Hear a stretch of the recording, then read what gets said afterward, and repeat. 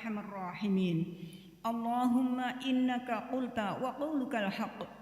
Qul law kana al-bahru midadan li kalimati rabbi lanafida al-bahru qabla an tanfada kalimatu rabbi walau ji'na bimithlihi madada.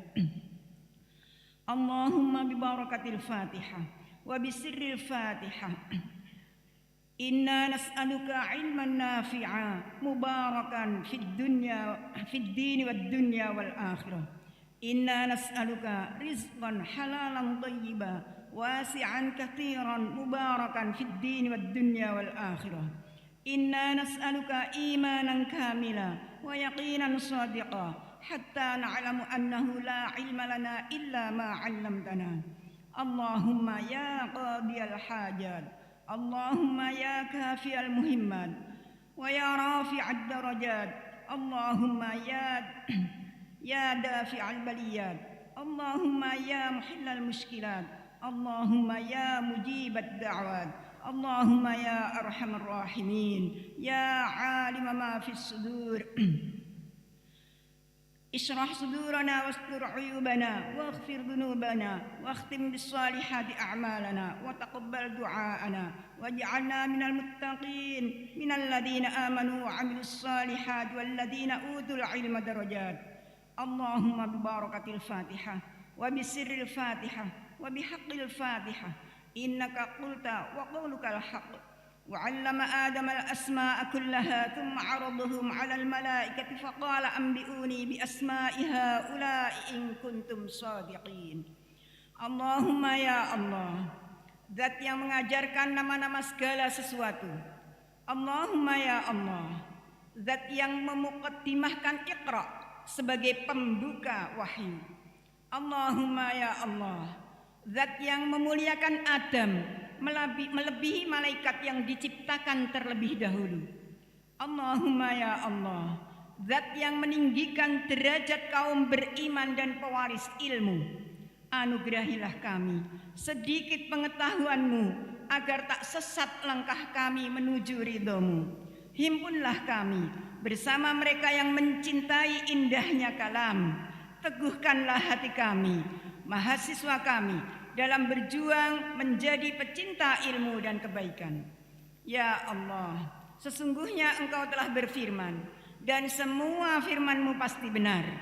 Katakanlah hai Muhammad, seandainya lautan diubah menjadi tinta untuk menulis kalimat-kalimat Tuhanku, maka pasti habislah lautan itu sebelum selesai penulisan kalimat-kalimat Tuhanku, meskipun kami tambahkan tinta sebanyak itu pula.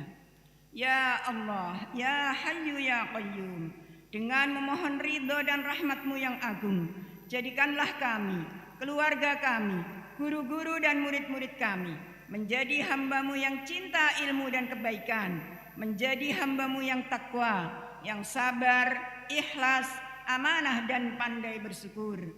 Ya Allah ya Rabb, berkahilah kami, keluarga Universitas Alma Yogyakarta, dilancarkan semua urusan baiknya, dijauhkan dari bala yang menimpa, dimudahkan rizkinya yang halalan thayyibah, diparingi kehidupan yang maslahah dan bahagia dengan ilmu yang manfaat fid dini wad dunya wal akhirah, dalam rangka mengabdi kepadamu dan bermanfaat bagi masyarakat luas. Rabbana atina fid dunya hasanah wa fil akhirati hasanatan wa qina adzabannar wa adkhilnal jannata ma'al abrar ya azizu ya ghaffar ya rabbal alamin. Wa sallallahu ala sayyidina Muhammad walhamdulillahi rabbil alamin. Assalamualaikum warahmatullahi wabarakatuh.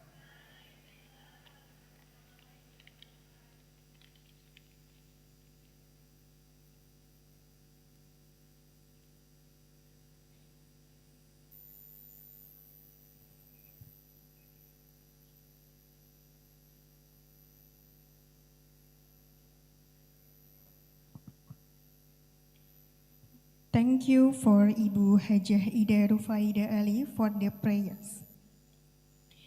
Ladies and gentlemen, we would like to invite you to sing a national anthem Indonesia Raya and Mars Alma Ata. Ladies and gentlemen, please stand up.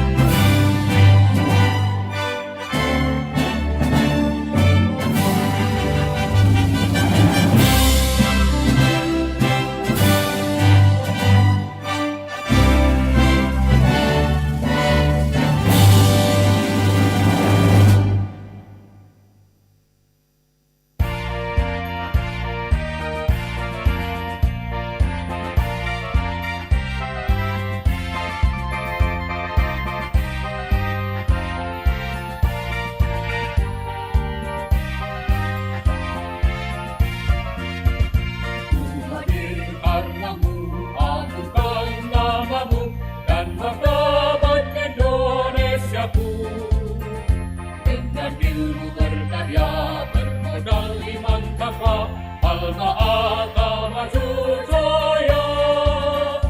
Tanamkan dalam hati visi kesejahteraan, sinarilah dengan iman. Hormati perbedaan budaya dan pikiran sebagai rahmat seluruh alam. Kobarkan semangatmu, sing-singkan lengan maju demi kejayaan negerimu. Tingkatkanlah ilmumu, rendahkanlah hatimu, kan gemilang masa depanmu.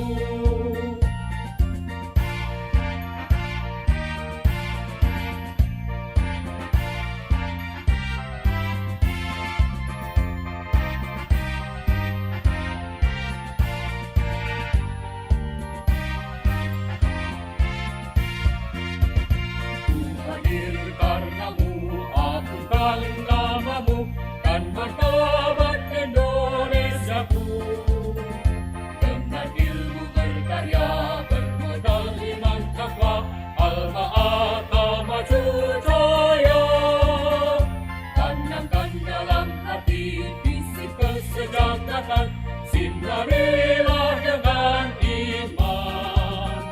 Hormati perbedaan budaya dan pikiran sebagai rahmat seluruh alam. Kobarkan semangatmu, sing-singkan lengan maju demi kejayaan negerimu. Tingkatkanlah ilmumu, rendahkanlah hatimu, kan gemilang masa depanmu.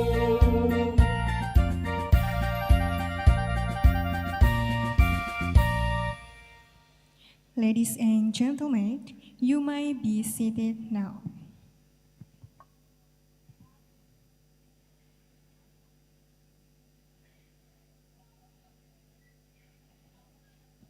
To formally initiate this event, may we invite the distinguished Rector of Alma Ata University to give a welcome remark to Professor Dr. Hamam Hadi. Please, time is yours.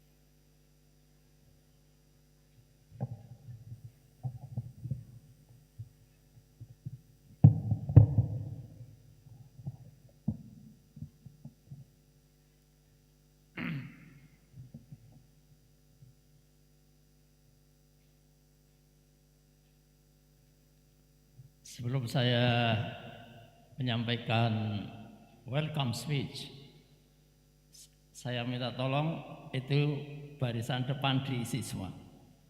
Yang maju ke depan itu orang-orang pinter. Yang mau ke depan itu orang-orang pemberani. Yang mau maju ke depan tandanya orang yang siap sukses. Ayo maju ke depan. Maju ke depan dulu. Semuanya di sini yang depan. Ayo. Maju. Maju diisi itu, diisi. Ayo di sana diisi. Maju. Ayo maju.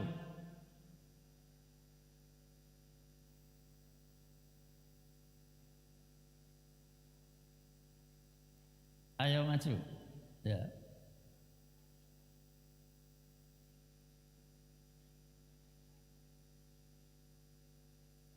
Ayo maju dek, maju, maju, maju.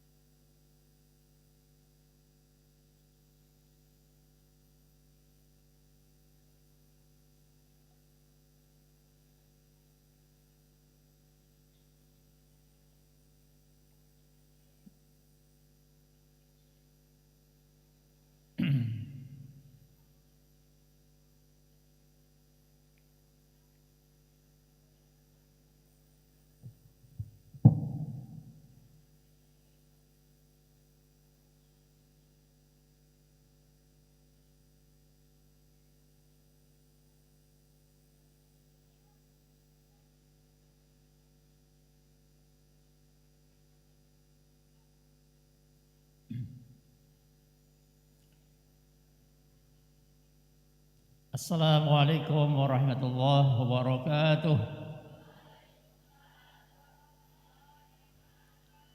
Alhamdulillah, nahmadullah ta'ala alladhi khalaqa fasawwah walladhi qaddara fahada wa nusalli wa nusallimu ala sayyidina Muhammadin Nabil Mustafa wa ala alihi wa sahbihi ahlul ilmi wat tuqa wal wafa.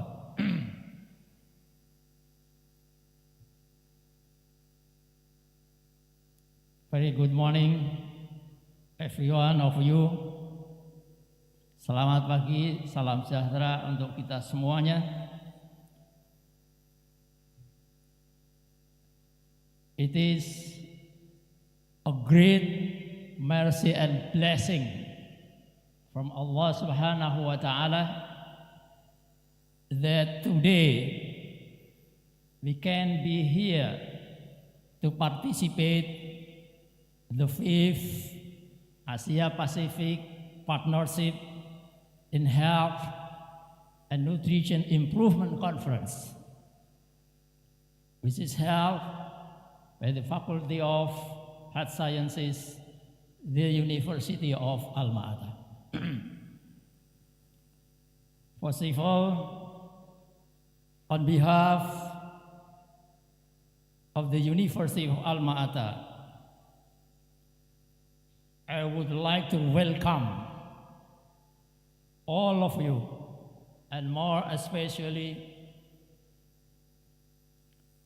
honorable speakers who will participate in this very important conference. Secondly, I would like to thank to all speakers, and more especially to my colleagues, Honorable Speaker Professor Jules Gitelson from the University of Johns Hopkins, Maryland, USA, and also distinguished speaker Mrs. Yunong Wang or Miss Anna from the Department of Food Science and Nutrition, Hong Kong Polytechnic University, Honorable Speaker Sopen Chunwan from Songkla University,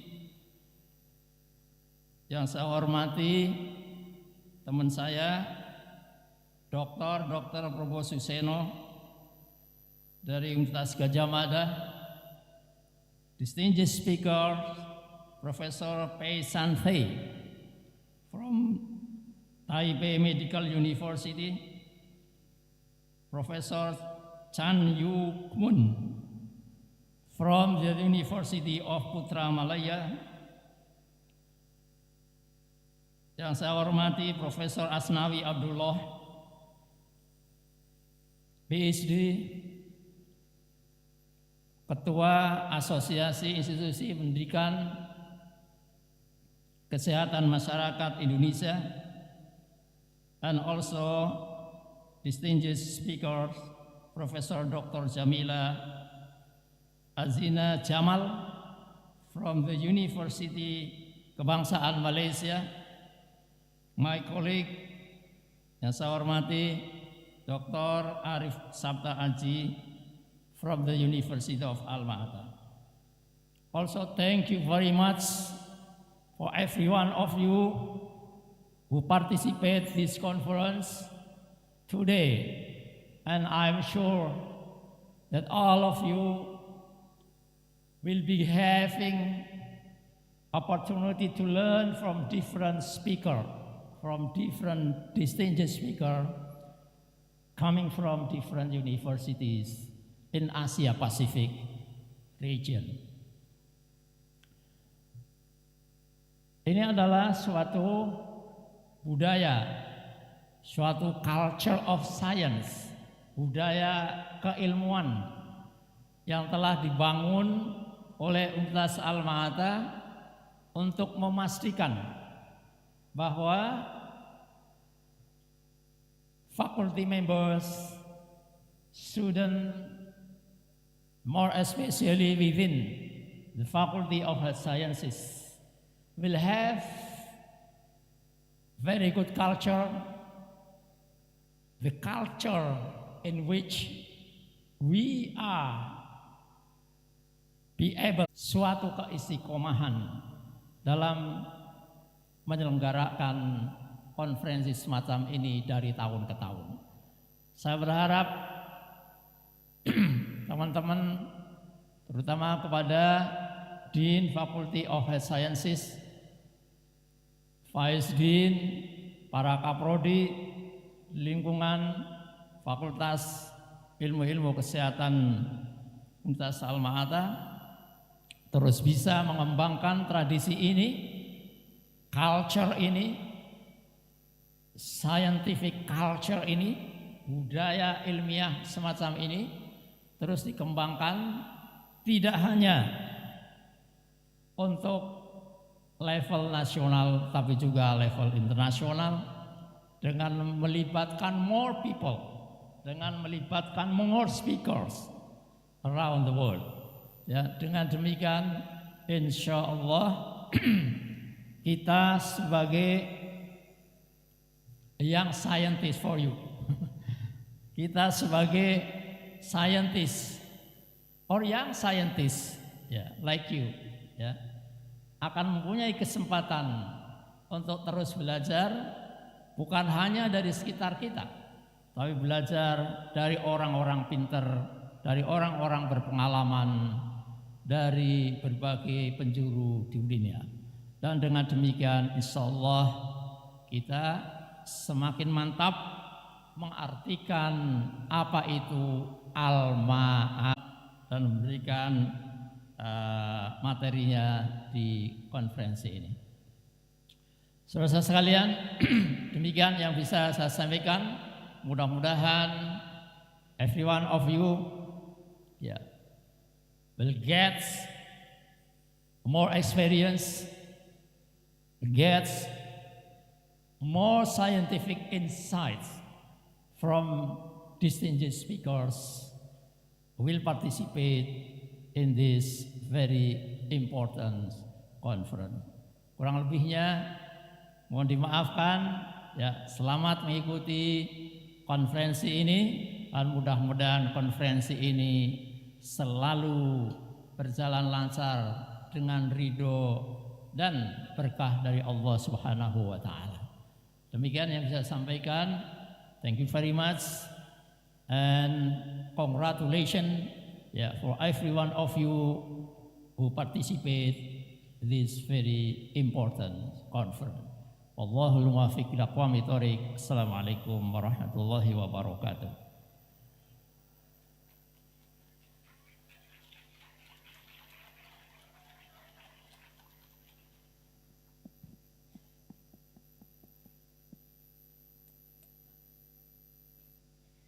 Thank you for Professor Hamam Hadi for opening speech.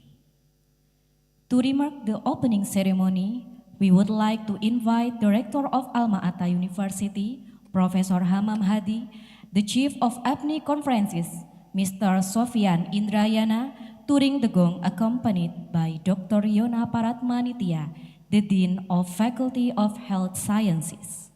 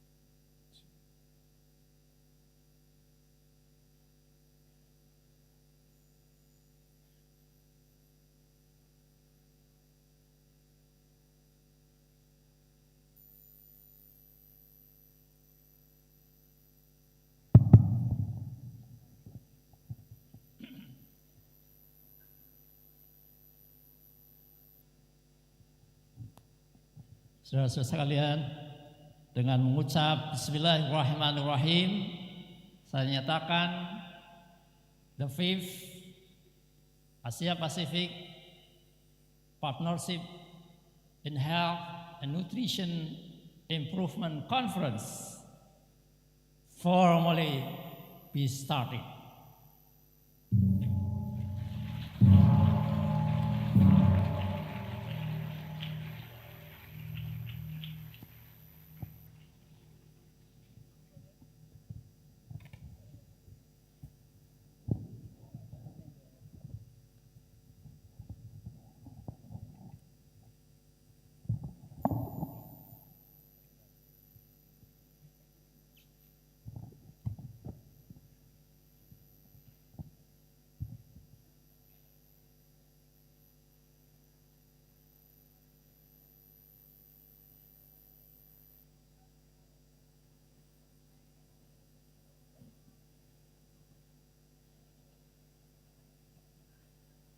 Thank you for the opening ceremony.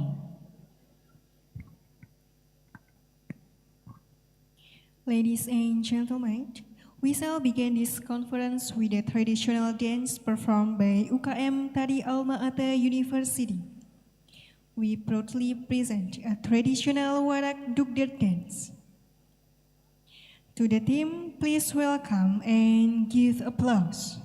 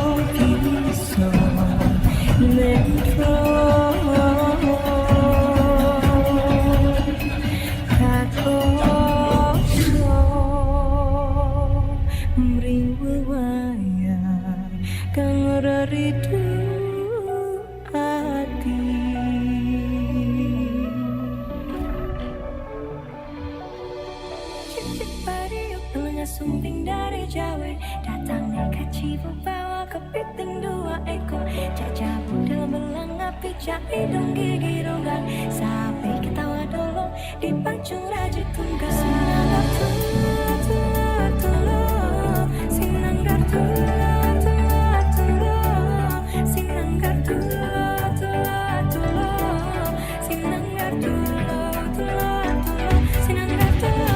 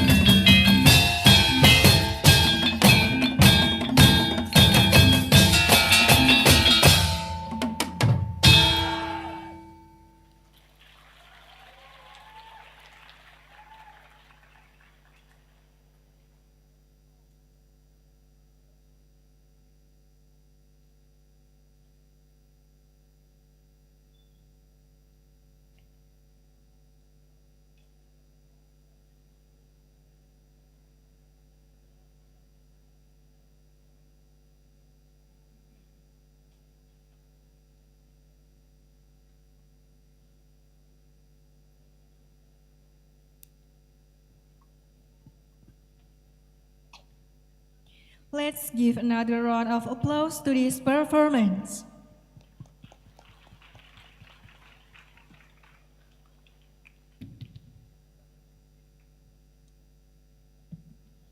Ladies and gentlemen, we shall process this event with the presentation by the keynote speakers. Today, we would have 4 honorable speakers for this first session.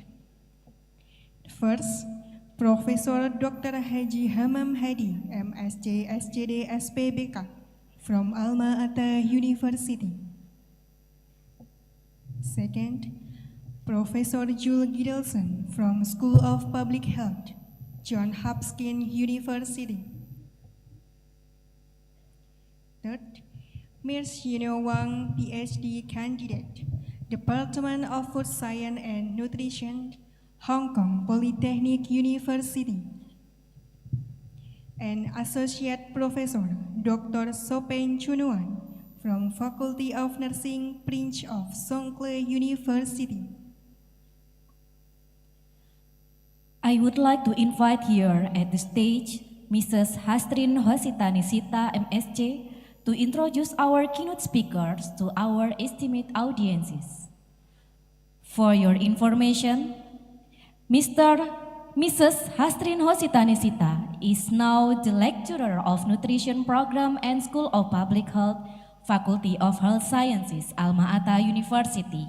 She had her bachelor from University of Gajah Mada, her master degree from Faculty of Nutrition and Health, Wageningen University and Research, the Netherlands. Let us give a round of applause to Mrs. Hastrin Hositani Sita.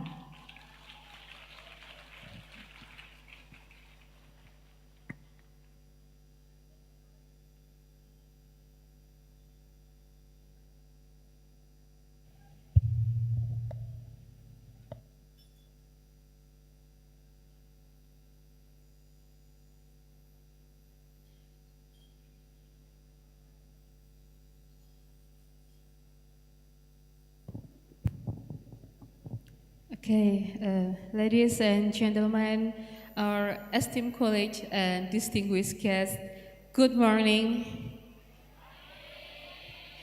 And welcome to this exciting academic event, the 5th Asia-Pacific Partnership on Health and Nutrition Improvement. And I am truly honored to be here today in this stage before as your become your moderator today. As we're going together to explore, discuss, and learn from the insight from 4 remarkable speakers who will soon take the stage. The theme of our first discussion session is about maternal and child nutrition, a subject that is not only fascinating but also profoundly relevant in our evolving academic landscape, especially in Indonesia, as we know that Indonesia is facing not only double burden about the undernutrition, but also the obesity issue also growing, especially in children. Our speakers have spent countless hours conducting extensive research and have dedicated themselves to mastering their respective fields to bring out their knowledge and expertise. I would like to introduce you our first speaker. The first is Professor Dr. Jules Gidelson, is from Center for Human Nutrition Department of International Health, Johns Hopkins University, Bloomberg School of Public Health in the USA. He is a renowned expert in the public health nutritionist who develops programs to improve food access and reduce risk for the chronic diseases. And today, he will present the discussion topic about school-based and environmental intervention to reduce obesity. Our second speaker is Professor Dr. Hamam Hadi, MS-SCD, SBGK, as the Director for the Human for Global Health, Alma Ata University, Indonesia. He is renowned and expert in maternal and children nutrition, especially in stunting prevention, has also become the main topic of his session. Our third speaker is Ms. Yuno Wang from Department of Food Science and Nutrition, Hong Kong Polytechnic University. Her undergraduate and master's degree is medicine from the China Medical University and continuing her PhD at the Hong Kong Polytechnic University. She is an expert in metabolism, aging, body temperature, health, nutrition, and digital strategy for chronic disease prevention and control. Today, the discussion is about cold adaptation to extend life and improve health. Last but not least is Dr. Sopen Chunwan from Faculty of Nursing, Prince of Songkla University, who is going to join with us via on the online.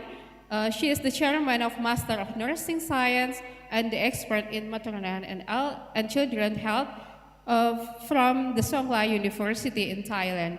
And she will have a discussion with us with the topic about the mid-free support for coping strategies for adolescents during the childbirth and the motherhood. So please join me in giving our distinguished speakers a warm round of applause as we welcome them to the stage.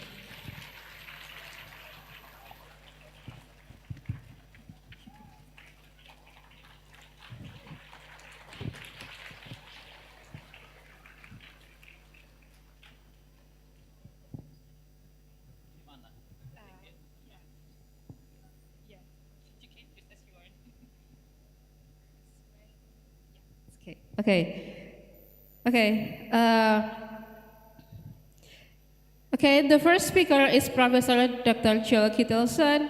We're going to discuss about the topic about the school-based and environmental intervention to reduce the obesity.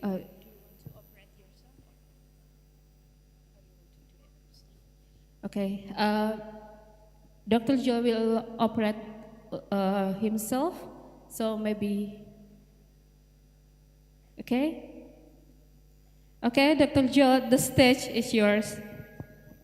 The pointer, please.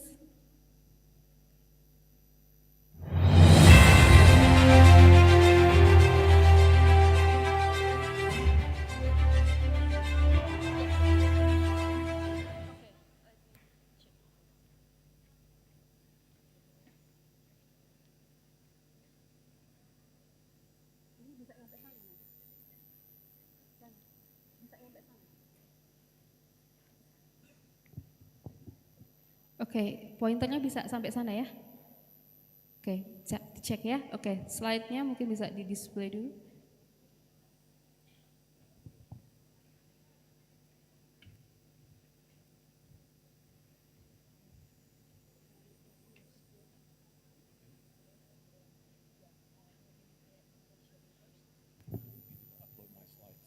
Ya, bisa oke. Is it okay? Is it okay for you?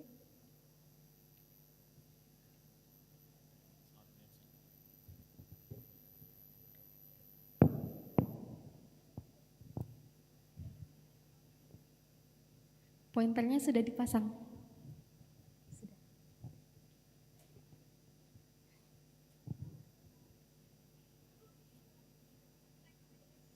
Coba. Okay. Can you try? Is it work?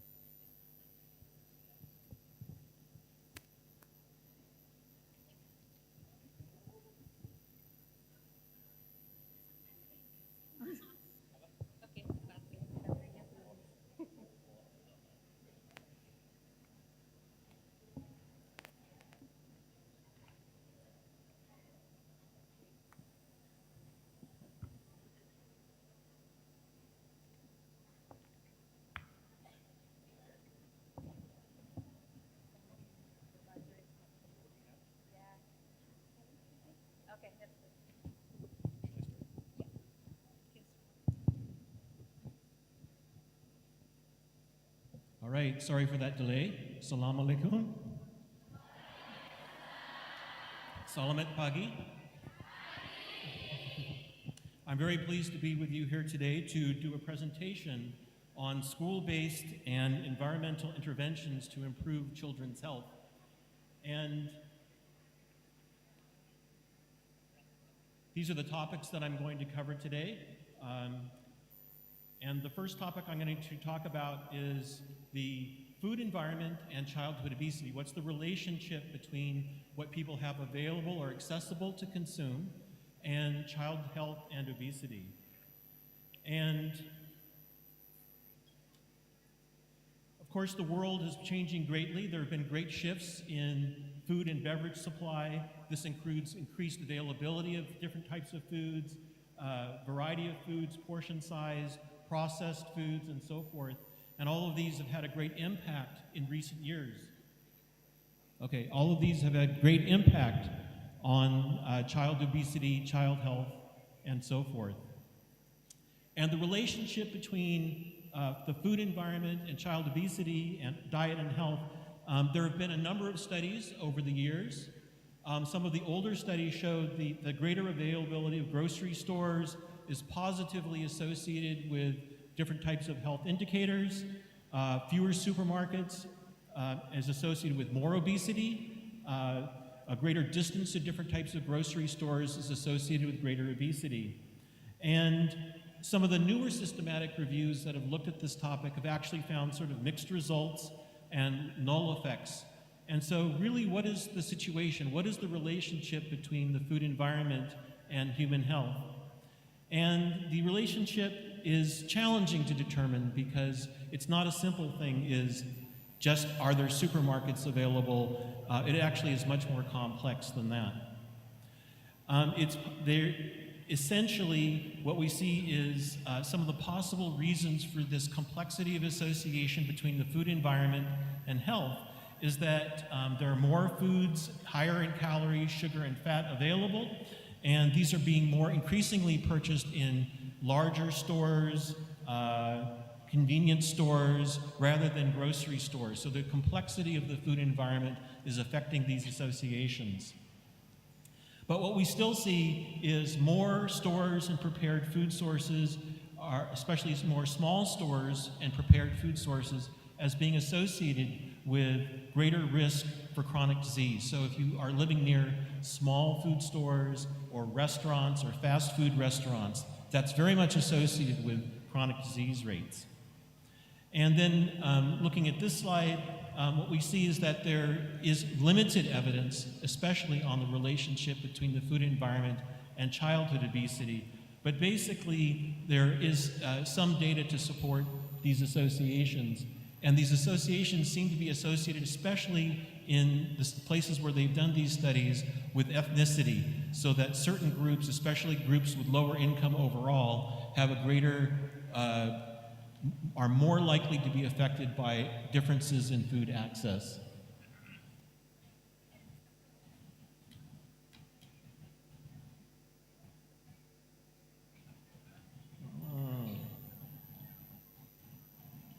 It's not working.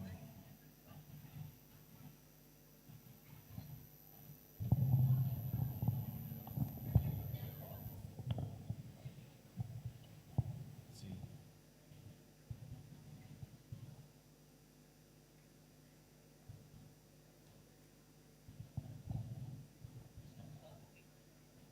Okay, so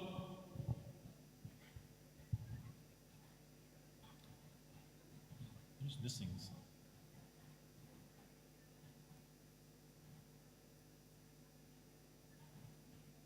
Okay, apologies.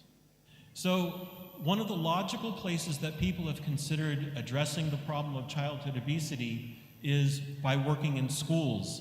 And in fact, there's an extensive literature in working with schools in the United States and other countries.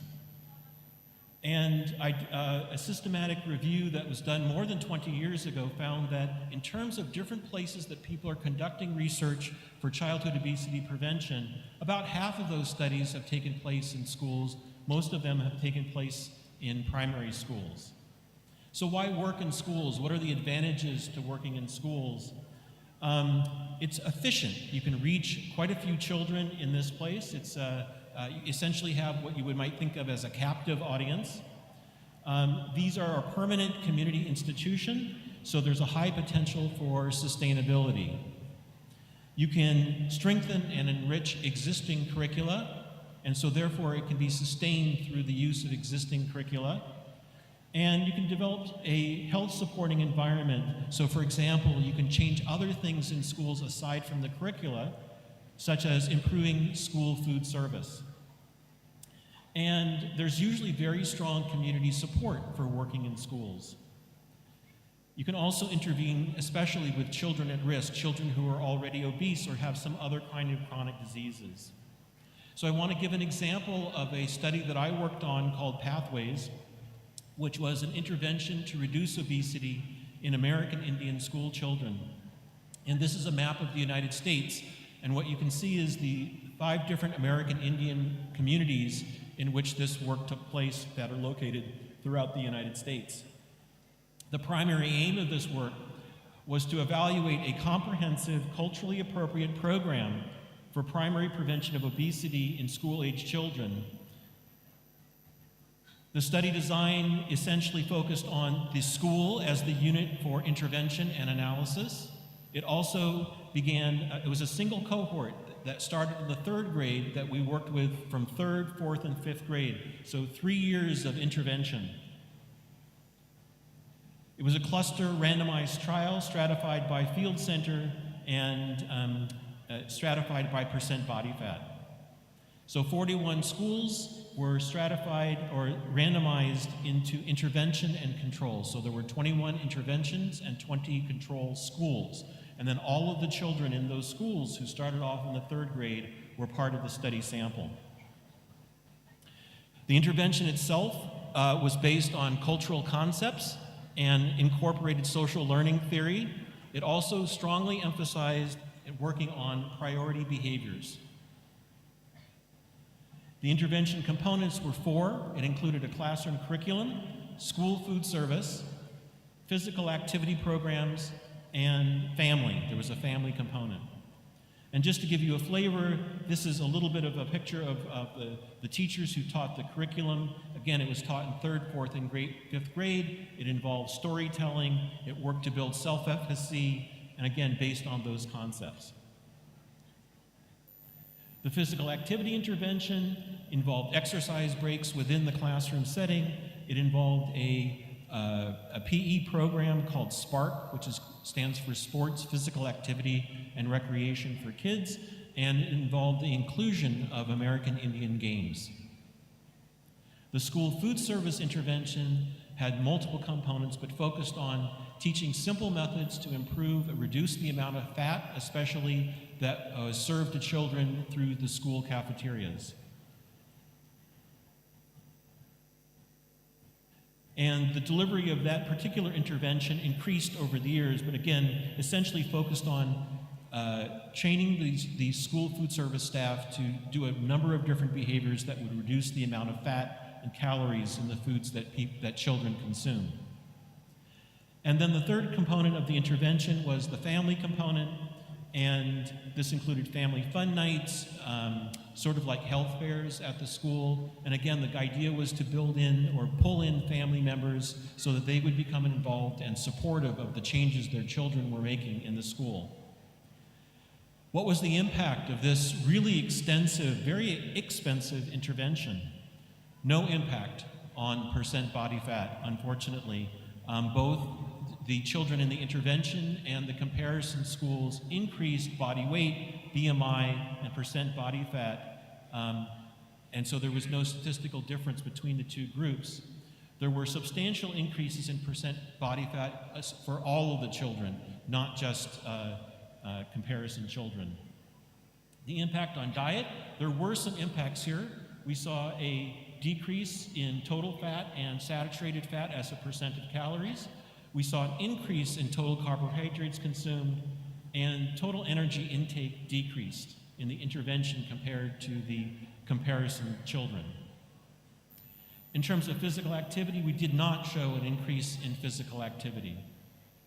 In terms of psychosocial factors like knowledge, self-efficacy, intention, we saw some good changes in these factors in our intervention children as opposed to our comparison children. So improvements in healthy food choice intentions, greater self-reported physical activity, increased knowledge, and so forth. So what were some conclusions from this study which really actually failed? So it was a very expensive study located throughout the United States. What were some conclusions about this work? And the first conclusion was, well, it had no impact on the primary outcome.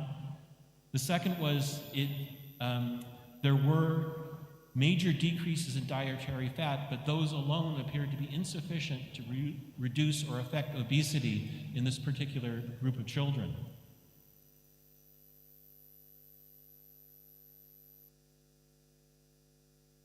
In addition, it's possible that the 3-year intervention, which seems like an awful long time to me, was not sufficient to actually achieve the kinds of changes we wanted to see in terms of obesity in these children. And it's entirely possible that, that the children may have actually lost weight during the course of the school year, but actually regained it during the summer months, the 3 months during the summer when they are not in school.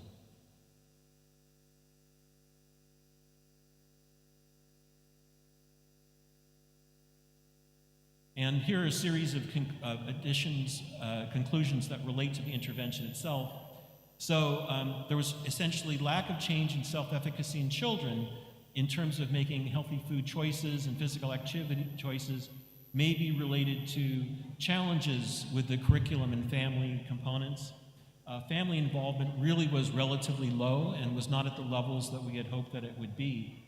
However, the food service intervention appeared to be effective, and we think that the physical activity intervention, although it was relatively well implemented, was perhaps not sufficient to achieve impact. So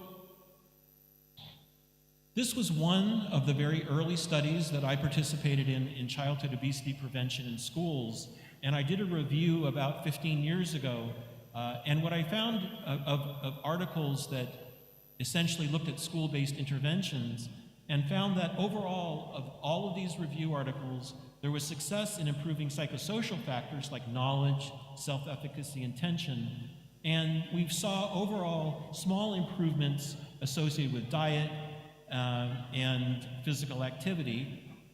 We also saw some impact on obesity from these different studies, and the impact ranged from 20 to 75% of the studies having some kind of effect on obesity, but these effects were relatively modest. Also, we found in our review that social cognitive theory is the most common behavior change framework that was used to guide these interventions, but that many of them lacked formative research or process evaluation.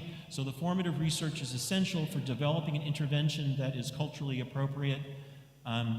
Process evaluation is essential for figuring out what worked or didn't work in terms of the delivery of the intervention itself. There was a very modest amount of parental involvement in all of these studies, and this is definitely something that we need to work on if we're going to engage in school-based studies. And really the problem is, no matter what changes that you make within schools, if you don't change what's happening outside of schools, you may not have the kinds of impact that you want to have. So how do we go about changing the food environment outside of schools? I've been working on this issue in the city of Baltimore for about 20 years, and I'm not going to give a lot of detail on this work, but I am going to give just some general observations.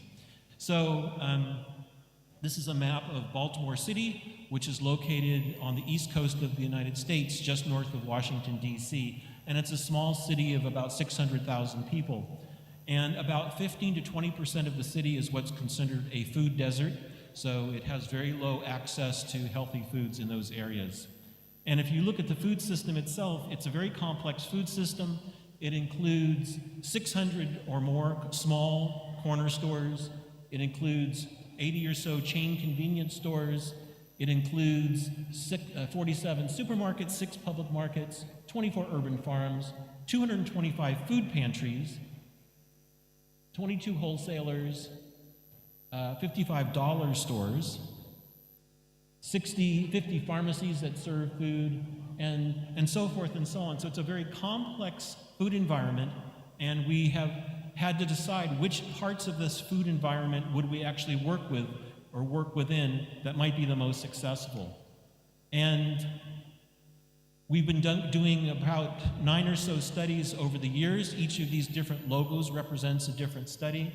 And over the years, we've conducted this series of studies that have taken place in corner stores, that's small stores, taken place in recreation centers, in churches, in food pantries, and many other settings.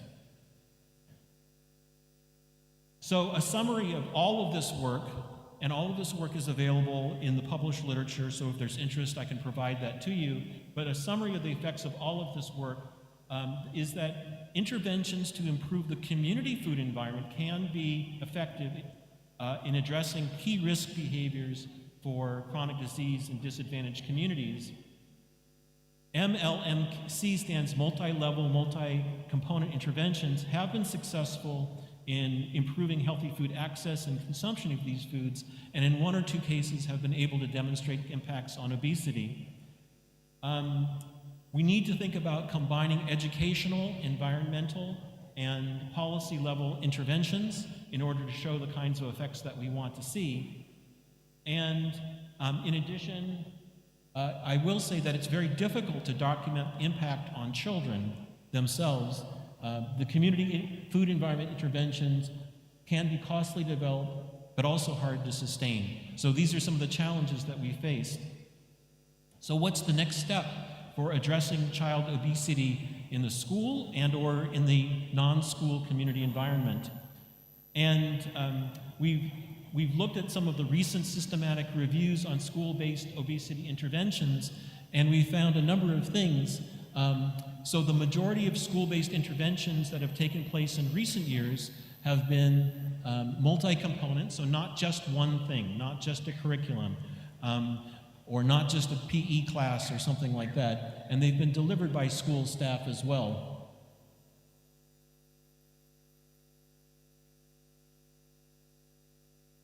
Sorry?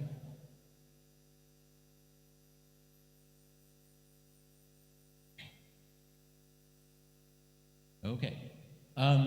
So there's been a lack of studies that have taken place in school food service, and this essentially shows a series of features that have been part of this work to take place in school food service.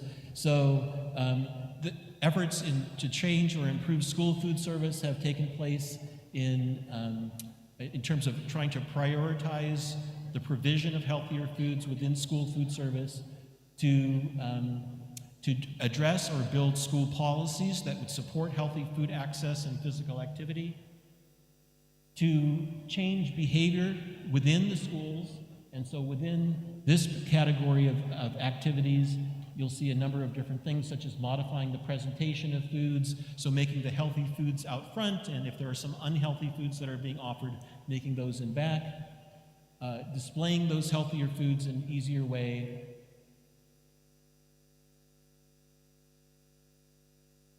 nutrition education by students. These are all some of the different strategies that have been used to improve school food service within schools in the United States and in other countries as well.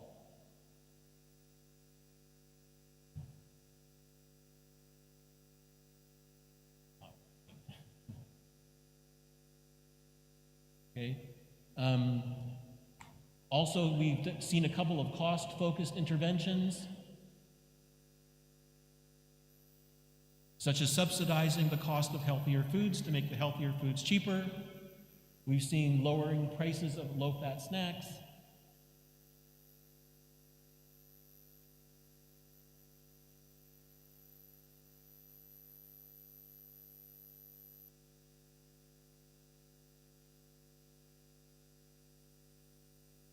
Probably needs a new battery.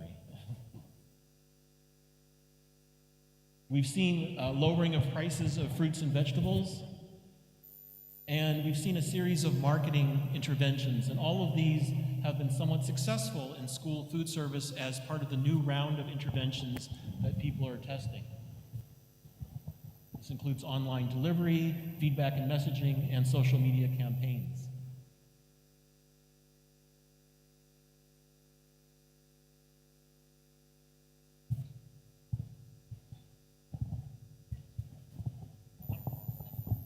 So, what has worked in terms of intervening in school food service? This is looking at some of the overall impacts and what has worked in this particular setting. So this has included the increased consumption of healthier snacks. We've seen impacts of school food service on increasing the consumption of healthier snacks. Increased short-term consumption of sales of fruits and vegetables. These are some of the impacts that we've seen in school food service. Decreased consumption of fat, sugar, and calories.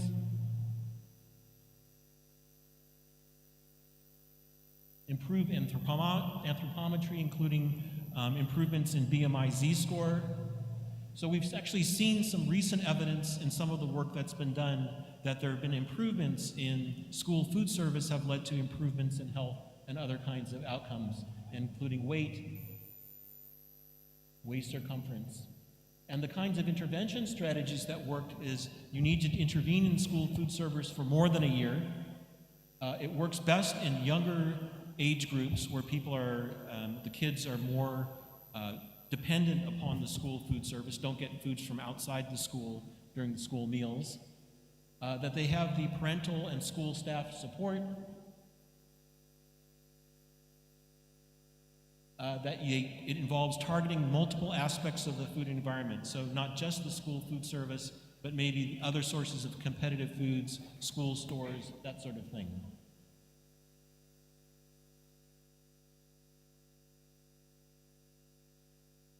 So what's the next step? I thought I would end by talking a little bit about some current work that we're doing to think about proposals to change the food environment for children in Indonesia, working with school food stores. And these are some of the dates. The rates of childhood obesity in Indonesia are increasing dramatically, so we know there's a challenge that we need to work on. And if you go into public schools in Indonesia, I'm sure you all know this much better than I do, but you'll see that food vendors sell food to children. This is the common mode of food in public schools in Indonesia, food provision. And some items are relatively healthy or healthier, and a lot of things are not. And so it's essentially there's a great range of access to or availability of different types of foods in Indonesian school canteens. So much work is needed to be done inside canteens in Indonesia. We looked at 72 foods prepared at canteens, school canteens in Indonesia. Over 50% of them were deep fried. This is the most common form of food preparation that we found. And you can see that there are other forms of food preparation, but deep fried is frankly the most common method used. We also see that if we look at the composition of these foods, a very small percentage of them have any type of vegetable in them. In fact, more than 90% have no vegetables in them whatsoever. And the sources of protein are also quite variable as well. So what have we learned so far? Most of the foods sold by vendors in schools are not made by those vendors. They are made by external vendors or suppliers, and sometimes they're made by parents and other people associated with the school. In Yogyakarta itself, most of the schools appear to have some type of school food service policy, but it's not clear how well these policies are actually enforced. And there can be different kinds of sort of difficult relationships between vendors and school administrators. And it appears that in different regions of the country that there are different kinds of policies. And in fact, in some places that we visited recently, no policy as far as we can tell. So there's no guidelines for the healthiness of foods in canteens. And there is no policy that we know of that relates to the foods that are served to children outside of schools. So there are often vendors and others who sell foods to children outside of schools.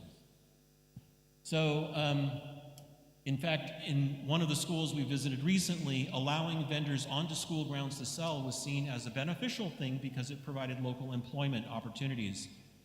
Nevertheless, the foods the children were getting tended to be very high in fat, carbohydrates, and not terribly high in micronutrients. So our proposed intervention trial, which Dr. Hadi and I are working on these days, is to randomize 12 schools to intervention and comparison. We would work in multiple provinces, and some of the intervention ideas involve training of food preparers and suppliers, nutrition and healthy food choice, curriculum, some signage changes in the canteens, and a school policy which is supportive of these changes. So in summary, the problem of child obesity and diet-related chronic disease is complex and multifactorial. Multi-level, multi-component solutions are needed, and these solutions really need to address access in terms of the food environment and the supply and consumers at multiple levels. The solutions which target children and their specific environments are also needed, especially in places like the school food service. I think that may be a place that we can have some impact on the child obesity, the growing child obesity problem in Indonesia. And the combination of interventions, what's going to be most effective, will likely differ from setting to setting. So I don't do all my work by myself. I work with many other collaborators, and this is the picture of the many collaborators that I work with. And I want to thank you for your time and attention, and I'll look forward to speaking with some of you after the conference. Okay, give applause to Dr. Joe. Thank you, Dr. Joe. Sorry for the lots of interruption. Okay, going to talk about the 4 speakers, and then at the last session, we're going to have the question and answer, and then our second speaker is Professor Dr. Hamam Hadi, and then the stage is yours. Thank you.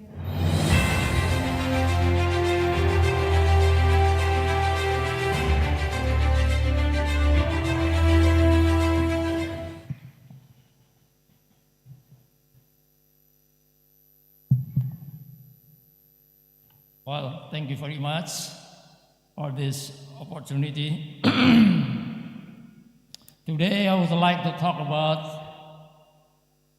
how can the preconception, maternal mentoring can reduce stunting in Indonesia. Stunting, you may say, is one of the undernutrition problem, but actually stunting is very closely to obesity, and start from early life of every children in Indonesia and also all over the world. So I will say today about how can preconception, maternal mentoring reduce stunting, evident from capture. Saya akan bicara soal ini, ya, dan ini adalah penelitian dari kita. Capture itu adalah community Alma Ata partnership through updated research and education, yaitu sesuatu kegiatan surveillance yang teman-teman laksanakan, ya. Adik-adik mahasiswa juga terlibat di dalamnya beberapa bulan tahun yang lalu. Dan hari ini dari capture itu sudah muncul setidaknya ada 4 international publication. Dan yang akan saya tampilkan adalah beberapa artikel yang sudah publish di jurnal internasional dari surveillance yang Anda lakukan. Jadi saudara-saudara itu hebat-hebat, bagus-bagus. Dan nanti Anda bisa melihat langsung di jurnal yang asli, ya. And I will give you the link, of the journal. Let me start with this. I can say This is very important publication, and I think that this article would be very important in improving the nutritional status, especially for pregnant women and also the pregnancy outcome. Slide, tolong saya bantu. Oke. Kita tahu bahwa child undernutrition, especially stunting, is still a public health problem all over the world and more especially in Indonesia.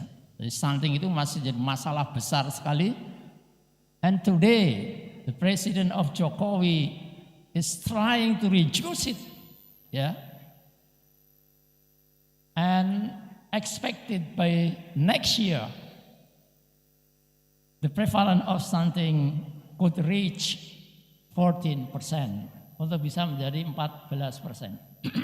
Nah, persoalannya adalah bahwa stunting itu nggak mudah untuk menurunkannya, Dan saat ini, at this time, the prevalence of stunting is still very high.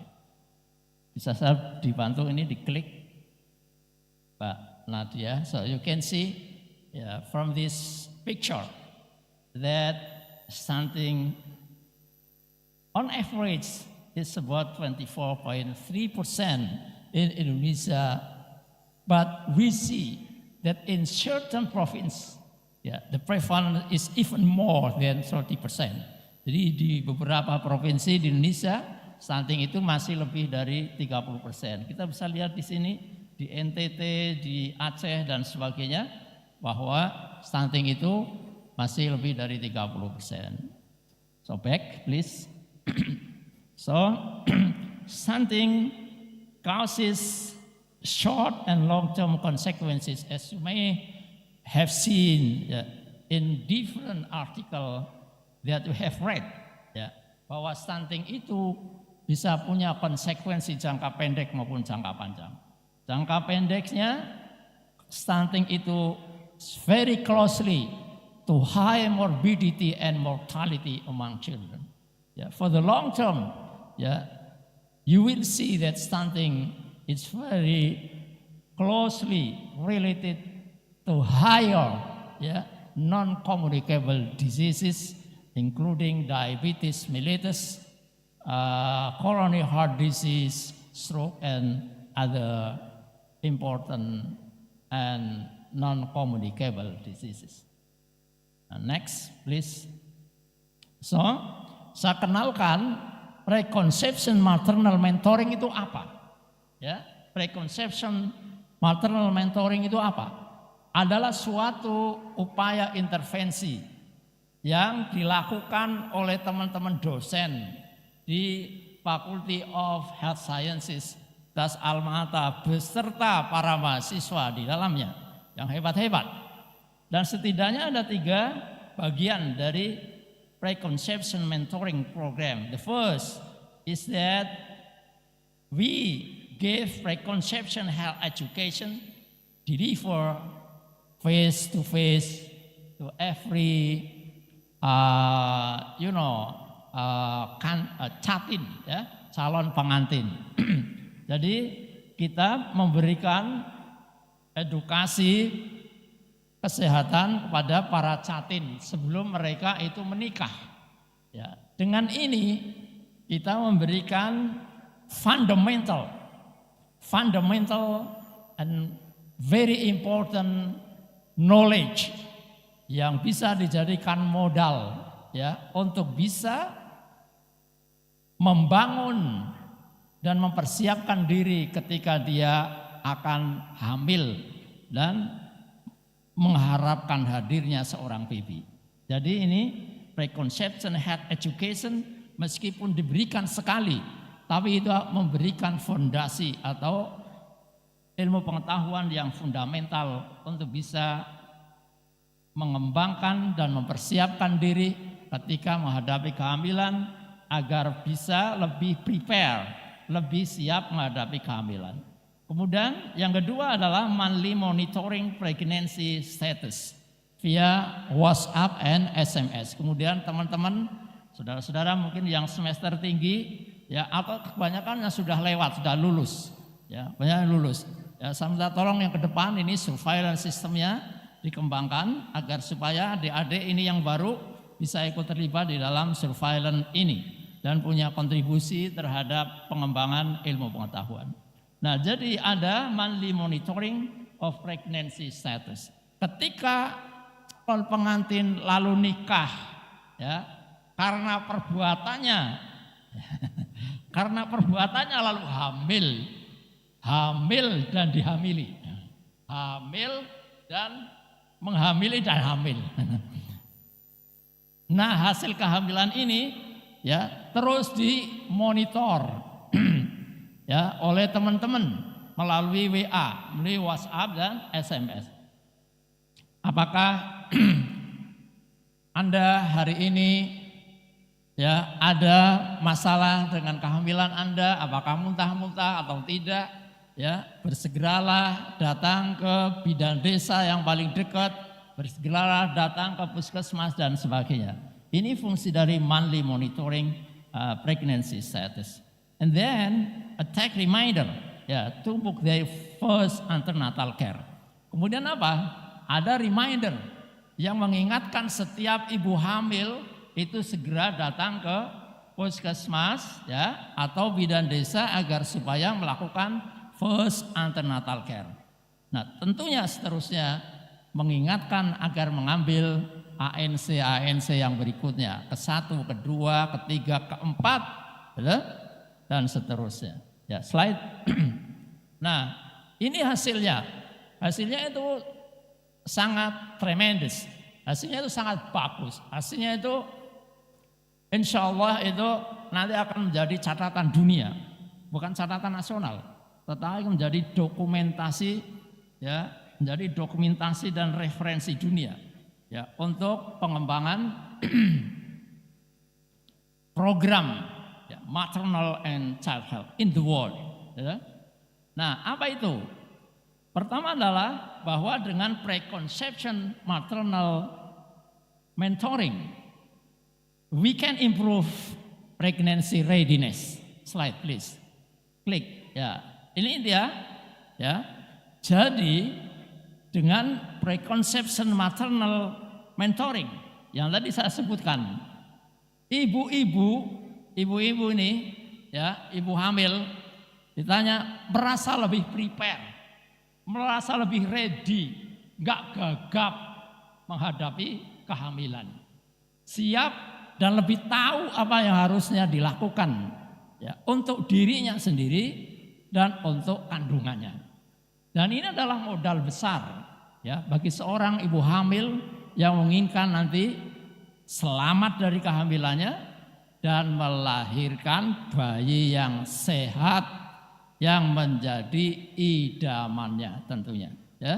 Dengan apa? Dengan modal readiness for pregnancy, dengan modal kesiapan menghadapi kehamilan. Dan Anda tahu di sini maknanya bahwa orang-orang atau ibu hamil di kelompok intervensi yang mendapatkan maternal mentoring ya, itu 12,5 kali lebih besar kemungkinan untuk lebih siap menghadapi kehamilan dibandingkan ibu-ibu yang tidak mendapatkan preconception maternal mentoring. Maknanya apa? Maknanya bahwa dengan preconception maternal mentoring ya kita bisa meningkatkan sedemikian rupa sehingga apa? Ibu-ibu punya likelihood, punya probability untuk lebih siap. Berapa kalinya? Kurang lebih 13 kali lebih siap ya dibandingkan ibu-ibu yang tidak mendapatkan maternal mentoring ya. Back. Nah, apa itu hasil berikutnya ya? More likely to have earlier antenatal care. Yes. Klik please. Ya. Nah, Anda lihat nih, bahwa ibu-ibu yang mendapatkan maternal mentoring, ya, itu ya Anda bisa lihat di sini, at least ya twice more likely ya to go to posyandu or puskesmas to get first ANC, twice more likely to be earlier than those who do not receive maternal mentoring. Jadi ibu-ibu yang mendapatkan maternal mentoring ini ya punya kemungkinan 2 kali lebih besar untuk datang lebih awal. Lebih awal itu kapan? Lebih awal itu less than the 39 days ya. Jadi sebelum hari ke-39 dari kehamilannya. Jadi saya ulangi lagi, ibu-ibu yang mendapatkan maternal mentoring itu punya peluang 2 kali besar untuk datang lebih awal ke ANC, which is good, which mean very important, which mean very meaningful ya for every single pregnant woman.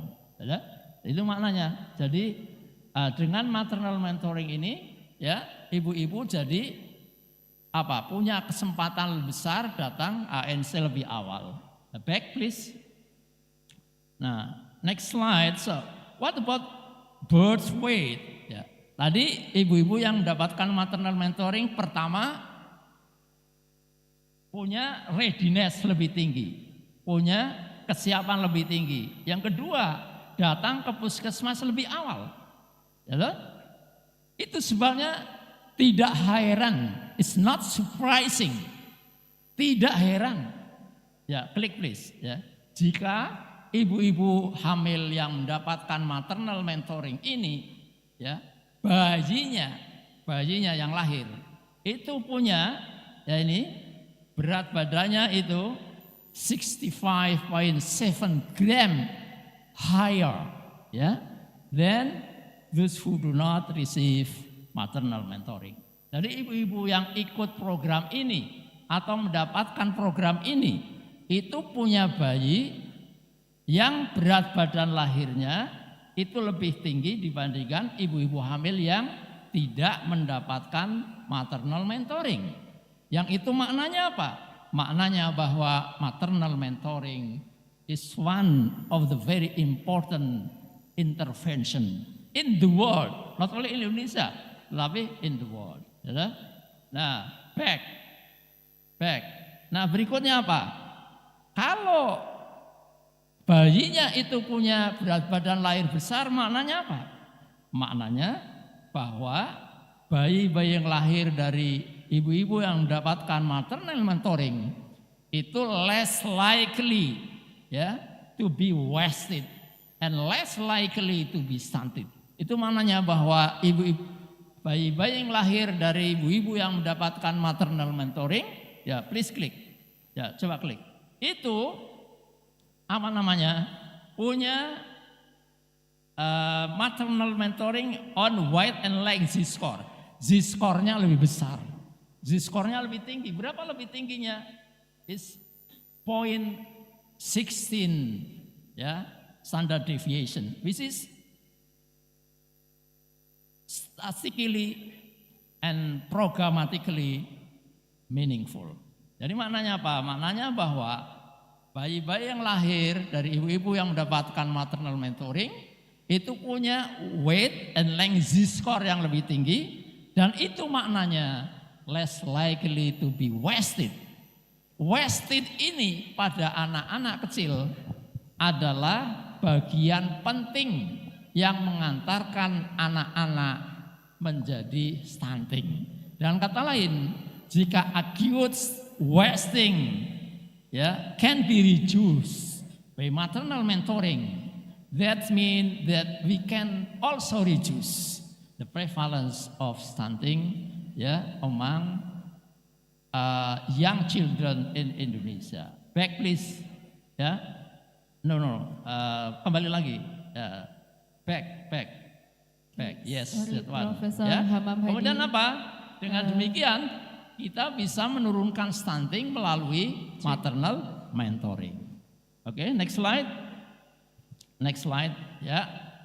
Jika demikian, ya, kita tidak ingin melihat banyak lagi ibu-ibu hamil yang tidak siap menghadapi kemilan, ya, termasuk diantaranya Prof. ibu-ibu Hamam, hamil. mohon maaf, Yes, I 3 know. menit lagi. Oke, Terima thank kasih. you.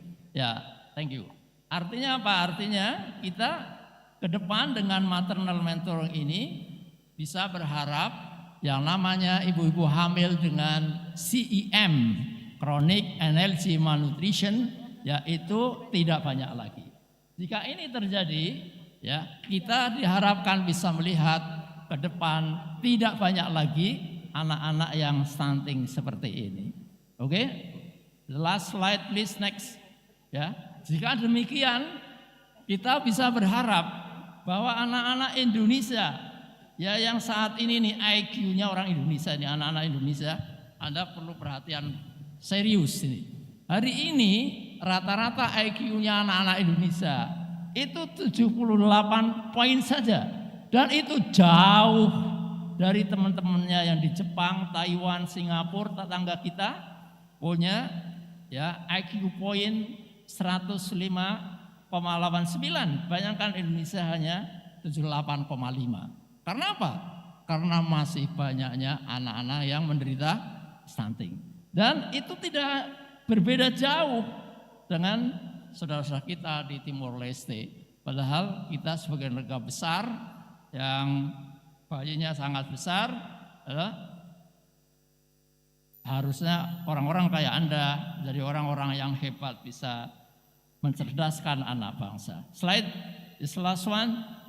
Kamu bisa melihat apa yang saya sampaikan tadi di 3 jurnal yang sudah publish internationally. Ya, Anda bisa lihat ini jurnal-jurnal ini sudah publish di jurnal internasional, dan Anda bisa melihatnya dan membaca langsung. Thank you very much for your attention. Ya, mudah-mudahan ya bermanfaat untuk Anda. Okay. Assalamualaikum warahmatullahi wabarakatuh. Waalaikumsalam warahmatullahi wabarakatuh. Okay, give applause again to Professor Dr. Hamam Hadi. Okay, our third speaker is Miss Yuno Wei. This is the new pointer. Maybe Mr. Operator, we can check it first. Dicek dulu. Okay.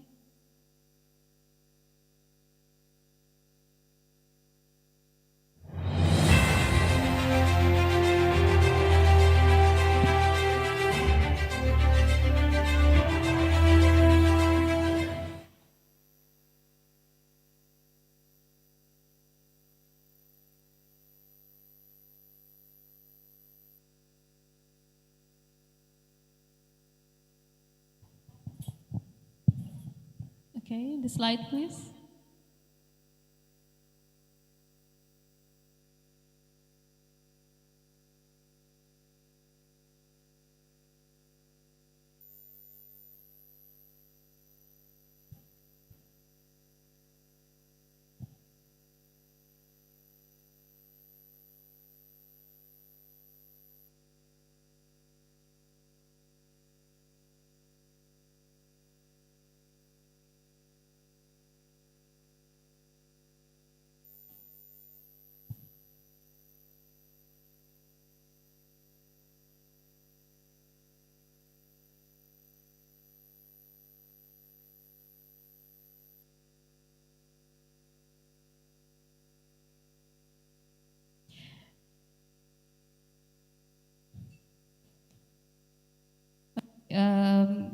Apologies that we have to waiting a little bit for the slides. Okay, for the just information, fun fact, not fun fact, that Dr. Joel also active in social media, especially in TikTok, right? Like you have the TikTok as your social media. Yes, you can follow me on Global Food Man on TikTok. Yeah, I believe that all of the students also, as a users, TikTok users, right?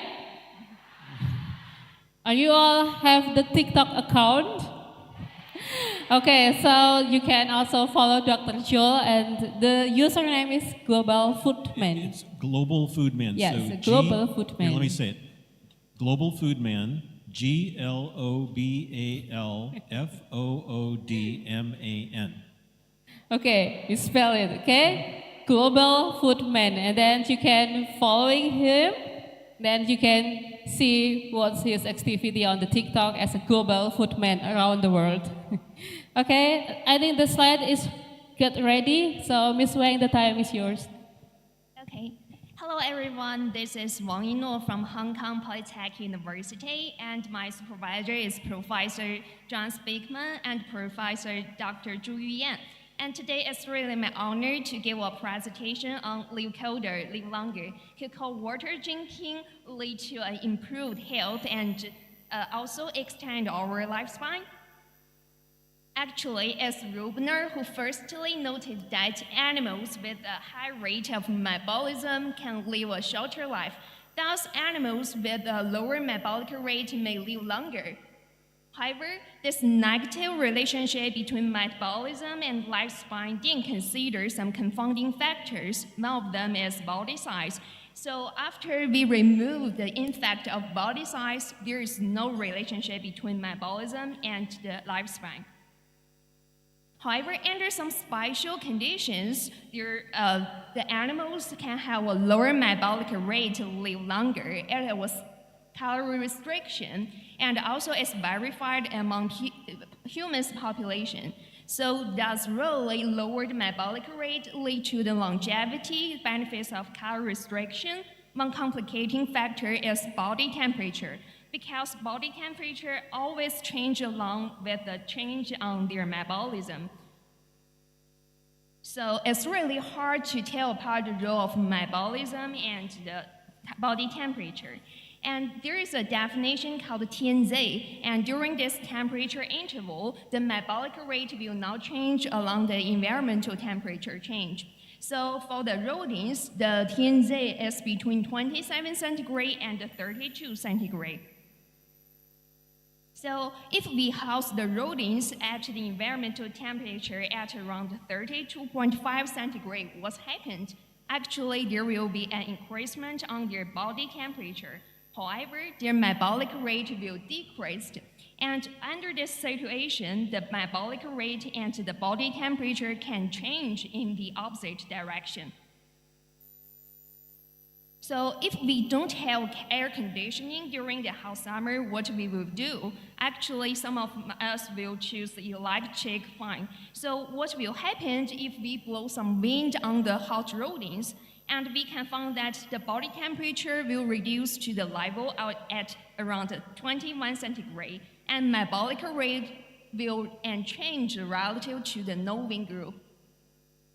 So under this situation, Dr. Zhao Zhijun and Professor John Speakman worked together to find out which one is a more important modulator of lifespan, whether it's body temperature or metabolic rate. They utilized striped hamster and Swiss house together to work on the study. And they randomly divided the rodents into 3 groups. The first group were housed at around 21 centigrade, and the second group were housed at around 32.5 centigrade, and the last group were housed at around 32.5 centigrade plus ventilation. So what happened on their metabolic rate and body temperature? As for the metabolic rate, actually the rodents live in the hot environment will have a lower metabolic rate. As you can tell from the figure, the gray plots represent the cooler group, which were housed at around 21 centigrade, and the blue one referred to the windy group. The red one referred to the hot rodents.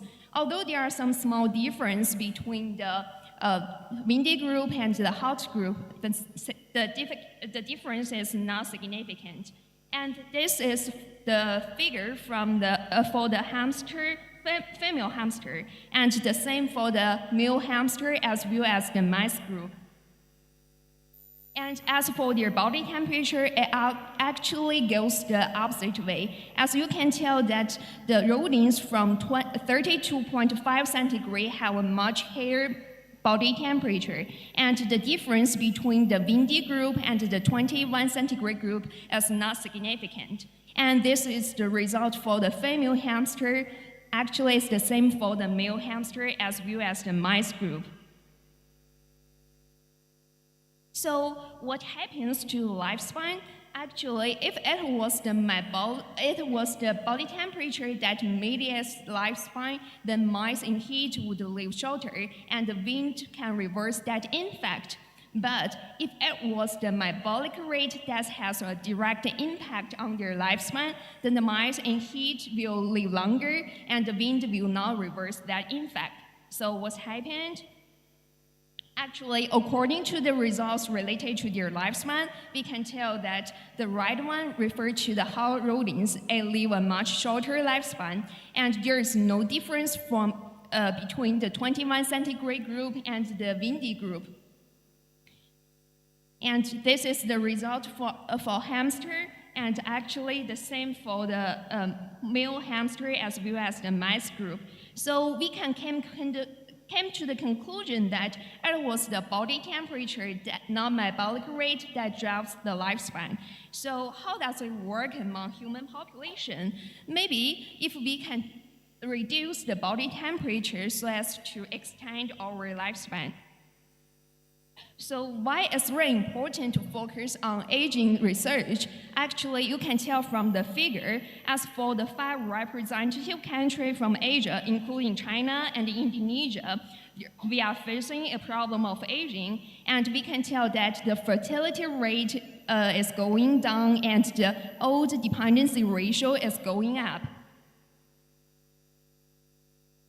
Actually, since 2000, the population who is older than 65 years old is becoming larger and larger. And according to the definition, if an area or society has the population who is older than 65 years old and larger than 7%, then this kind of country can be called aging society. And according to the statistical yearbook, China has already entered aging society. And according to the population prediction, actually the aging problem in China will become more and more serious. And as for Indonesia, it will enter the aging society by 2050. Actually, aging itself is not so serious, but aging is highly related to chronic diseases. We list the 10 common ones for adults who are older than 65 years old. And also during this research process, we cannot ignore another risky factor, which is obesity. So it's really important to combine the research of obesity and aging together. So we start to design our study in humans. Actually, it can divide it into 3 parts. The first part is the pilot study to find out the most effective way to reduce their body temperature. And also, we cooperated with the health checkup department of a hospital to find out confounding factors of body temperature, body composition, as well as aging. And as for the formal study, it's a 6-month intervention study focused on the cold water drinking. So actually, there is an old saying in China, drinking more hot water and you will be much more healthier. So we would like to find out whether it's true in modern society. We get 154 feedbacks from Chinese population, and their age were between 20 to 60 years old with the sex ratio 1:1. And next slide, please. Thank you. And we asked about their water temperature preference in the morning, during daytime, and at night, even in summer and winter. And we found out that no matter when or which kind of season, the feedback shows that Chinese people prefer drinking tepid water. Next, please. And also, we asked about their viewpoint about which kind of water temperature is good for health. And actually, 80% of the feedback believe that drinking tepid water is good for health. Just 2 of them believe that cold water drinking is good for health. But what gave us confidence is that actually nearly 70% of the participants are willing to take part in a research which will require them to drink cold water. So we start to design our past study. We use Valvoline and Stratton for their surface temperature management. They will be attached under their armpit. And also we will use e-sensors and another device from Dr. Li's lab for their cold temperature management. For more comprehensive understanding about their body composition, we utilize MRI, TNITA, and DEXA together. And also we use a machine called Cosmide for their metabolic rate management. And GT3 and APHNI were used for their physical activity and ambient temperature monitoring separately. So the pulse study can be divided into two parts. The first part is a 21-day cold exposure, which can be further divided into three parts. The first part is a 13 to 17 centigrade water drinking. The second period is a 4 centigrade water drinking intervention. And the last one is cold pad varying. And for the part two, we aim to find out the influence of cold exposure on body temperature and metabolic rate. And here are the results. Actually finished the pulse study at the end of last year, but we didn't find any significant change on their resting energy expenditure during the 21 days, and also no significant changing tendency on their body weight or their BMI. So the potential reason might be that 21 days was too short for a cold exposure intervention. And as for the part B pulse study, they will ask to swallow the e-sensors for their cold temperature management. And also they will be asked to conduct 3 different kind of intervention strategy within one afternoon. And here are the results. Actually, we believe that there might be some significant changing tendency on their energy expenditure after the intervention. However, there was not. So what's the potential reason? Maybe the 30 minutes time period is too short and the influence of each cold exposure overlapped.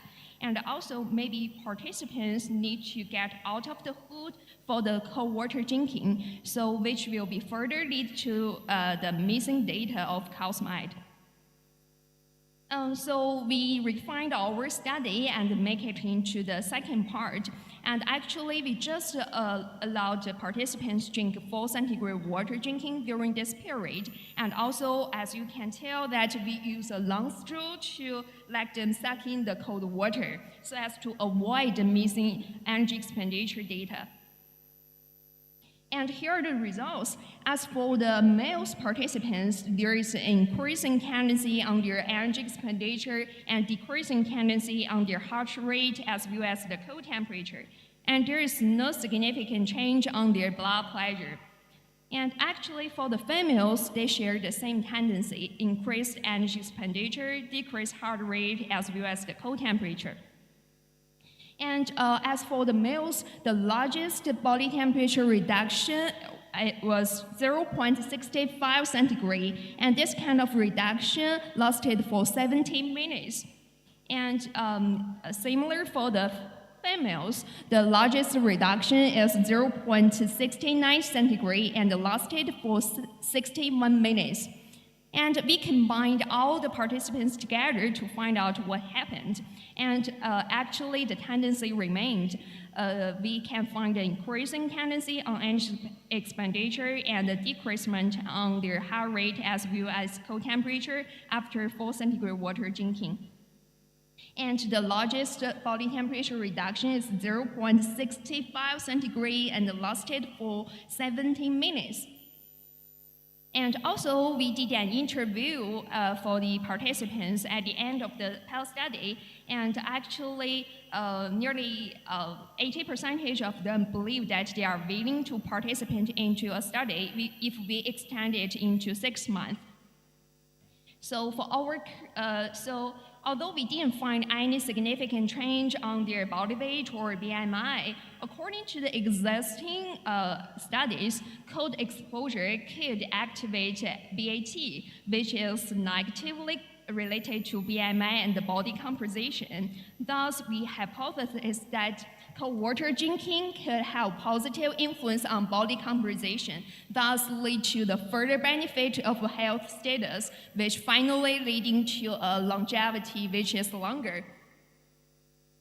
And as for our current work, we start the formal study recruitment, and we will recruit 32 participants in total, 16 for each group. And the primary outcomes is related to their body composition, BMI. And in order to explain why it works on their body composition, we find out some outcomes on their physical activity, food intake, metabolic rate, as well as some index on their blood sample. And finally, we would like to explore whether there are some long-term outcomes on their aging. So if we can verify that drinking cold water is good for health, maybe we can also find out how it works among pregnant women. So why it's really important, as you can tell from the map, actually the number of obese pregnant women in China and Indonesia is pretty large. And there are a lot of negative impact of the pregnant obesity, so such as the diabetes, hypertension, and also it can have some negative impact on the mode of birth, which further lead to some surgical infections and the negative impact on their mental health. And according to the existing data, and we can tell that the first wave of age-related change is around the 30 years old for females, which is highly related to pregnancy.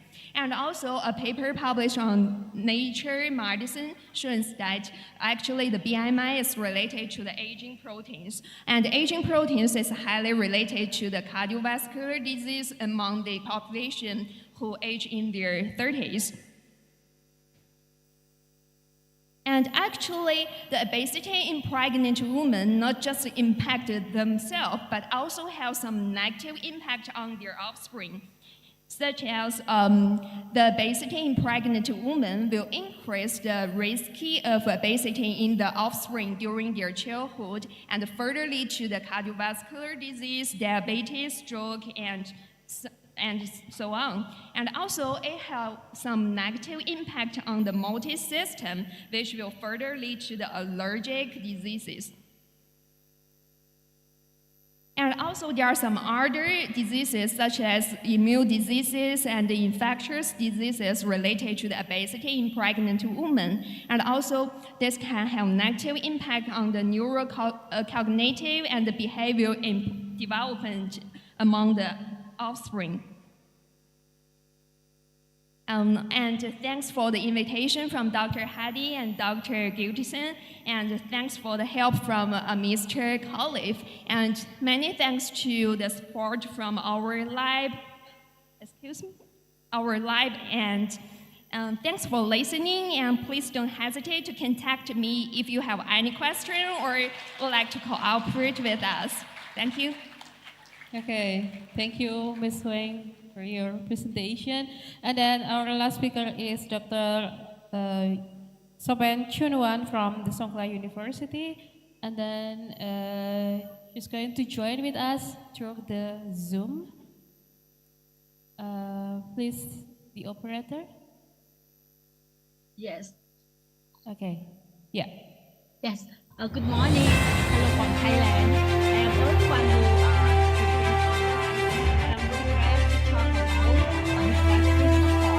coping strategy of adolescence during childbirth and motherhood. So in this topic, I will talk about the incident and the factor about pregnant adolescents around the world, and then I will explain about the impact of pregnancy on the adolescent, patient, and child and the family.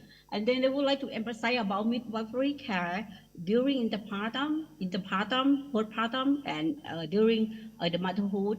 So I will discussion or talk in Thai context, and then some other country. As my work instructor, I teach both undergraduate and graduate. So normally my my supervise my master student and PhD student. So my area is about the adolescent during pregnancy. So in here, we know that adolescent pregnancy is a worldwide phenomenon and with a clearly known is a cause and serious health problem.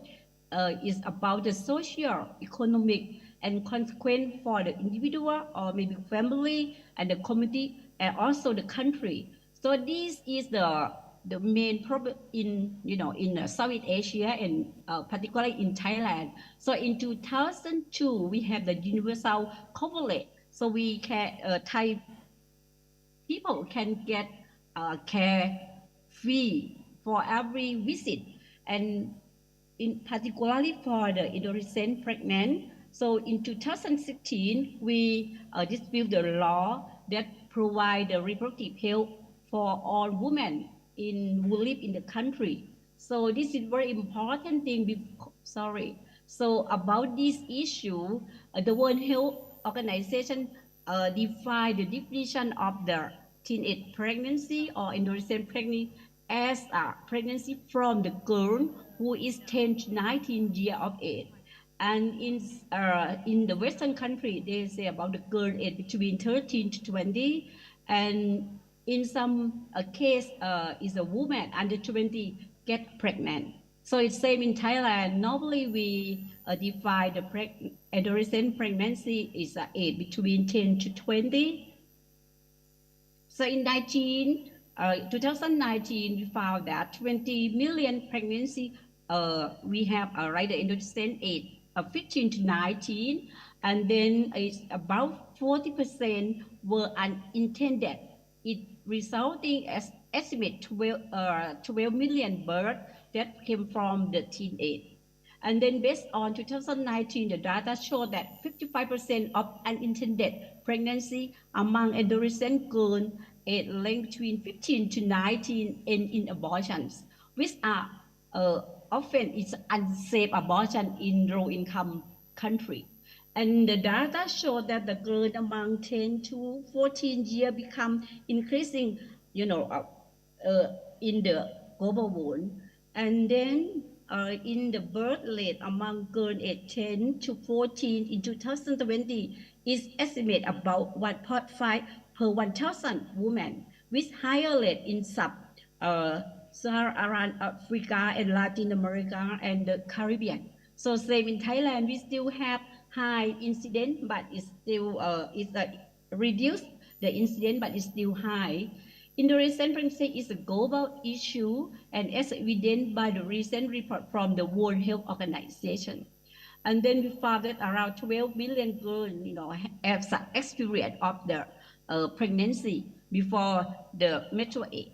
So furthermore, the World Bank in 2020, they report that the Middle East and North Africa region has a children rate of 36 per 1,000 age of the young from the 15 to 19. So these statistics tell us that we need to do something or provide a good care for this group.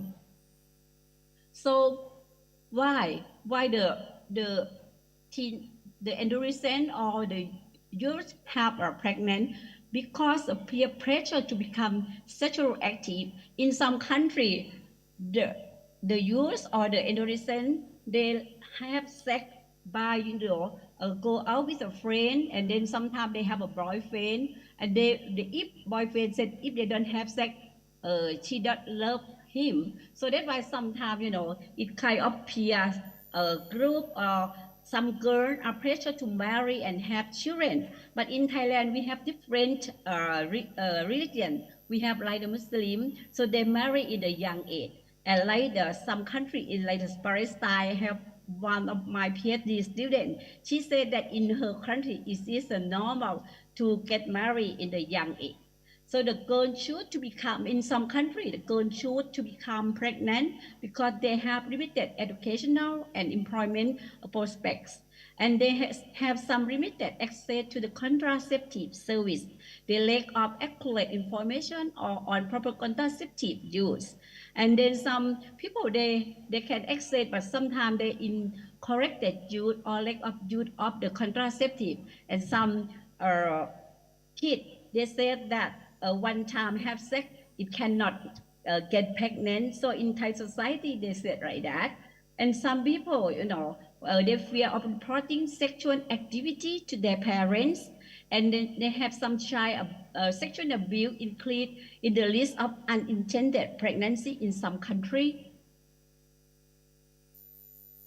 And sometimes we have like some kids have the ambivalence towards sexuality, sexual intercourse, they're not planned sometimes, and they don't know how to use the contraceptive pill, and then feeling of invincibility, and some have rosacea and related to the inability to set a limit on the sexual activity.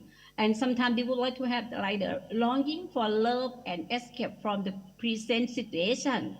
And some they have their lack suitable role model, because in for statistics we found that the teen mom, they have the mother, like the grandma has the teenage history either. So sometimes they don't have the good role model about the set the goal in the future.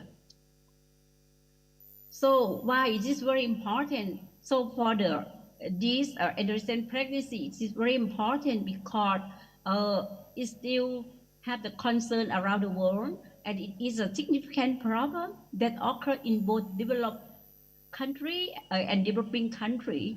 And pregnancy during adolescent period expose girls to decreased self-confidence and may create a problem with self-esteem, and it also create a sense of feeling of powerlessness. And some have a little feeling of inadequacy in the young girl's ability to mother and her child in the future. And in this group, normally they have like the low self-esteem, and some it can impact to the depression and lack of mothering skill in the future. And the majority of adolescent girls feel that they are bad moms sometimes because they're too young to fulfill the expected norm of the mothering.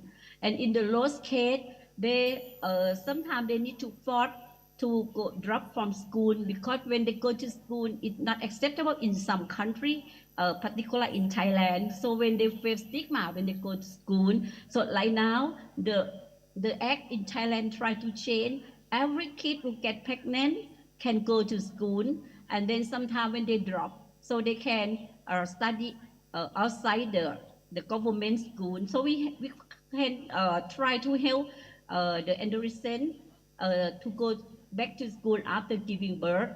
And then we try to have some program to enhancing maternal self-esteem among adolescents to help them to handle the situation.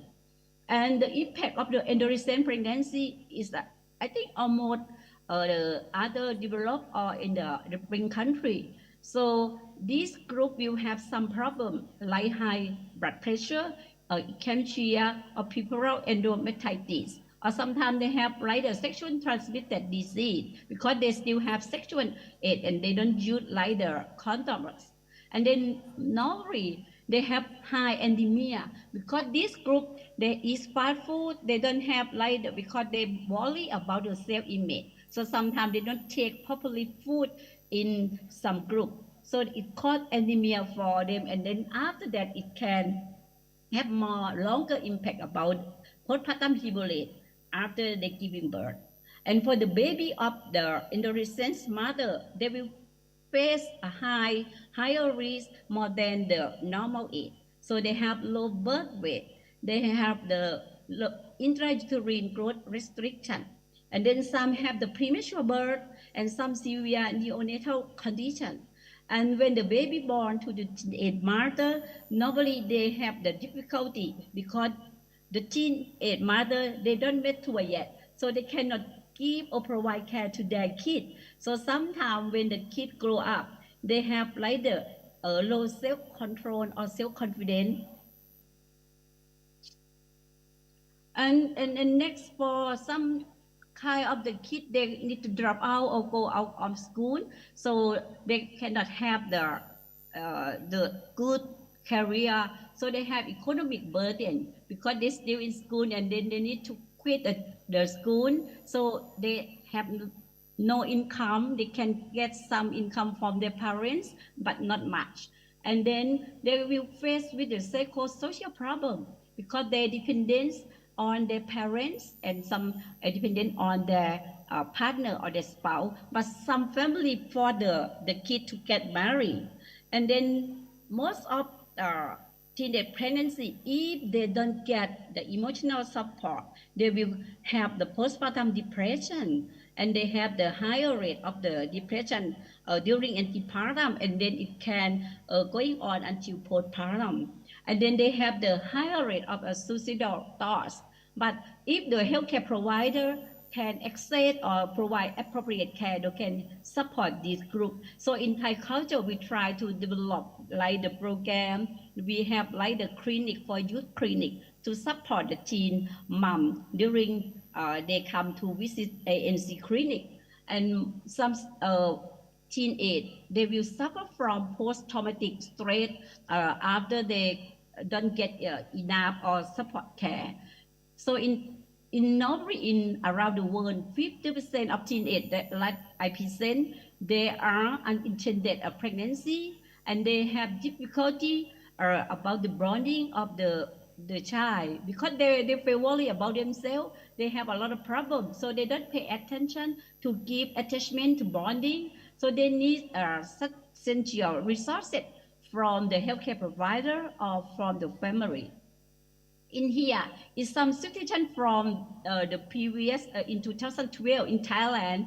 So the kid, when they get pregnant, is being expelled from school or urged to leave school, and the man does not accept pregnancy and run away. And men parents sometimes disappointment until the boy go out of the home, and then they have some being abandoned by a man in some couple, and then they meet some kids, so they don't have like the support. They can discuss with their friend or someone, and they have like the illegal abortion. In the past, Thailand don't have legal abortion, but in 2 years ago we changed the act, so Thai people can access legal if they get pregnant less than 12 weeks. So this is the thing that can help the kid or the adolescent access to easy care to have a safe abortion in Thai culture. However, in Thai healthcare provider, because we are like the Buddhist country, so they have something, they try to convince the adolescent to carry on pregnancy because they feel about the ethic and moral. And from this study, they found that the kid being emotionally abused by their friend because when they get pregnant, it is a stigma, and having dangerous abortion in some cases. And parents are excused because it is a stigma for the family. So some other family can condemn the parent not take a good care to their kids, so that's why they get pregnant during have school. And for the midwife care, for my experience, when I go to the hospital and when I teach my undergraduates and master students, I teach them that about to concern three main things, about concern about the illness and complication during pregnancy. And then I tell them to, provide holistic care, physical, emotional, and social and spiritual. And after that, we concern or provide care according to trimester of the pregnancy. And for the illness and complication, normally this group have high anemia and preterm birth or preeclampsia. So we tell them to have the lifestyle changes and then increase diet and nutritional supplements. In Thai country, we try to give triferdine 1 pill per day, and we provide folate fumarate. It depends on the anemia level. and we tell them to have a safe sexual activity because sometimes it causes of a preterm, and then we tell them about exercise appropriately or physical activity. And another thing, we try to convince the people, particularly adolescents, to come to get early ANC before 12 weeks, so we can perform ultrasound to confirm gestational age. So we can evaluate for IUGR or preterm birth, and then we can check for the STD and bacterial vaginitis. And then we can encourage her partner or spouse to be screened for STD either, and we screen for substance abuse, alcohol, or cigarette, because we know that those of these cause of premature birth. And then for the nutritional assessment, we have to evaluate their belief about eating food and eating supplemental diets to prevent the anemia and fetal growth restriction. In Thai culture, some kids or some adolescents, they believe that when they take some supplementally, it will make them get bigger and have the baby big. So they don't want to have the difficulty about delivery, so they don't take the supplementary. So this need to correct their belief to help them to take the pill appropriately. So for another part that I concerned about the first trimester, so we need to evaluate about uncertainty or unplanned pregnancy, or maybe sometimes we can access about they wanted or not wanted. So we can offer the optional for the carry on, or maybe sometimes if they have a big problem, no one take care of them at home, so we can offer a safe abortion. But they need to get permission from their family. And for the second semester, we can help them to prevent abortion and about premature labor or preterm birth. So we can have this assessment screening for the risk of preterm. And then for the last, Dr. Sopen, yes. I'm sorry that you only have around 2 or 3 minutes left. Okay. Thank you. So that, yeah, thank you. So that's it. The one that we try to help them for the midwife care during the pregnancy. So normally we have the team to help them. We try to have women and family center care. And then, like the care during pregnancy, we need to encourage them to come and get access to the care, so we can provide like the maternal class to them. And then we can teach them to like consider about the communication to the kid. So for the labor, so normally for the labor time, we try to support them and then try to help them to have the natural birth. So for my study, I found that both parents and kids have many problems, but people in the family is very important. So normally we can have like a family meeting to support the kid during pregnancy and during labor and during the postpartum. So this is the way that we provide care to the kid in our country. So we need to help them for the postpartum self-care during postpartum, and then we need to help them to decrease about depression, and then for the promote them about parenting. So we need to have the family meeting. So we support them to go back to school and to have the achievement in their lives. And in the in the long run, we would like to see the teenage have like don't have the repeated pregnancy and go back to school first. So we offer like the wrong acting for the contraceptive, like the implant contraceptive type. So here we try to help to support the kid to use maternal and child health booklet, and we encourage the mom, teen mom, to develop, to use the development sovereign and promotion manual to evaluate their kid and can, separate when their kid have like, some growth development not appropriate. So we have this in the book for the all mother. So here, so we would like to have the teenage mom to have the life achievement, happiness, and well-being in the future. So thank you. Okay, thank you. Please give applause to Dr. Sopen from the Songkla University. Okay, so the last session we are heard about four speakers regarding the maternal and children health, starting from the pregnancy, pregnancy from the childhood into the to the higher or the adolescent. So for the last session, I would like to open two questions first to all of the audience.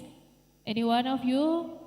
You can raise your hand. Okay, we have 1, 2, 3, 4. Wow. Okay, maybe the committee, my students, one person from the right side and the one person from the left side.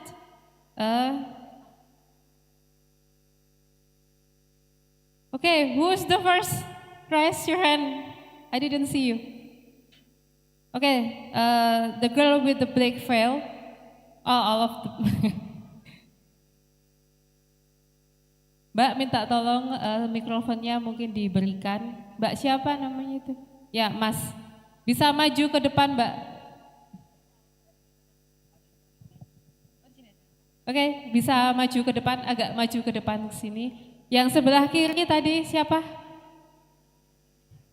Ayo, raise hand lagi, saya nggak lihat. Oke, bisa maju ke depan. Minta tolong mikrofonnya sekaligus dikasihkan. Oke, silakan Mbak. Mau tanya ke siapa?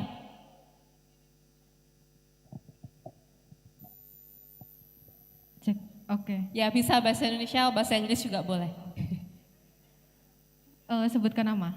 Ke speaker pertama, to Dr. Joe. Yes. Oke. Mungkin maskernya bisa dibuka biar lebih terdengar dan terlihat. Okay. My name is Febri Nurfat Kulkusni from Nursing Study Program of Alma University. I have one question for Mr. Joel. My question is, what if students have received good nutritional intervention in school, but at home their family cannot support it due to economic and knowledge limitation? How can we ensure that nutrition is adequate and balanced? Okay, thank you for your question. And the second?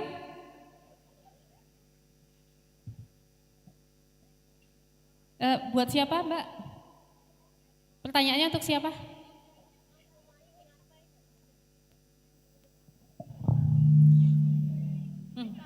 To Miss Wang. To Miss Wang. Okay. Second question is to Miss Wang. Hao Miss Wang. And good morning also to Professor Hamam and Professor Gridels John.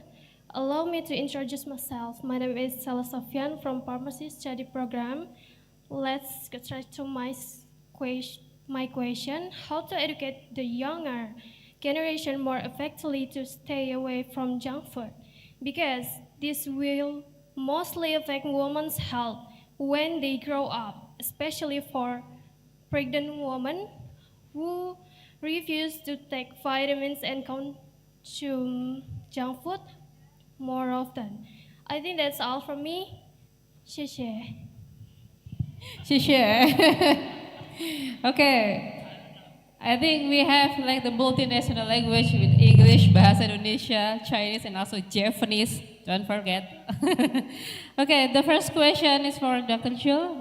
Do you heard her questions? Okay, the repeated of the question is about the school canteen intervention is good, but what is the problem with the situation of the students that at home they maybe cannot afford the good nutrition because of the economic situation? So what can we do? Because maybe the school setting is good because there is like a rules with the government, with the school, but what about at home? How can we afford it, especially for the low-income families? Thank you. So thank you for that question. So I think there's a lot of complexity embedded in that question.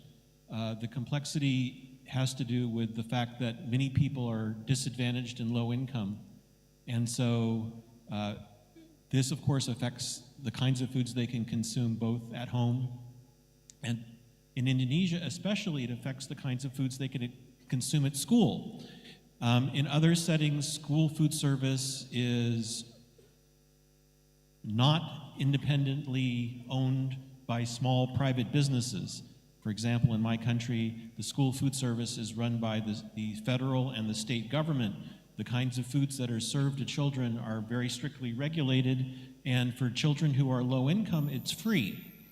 So in my sense is, at least in the 6 or 7 Indonesian schools that I visited in the area, those foods are not free. The children have to pay for those foods. There is a range of different kinds of foods, from seems very inexpensive to me, but to somewhat more expensive. There's also a range in the quality or the nutritional quality of those foods. So to me, it seems that, in fact, in Indonesia, the economic situation in terms of child's diet is even more challenging, because in public schools, at least, the foods are costly. I do know that there have been test programs in Indonesia to offer free meals to children, and I think that's a really good way to proceed. But at least maybe we could consider some way to reduce the cost of certain kinds of foods offered by vendors, subsidized in some way at the school level. So a subsidy for, not for candy, but for the foods that would be a little more healthy and could potentially be used to encourage the provision of healthier options. So I think this is a really good question. How does economics work in Indonesia and other settings in the context of schools and school meals and foods? And I think it's especially challenging here because children have to pay for their food. And even the most disadvantaged children, they're going to be continue to be disadvantaged in this way. So I think that's a good question, and hopefully we can work on some answers. Mungkin yang bisa dilakukan di sekolah adalah dengan memberikan free meal atau mungkin memberikan makanan yang free pada siswa-siswa yang mungkin berada di kondisi yang kurang mampu.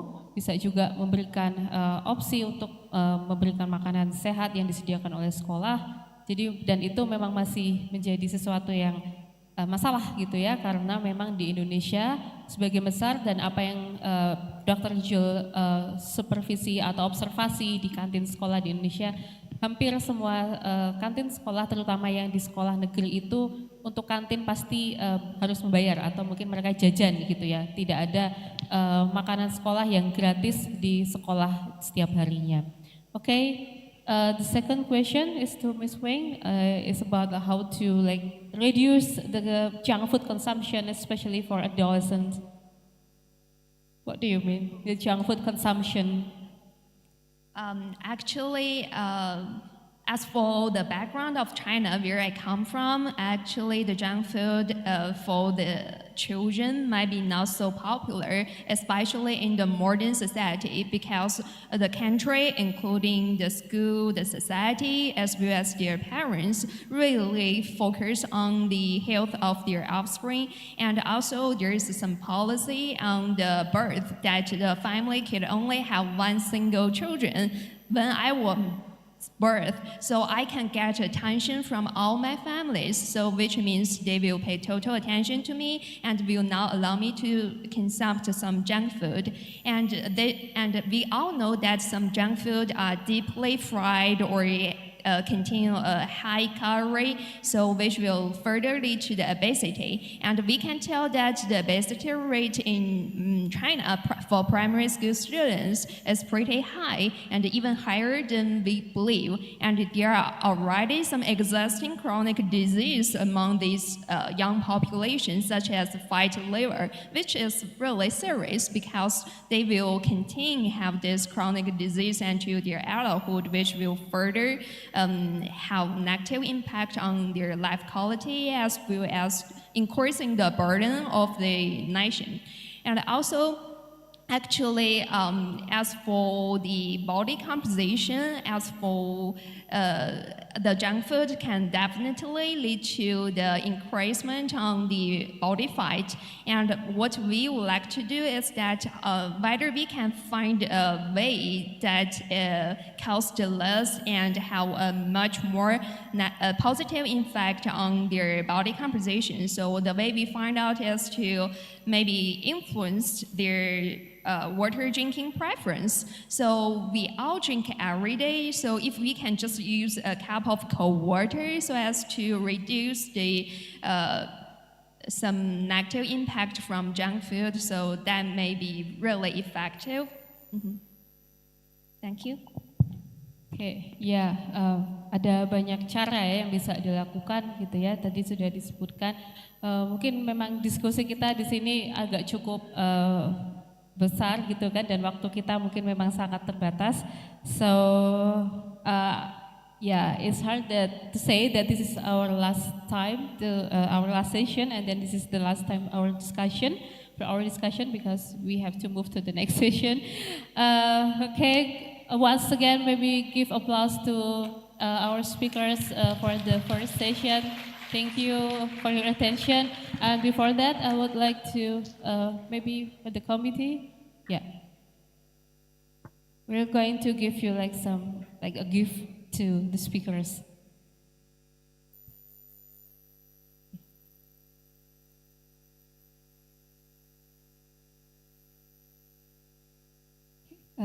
Pada Prof. Alma mungkin boleh untuk memberikan kenang-kenangan. Okay. Please stand up here, maybe in front here. Okay.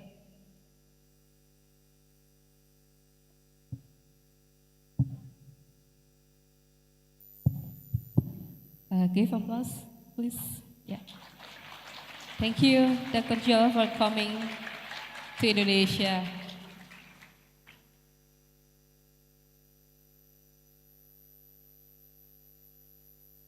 Okay.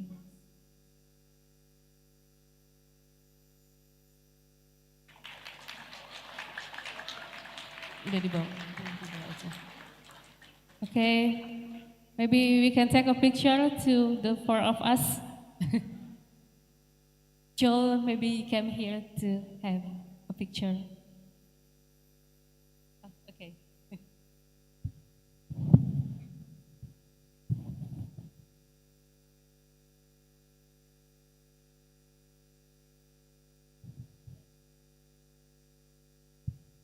Okay, thank you.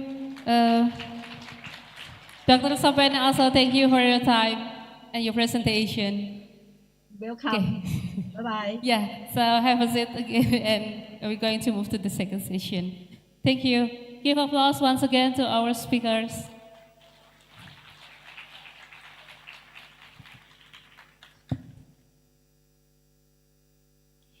Okay, thank you so much for all the speakers for the insight information, and thank you for Mrs. Hassan for the first moderator in the first session. Ladies and gentlemen, in continuing our next presentation, we will have three presentations of three honorable speakers. First, Dr. Probo Suseno, SPPD MM from RSUP Dr. Sarjito, Yogyakarta. Second, Professor Pei Shan Sai from School of Nursing, Taipei Medical University. Third, Professor Chan Yok Moon from Faculty of Medicine and Health Sciences, University Putra, Malaysia. We would like to invite here at the stage Mr. Sofyan Indrayana, Master of Science, to introduce our keynote speaker to our esteemed audience. For your information, Mr. Sofyan Indrayana is now the lecturer of the Bachelor of Nursing, Faculty of Health Science, Alma Ata University. He had his bachelor from Alma Ata University and his master degree from National Cheng Kung University, Taiwan. Let's give a round of applause to Mr. Sofyan Indrayana.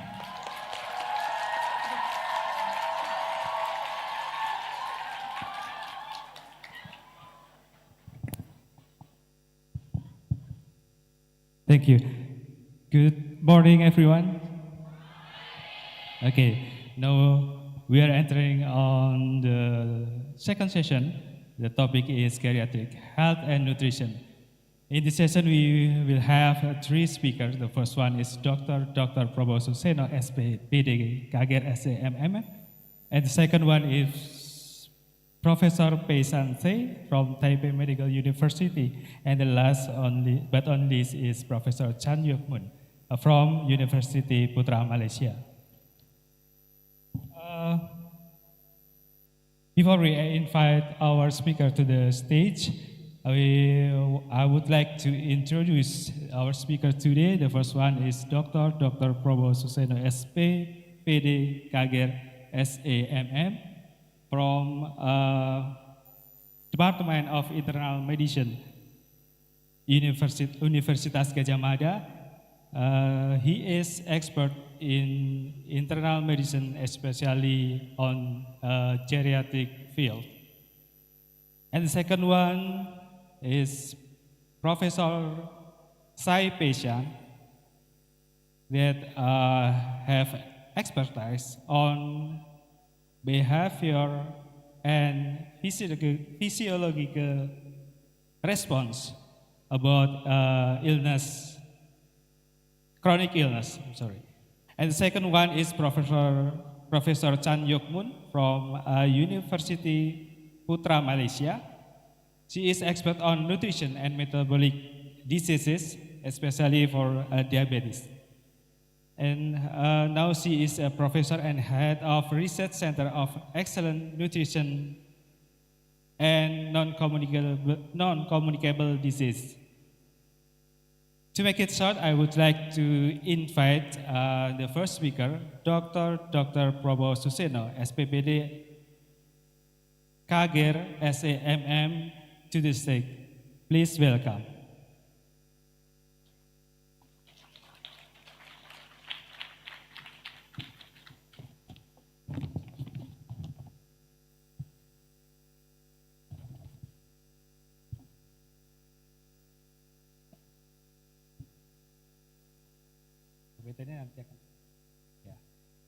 Yes, Dr. Prabowo Suseno, SPPD Kager, will be deliver his presentation about the current innovation and needs in elderly care. Because the other two speakers is online, so I would like to give the first privilege to Dr. Prabowo Suseno. Please deliver your presentation, Doctor, within 20 minutes.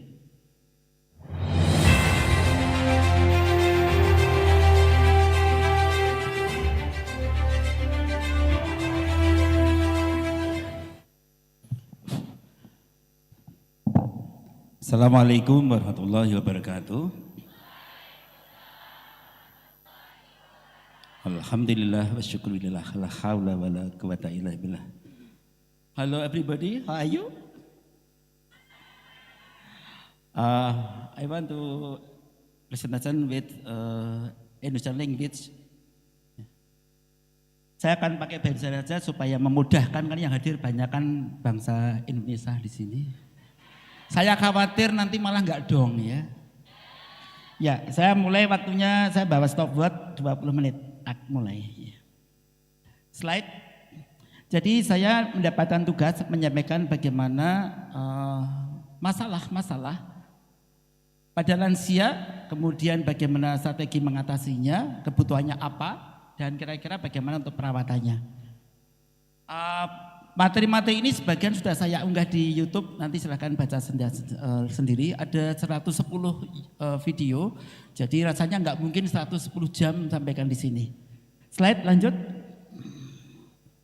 Ya, lanjut saja. Ya, jadi problema sekarang ini di belahan dunia adalah dengan banyaknya lansia dan pertambahan penduduk yang banyak lansianya jadi masalah tersendiri. Slide. Mengapa jadi masalah tersendiri? Karena dengan banyak lansia itu ada dua, yaitu yang potensial dan yang tidak potensial atau impoten. Ya. Yang tidak potensial ini jadi beban karena dia punya sakit atau kelemahan di bidang biopsikososial spiritual. Jadi di sana perlu tindakan khusus dan sebenarnya kalau diklik bisa jalan ada perkembangan jumlah penduduk ya. Yang jelas jumlah penduduk sekarang ini sangat banyak dan dominasi lansia semakin meningkat. Lanjut slide. Ya. Dan persentase lansia semakin banyak. Beberapa negara seperti Singapura, Jepang, sekarang jumlah lansia banyak jadi beban negara. Karena apa? Anak-anak muda nggak mau punya anak. Nikah yes, punya anak no. Ini jadi masalah. Child free. Jadi nikah sehingga besok siapa yang merawat dia? Beban pada siapa? Kalau dia sampai sakit, tidak berdaya, nggak punya anak. Jadi beban negara. Dan beban makin berat. Semakin banyak jumlah lansia, umurnya panjang, tapi nggak bisa menghasilkan keuangan. Lanjut slide. Nah, ya ini adik yang saya hormati, yang saya sayang. Jadi jumlah penduduk dunia ini cukup banyak pada tahun 2022. Jumlahnya sudah 8 miliar. Dan ini dominasi lansia semakin banyak. Lanjut slide. Nah, jadi semua negara sekarang jadi mumet semua. Kalau penduduknya banyak, sumber daya terbatas, keuangan untuk mengantisipasi kalau sakit, meningkatkan stamina, gizinya itu siapa yang menanggung? Kalau sementara penduduknya semakin banyak. Karena itulah kecerdasan seorang ahli dalam bidang asuransi kesehatan itu sangat penting agar apa? Agar penduduk yang semakin banyak pada lansia ini bisa tersantuni menjadi lansia yang istilahnya smart. Sehat, mandiri, aktif, dan produktif. Atau lansia setaman, sehat, senang, takwa, hormat, mandi, dan manfaat. Slide, lanjut. Ini jadi saben tahun itu peningkatan lansia itu semakin besar. Dulu lama-lama set gitu ya. Cepat, jumlahnya cepat. Yang tambah tua makin banyak. Slide lanjut. Ya, jadi dia bisa lihat. Indonesia ternyata tertinggi di dunia percepatannya. Akselerasinya 414% dibanding negara-negara lain. Bukan jumlahnya lansia loh ya. Percepatannya, pertambahannya paling besar. Dan ini menjadi beban. Kalau semakin banyak lansia yang tidak menghasilkan sesuatu, punya banyak penyakit, namanya penyakitnya berjamaah, ini jadi repot. Ya. Slide lanjut. Ini jumlah lansia, dan jumlah lansia yang paling banyak di Indonesia di mana? Yogyakarta paling banyak lansianya. Slide lanjut. Kalau lebih dari 7% dianggap daerah itu daerah tua. Di Indonesia 14%, di Yogyakarta 14%. Dan proporsinya bisa lihat di sini. Ya. Bisa lihat di sini, semakin lama jumlahnya semakin banyak. Kalau semakin banyak, kalau nanti dia tidak produktif, banyak penyakitnya, beban negara ini sangat berat. Ya. Kalau lansianya potensial, seperti besok Prof. Alma masih muda ya. Kalau suatu saat sudah 70 tahun, karena masih otaknya masih bagus, masih produktif. Tapi kalau tua yang tidak berkualitas jadi beban, ini jadi berat untuk tanggungan keluarga maupun negara. Slide. Nah, adik-adik yang saya hormati, dan kalian yang saya hormati, inilah problema yang banyak. Kalau saya kupas dengan detail, ini butuh waktu panjang banget. Paling enggak ada 48 masalah lansia sekarang ini. Sekarang ini ya, 48 masalah. Ya, inilah keadaan yang terjadi. Ini tidak hanya Indonesia ya, hampir seluruhnya. Misalnya apa saja kita bisa lihat, misalnya alergi makanan. Alergi makanan bukan yang pertama dan utama, tetapi jadi masalah. Dia tidak intoleransi gluten atau coklat, makan mengandung gluten, diare. Ya. Diobati gimana? Sulit. Cuma kita antisipasi dengan jangan makan yang mengandung bahan gluten. Apalagi misalnya dicontoh ya, masalah ini gatal ya pada lansia. Gatal sebanyak macam-macam, namanya xerotic skin, kulit gatal. Kulit gatal ini menjadikan masalah. Dia harus garuk-garuk sampai lecet, luka, dan obatnya sulit. Kalau pakai obat biasa, obat yang mudah apa? Minyak kelapa, oleum kokos ya. Dioleskan minyak kelentik ya, jangan jelantah. Apalagi habis mulai gerah petek ya, jangan jelantah ya. Ya jadi pakai minyak kelapa, minyak kelentik dioleskan, nanti bagus itu. Bersih, dan minyak kelapa mengandung asam laurat yang ternyata bisa mematikan beberapa jamur dan bakteri. Kemudian apa lagi? Osteoporosis, osteoartritis yang menyebabkan lansia tidak mampu beraktivitas, apalagi mereka pengen berhaji.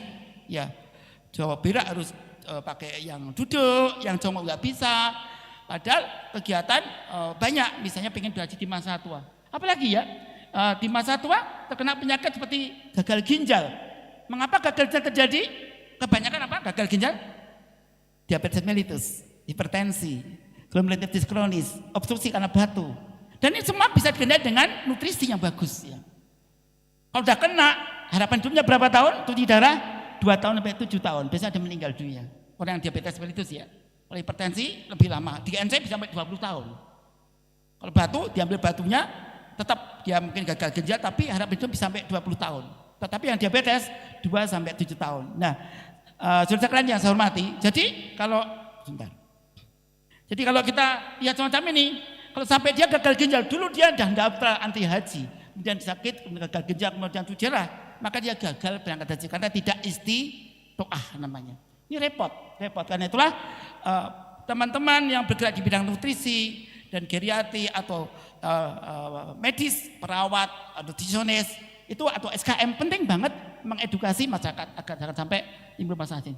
Apalagi demensia, delirium, infeksi saluran kencing, pneumonia, PPOK, ini semua ternyata sebenarnya bisa diantisipasi atau dikurangi dengan nutrisi dan gaya hidup yang benar. Masalahnya adalah apakah masyarakat yang banyak seperti ini, yang banyakkan problem ini, padahal pada lansia ini, apalagi saudara sekalian, ada yang takut-takut karena makan tertentu, karena bikin sembelit, kemudian ada stroke, ini semua masalah-masalah yang menyebabkan ketergantungan pada sekitarnya. Namanya lansia dependent ya. Ini jadi beban berat. Bagi siapa? Bagi sekitarnya, bagi caregiver. Caregiver itu siapa? Bisa professional caregiver atau family caregiver. Jadi ini kendala-kendala yang terjadi. Padahal kita lihat bahwa pada lansia itu mengalami hukum 1%. Ya menurut para pakar di sini kalau sampai orang tuh setelah umur 30 tahun kapasitas fungsional berkurang 1% per tahun pada masa tua, bisa saja terjadi kondisinya sangat banyak menurun sehingga menjadi orang yang tergantung. Kita tahu kalau sampai menurun kapasitas fungsionalnya akan muncul sekitar 14 problem karena proses aging dan itu dengan namanya genetic giant ya atau genetic problem. Dan problem pada genetik ini ada 14 yang terkenal oleh Solomon dan kawan dari California University. Di sana ada immobility, instability, incontinentia, infection, kemudian inanition, ada 13 saya tulis di sini. Nanti adik-adik saudara kan bisa lihat. Slide lanjut. Sekarang bagaimana solusinya? Ya. Apa yang dibutuhkan? Kalau penyakitnya banyak pada lansia ini, saya minta maaf nih karena saking pentingnya tak tulis semua nih. Tujuan apa? Untuk riset ya, untuk riset ya. Ini kan masalah tadi ya. Untuk riset besok riset S1, S2, S3 ya. Jadi kalau ada masalah seperti ini terus gimana solusinya? Proses tua yang pasti terjadi. Proses yang pasti terjadi ini apa antisipasinya? Memang ada orang pakai stem cell. Apa menyelesaikan semua masalah? Tidak ya. Karena high cost ya, high tech, teknologi yang tinggi dan sebagainya. Apalagi perlu orang yang menyayangi dan disayangi, tempat yang nyaman, aman, ya FKTP, fasilitas pelayanan kesehatan tingkat pertama, apakah puskesmas ataukah klinik-klinik yang seperti Prolanis ya, yang tingkat pertama, dan termasuk pelatihan tingkat lanjut, rumah sakit tujuan. Dilatih karena tidak sedikit mereka tidak mengenal, tidak tahu dengan cara tepat melayani lansia yang punya masalah banyak. Lanjut slide. Jadi perlu latihan. Padahal kita tahu lansia ini ciri khasnya ini ya. Ini ada 9 ciri khas pada lansia. Apa ciri khas lansia itu? Ciri khasnya ada tidak khas. Ciri khasnya ada tidak khas. Sakitnya beda penampilannya. Anak muda pneumonia, batuk, sesak napas suping hidung, ya, demam dan sebagainya. Minta maaf sebentar nih. Masih 10 menit. Jadi napas suping hidung dan sebagainya, tinggal harus kita antisipasi dengan cepat. Ronsen nampak infetat, tapi lansia enggak. Dia enggak mau makan, bingung, lentruk, tidur tok. Kadang-kadang anak bingung, menantu bingung, kenapa sih mbah ini? Ternyata diperiksa dengan stetoskop, terdengar namanya real crackles ya, kerutuk. Nah kalau udah begitu kita bergerak cepat tanpa nunggu ronsen. Ini yang berat, tidak khasnya itu. Jadi orang yang lansia yang bingung mendadak, bisa karena pneumonia, bisa infeksi saluran kencing, itu 2 yang terkena dengan captain of death, penyebab kematian terbanyak. sahabat yang sayangi. Apalagi yang kedua bersifat kronis, kemudian bersifat endogenus apa? Endogenus itu kalau stres, kecewa, marah, kambuh gitu. Jadi kalau adik-adik sekalian punya lansia, simbah, mbahku, mbahti jangan dibuang marah, nanti marah kambuh. Kalau punya asma, kambuh asmanya, punya sakit jantung, kambuh jantungnya dan seterusnya. Kemudian apa lagi? Bersifat tersembunyi. Ada beberapa penyakit tapi penyakitnya satu. Lemah badan ternyata dia nggak bisa duduk, ternyata osteoartritis. Ada dislipidemi, dia nggak pernah ngeluh, ternyata batu empedu. Tulang belakangnya ada mengalami spondylosis, artrosis dan sebagainya. Jadi pada kondisi yang bersamaan ada penyakit-penyakit yang bersamaan. Dan karena penyakitnya itu multiple patologis atau penyakit berjamaah, konsekuensinya apa? Obatnya juga multi terapi. Kalau multi terapi terus gimana? Akan menimbulkan masalah karena bisa terjadi interaksi obat dengan obat dengan makanan. Anemia, hipoalbuminemia, dia nggak mau makan, ada radang tenggorok, diberi antibiotik ciprofloxacin. Anemia diberikan preparat besi, dia punya sakit mah diberi antasida.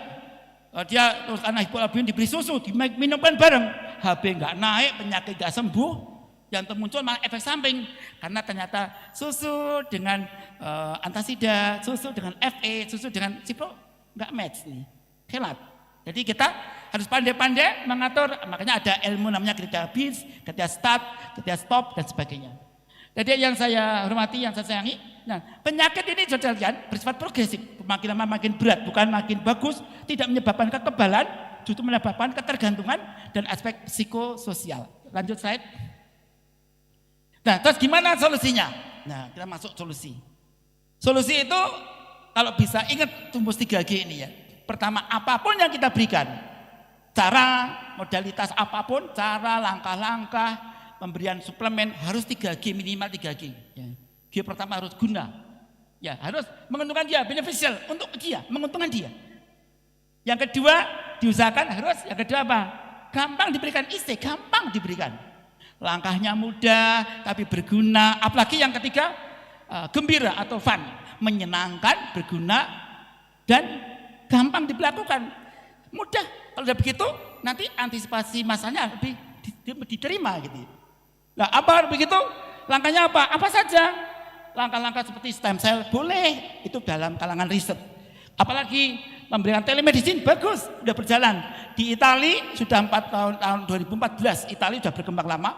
Beberapa tempat seperti Jepang ya sudah berjalan, beberapa negara juga berjalan di beberapa belahan dunia ya.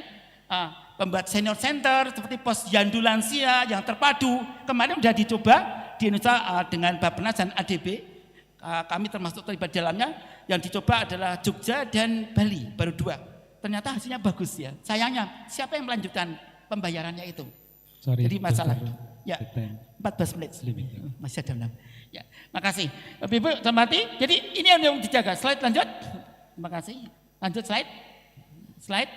Nah, pendekatan utuh mulai dari pribadi, family, komunal yang lebih luas, terus sampai tingkat nasional. Lanjut slide.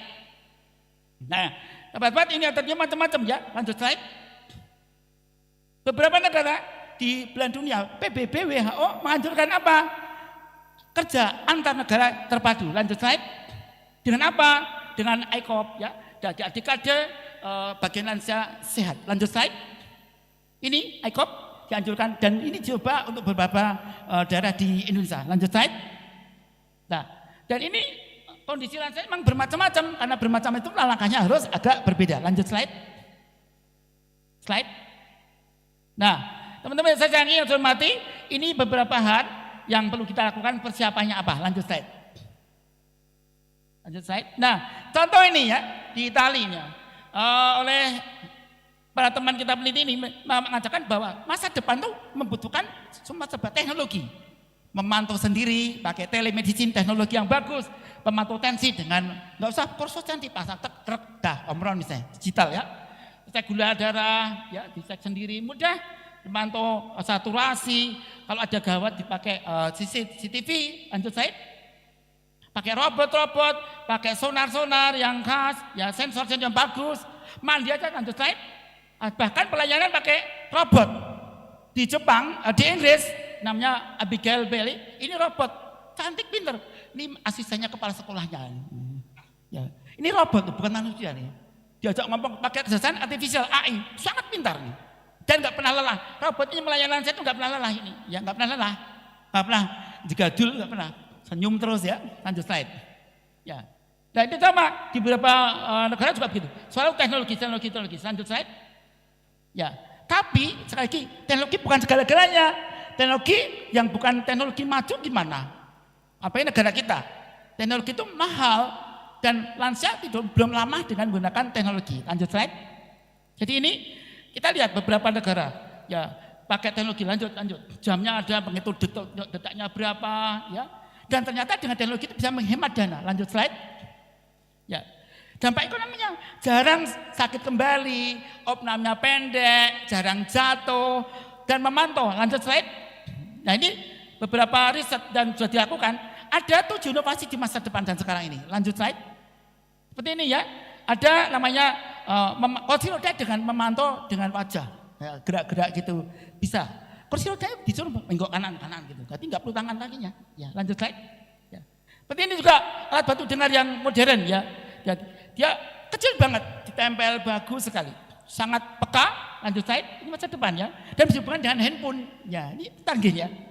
Apalagi namanya robot membantu satu tangan bisa ngambil, membersihkan, mengambil barang-barang yang jatuh. Karena ternyata orang yang cacat tuh ngambil barang jatuh itu sulit sekali. Ya. Lanjut slide. Ini robot masa depan ya. Tongkat jalan masa depan, bisa kanan kiri. Jadi tongkatnya unik seperti ini, tongkatnya. Ini bisa memantau macam-macam caranya. Lanjut slide. Termasuk popok, udah pakai popok, nanti udah sinarnya suaranya, udah ganti popok dibuang, pakai lagi nanti udah ganti ya, saatnya ganti ya. Jadi gantinya mudah sekali. Lanjut slide. Masih ada waktu 2 menit. Ya. Lanjut slide. Nah, juga ini mandi tinggal masuk. Nanti mandi lagi langsung dihanduin, cet langsung gitu ya. Ini bagi orang tua yang nggak bisa mandi sendiri, padahal gosok belakang aja nggak bisa. Lanjut slide. Sahabat, lanjut slide. Ini beberapa yang terbaru untuk referensi 2023. Lanjut slide. Teknologi itu sangat penting, tapi jangan lupakan pendekatan non teknologi. Lanjut slide. Nah, telemedicine penting. Lanjut, ini teleterapi, rehabilitasi medik ya. Orang Parkinson, lanjut slide ya. Di Indonesia latihan, nanti untuk penanganan. Lanjut slide. Jadi masa depan nih. Jadi simpelnya kita upayakan pengobatan masa depan dengan dengan seni budaya yang non teknologi dan yang diterima ramah di masyarakat. Lanjut slide. Seperti ini. Jadi kalau kita pengen membuat sehat bahagia pakai teknologi yang sederhana, ini penelitian saya tahun 2014 ya untuk dokter saya ini. Lagunya Burung Kakak Tua, coba kita nyanyi ya. Sehat bahagia, ini bahasa Inggrisnya sini. Apakah resepnya? Mari, rajin olahraga, seimbang gizinya, tidur secukupnya, tingkatkan takwanya, kembangkan hobinya, bagus lingkungannya, legowo dan ikhlas menerima, kontrol rutin dan bergembira, baca tulis, tetap berkarya sekuatnya saja. Penelitian saya membuktikan dengan ini pengetahuan meningkat dan dengan itu angka kesakitan kematian jemaah haji menurun 2014 ya. Lanjut slide. Atau pakai ini tepuk lansia sehat, ini penelitian juga. Jadi itu aja tepuk ya, jangan kami xxx ya. Jadi tepuk lansia sehat, plak dulu dan telapak tangan harus menyentuh sampai rasa panas ya. Ini seperti pijatan ya. Ya. Nanti terakhir sehat, takwa, manfaat, mandiri. Ya siap ya. Tepuk lansia sehat. Kami lansia sehat, baca. Meski tua bersemangat, makan minum yang bergizi, olahraga tiap hari, istirahat, adaptasi, beribadah, punya hobi, taat dokter, imunisasi, sehat, takwa, manfaat, mandiri. Yes. Simpel bukan? Ya, lanjut slide. Atau tepuk haji sehat, ini penelitian saya tahun 2014. Ini ya simpel. Lanjut slide. Atau lagu ini oleh Pak Menteri Agama Profesor Lukman Hakim Saifuddin. Saya kurang 2 hari belum datang mencanangkan langsung bikin lagu. Langsung saya di Mekah bikin lagu ini. Jadi bangun tidur aku terus mandi ya. Minum zam-zam dan makan kurma, badan sehat dan bertenaga. 12 cukup energi, sama dengan sepiring nasi. Waktu itu saya ditanya oleh ulama-ulama, Pak kenapa enggak ganjil? Harusnya ganjil, apa supaya ganjil? Kok 12? Saya tanya, Bapak ulama, ya, minta maaf tambah 1 menit. Ya, tambah 1 menit. Ya kelebihan 1 menit ya. Maaf, izin. Nah, kurma 3 itu berapa kilokalori? Halo, berapa kilokalori? Halo, 50 kilokalori ya. Kira-kira kalau nasi berapa piring nasi? Kalau orang laki-laki 200 kalori berarti 1/4 piring nasi. Kalau piring nasi berapa? Harus 3 kali 4. Nah akhirnya Pak Kiai akhirnya terima. Oh ya sudah. Berarti memang asalnya ganjil karena jumlahnya 4 piring, 4 bagian dari piring akhirnya jadilah. Ya. Lanjut slide. Nah, kalau menerapi orang, melayani orang, jangan cuma pakai ilmu kesehatan saja. Jangan lupa ilmu seni, ilmu budaya, doa, zikir, sedekah, meditasi, dan lain sebagainya. Lanjut slide. Dan jangan lupa kalau mau bertanya bisa lihat di sini ya. Lanjut slide. Setiap Selasa malam saya secara langsung. Sekian saja dari saya. Thank you very much for your attention. Assalamualaikum warahmatullahi wabarakatuh. Thank you. Mohon izin kepada moderator karena saya ada janji dengan pasien, ada 3 pasien dan ada 2 lagi pasien di ICU. Saya mohon kalau bisa pertanyaan untuk saya sekarang saja, saya mohon diri. Okay. Thank you for the wonderful presentation, Dr. Probo. If you have any question, please raise hand and deliver your question to Dr. Probo, please. Silakan mau tanya bahasa Indonesia boleh, emang bahasa Indonesia saja ya. Ada yang mau bertanya silakan. Ada 2 kemungkinan, jelas banget yang 12 ramudeng ya. Ada yang bertanya? Baik, sepertinya sudah jelas ini. Kalau tidak ada yang bertanya, saya ingin tekankan, tolong kalau adik-adik melakukan sesuatu riset atau apapun satu langkah kebijakan, langkah penolongan orang, 3G, jangan lupa ya 3G tadi ya. Harus berguna untuk dia, beneficial untuk dia. Ya, gain, untung dia. Yang kedua diusahakan harus yang easy, yang gampang dilakukan. Jangan caranya sulit, ya. Gampang diterima, caranya pun gampang. Misalnya nggak mau olahraga, dia obesitas, gimana caranya? Dia nggak mau olahraga, dia OA. Padahal berat badan gemuk, gimana nurunkannya? Ya kita pakai senam. Banyak cara. Jadi tidak harus harus olahraga. Kaki saya sakit. Hobi saya makan, mamah biak, ya hobinya mamah biak ya. Terus gimana saya pendekatan pelan-pelan ya, tidak cukup dengan ketat-ketatan kaku-kakunan dengan dietnya. Pendekatan pelan-pelan, aku ingin kau umur panjang, aku ingin kau bersamaku dan sebagainya.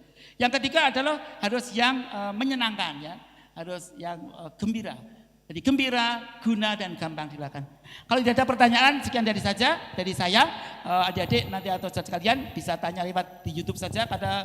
Kadang-kadang yang ikut di YouTube juga ada orang dari tanah seberang ya, dari luar yang bertanya juga ya. Sekian saja dari saya. Akhiri wassalamualaikum warahmatullahi wabarakatuh. Waalaikumsalam warahmatullahi wabarakatuh. We have a souvenir for you. I would like to invite Professor Dr. Hamam Hadi to give a souvenir for Dr. Probo Suseno.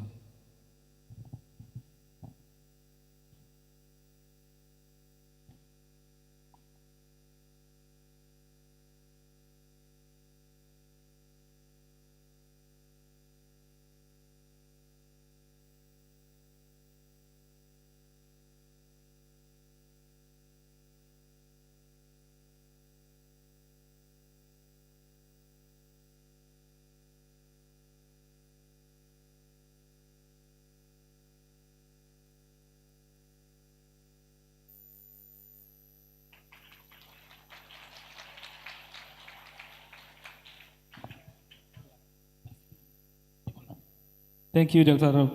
Probo Suseno. I would like to invite Professor Sai Pesan from Taipei Medical University. Are you already in the Zoom meeting? Yes. Yes, can you hear my voice? Okay.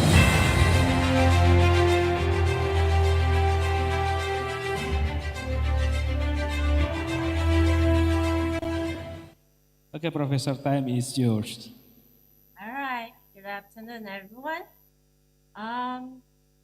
Thank you for coming to the conference. I'm very sorry I cannot be with you physically in the conference room. So I'll deliver my talk online. So let's see. Today I'm going to share with you how to use a secondary data analysis of your national data to identify determinants of depression and sarcopenia in older adults. A little bit background. As you might have known that the older population has grown rapidly in recent decades worldwide. And aging is associated with impaired not only physical and cognitive functions, but also psychiatric problems, including anxiety and depression. I'll just use two medical conditions as examples to elaborate the importance of these two health conditions in older adults and how to identify determinants of these two health problems. First, we talk about sarcopenia. The global prevalence of sarcopenia in individuals aged 60 and older is around 10% in both men and women. And the prevalence of depression was over 30%, with a higher prevalence in developing country than in developed country. So these two health conditions needs to pay attention to, and we need to find programs to modify the risk factors associated with these two health conditions. Next, I would like to talk about the importance of nationwide health data. First of all, nationwide health data provides epidemiological insights. It provides comprehensive overview of the health status of the population and enabling researchers to identify and analyze health needs, disease prevalence, and risk factor. And this information is critical for public health planning and intervention. National surveys data allow us to analyze the data and provide information for early detection of health problems, which can prompt our actions, early action after early detection. Nationwide data can reveal disparities in health outcomes among different demographic groups, helping to highlight inequalities in healthcare access and outcomes. And this information is very important, which can guide efforts to reduce disparities. Information from nationwide health surveys also help the policymakers allocate resources effectively. Most importantly, these findings from such research, it can inform health education and health promotion programs that are targeted at specific populations, increasing health awareness and encouraging healthier lifestyles.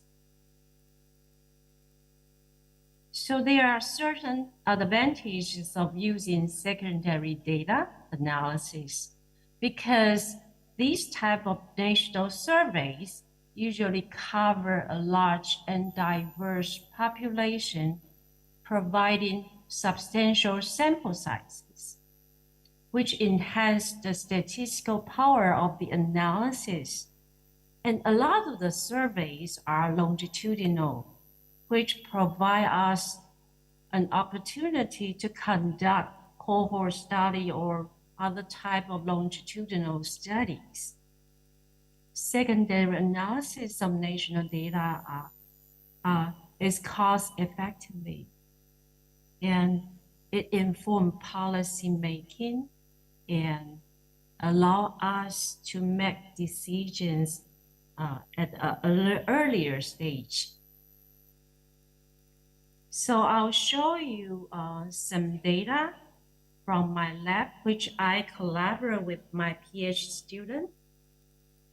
The topic is focusing on determinants of depression and sarcopenia.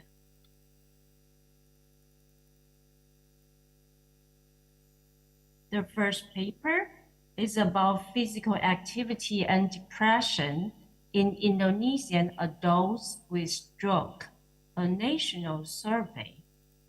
The purpose of the study was to examine the association between physical activity and depression in adults with stroke.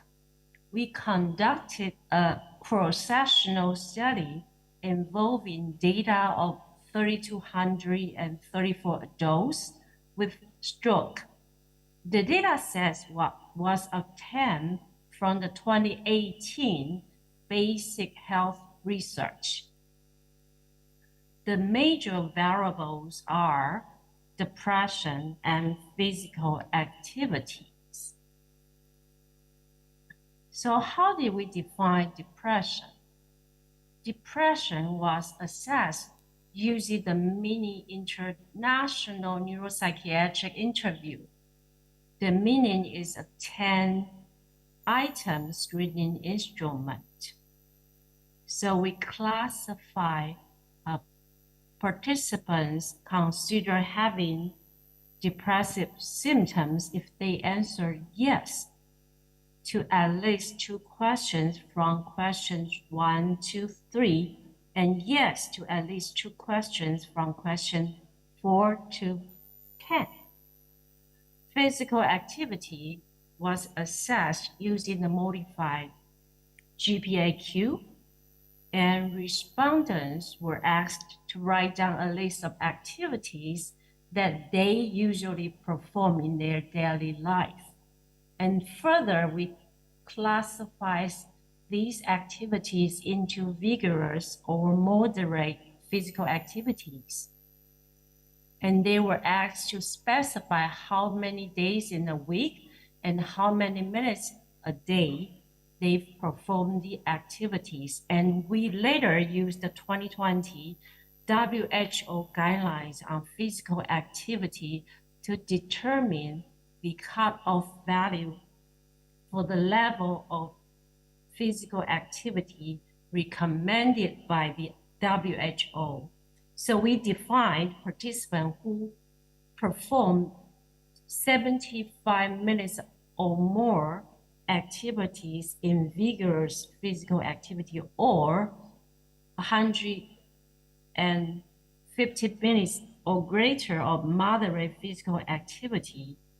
These two were considered meeting the activity guidelines in case when a respondent reported a mix of both vigorous and moderate physical activity. We calculated the total metabolic equivalent in minutes per week to determine the level of exercise, and we categorize as meeting the physical activity guidelines if the total METs per week was greater or equal to 600 minutes. Results? Surprisingly, we found that almost 20% of the respondents had depression. So the depression problem is sizable in this stroke population. So as expected, performing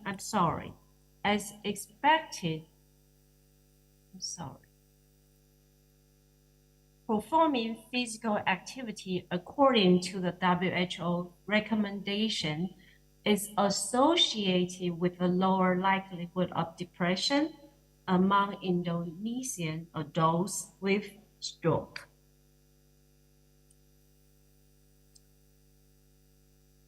Next, I'm going to share with you the next study on sarcopenia. In this study, we determine the relationship between peak expiratory flow rate and sarcopenia in older Indonesians. We use the fifth wave of data from the Indonesian Family Life Survey, and the major variables included sarcopenia and peak expiratory flow rate. So how did we define sarcopenia? Sarcopenia was defined using the diagnostic algorithm adopted from the AWACS. Participants with normal hand grip, gait speed, and muscle mass was classified as those without sarcopenia, whereas individuals with low hand grip, strength, gait speed, and muscle mass were classified as individuals with sarcopenia. As you can see on the slide, there are some cutoff both for men and women in terms of the muscle mass, hand grip, and gait speed. Peak expiratory flow rate was defined as the maximum flow rate that could be achieved by a forced expiratory maneuver.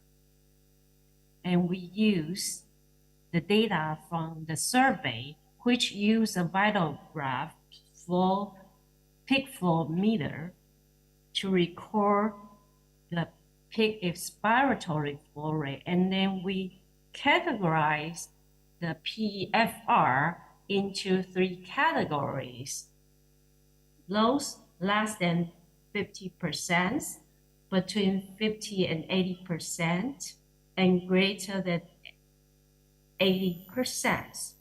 A PEFR of less than 80% of the predictive value indicates possible airway obstruction.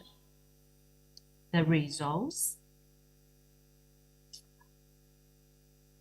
50%, over 50% individuals met the study criteria for the diagnosis of sarcopenia, which is sizable. And our results indicate that PFR less than 50% or between 50 and 80%, which indicate possible airflow obstruction, independently predicted the odds of sarcopenia after adjustment for confunders. So certainly there are limitations of using secondary data from National Health Survey. 5 minutes left, Professor. Number one, the data availability and access problem. Number two, sometimes you have no control over the data collected. So some residual confounding may be present, and minimal information and self-reported data may cause some bias. And there are certain limitations in availability of certain crucial variables that are needed for your study. And a lot of the time, the national survey can only be used for conducting cross-sectional study. So cause-effect relationship cannot be ascertained. So I think this concludes my presentation, and thank you for your attention. Thank you very much. Thank you.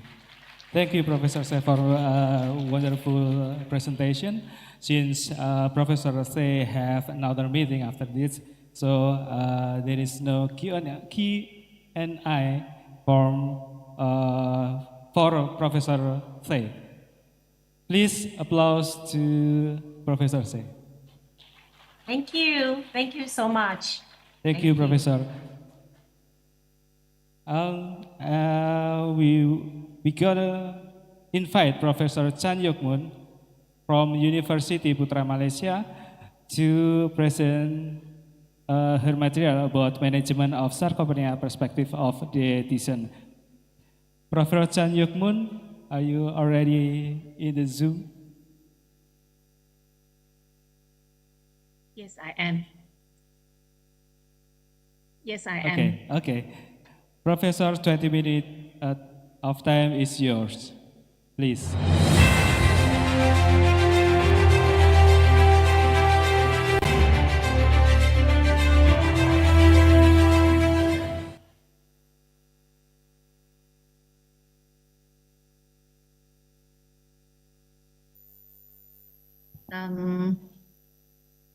Mr. Chairperson, may I know you can see my slides? Okay, Professor, please.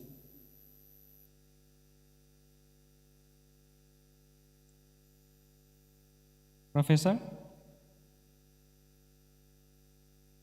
Okay.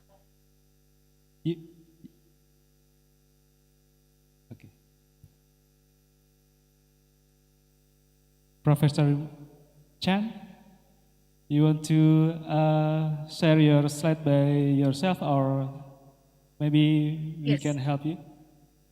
Yes, Mr. Chairperson, can you hear me now? Yes. All right. I would like to share the slides from my end. Okay, Professor. Right, just a minute.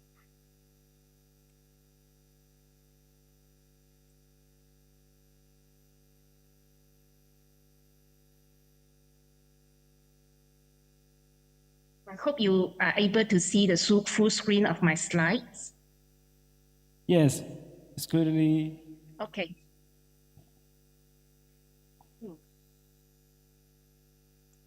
A very good afternoon to ladies and gentlemen. Thank you, Mr. Chairperson, for the very nice introduction just now. And also, I would like to meet all of you personally, physically. But I believe that online virtual platform will just be as good as a physical performance or the physical presentation. I know this is actually approximately like 2 o'clock in Indonesia. I will keep my presentation short and sweet, to talk to you a topic entitled Management of Sarcopenia, Perspective of a Dietitian. I am Prof. Chan from University Putra Malaysia, and I'm also working as the clinical dietitian at the teaching hospital of UPM Malaysia. This is actually the outlines of my presentation today. Thank you to our speakers before this who give you a very good idea and general picture pertaining to the population aging globally. I'm not going to cover that very extensively. And also thanks to Prof. Sai who told you about how do we define sarcopenia. So my work today, or my task today, I will cover on the dietary approach and also the practical dietary advices in the prevention and management of sarcopenia, and a little bit on the conclusion. Now, ladies and gentlemen, this is actually what we call the demographic of the world population from 1950 to the projection until 2100. This global population pyramid actually provides us to visualize very well the global demographic from 1950 to 2100. Now, and what can we expect for the 21st century? Looking into this, the population pyramid, if we compare the pyramid structure, which represent the structure of the world population in 1950, which is actually the darkest blue, as you can see here, where there were more children relative to the number of people at older age. However,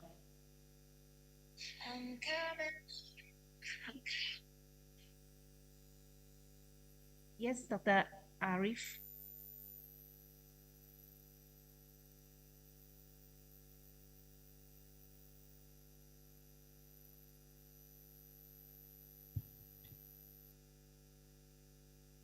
Professor Chan,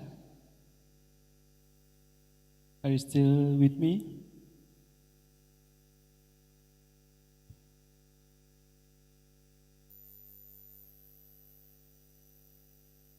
Hello, Professor Chan. Yeah, maybe you have trouble.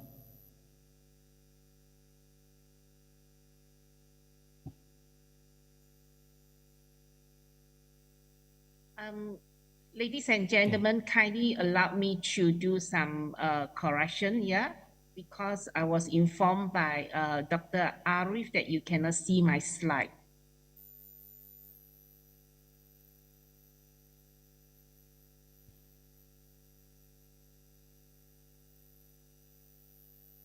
Can Please slide someone show please your tell me presentation, whether you can, Professor Chan. see my now? Yeah. You may slide show your presentation, please. Okay, thank you.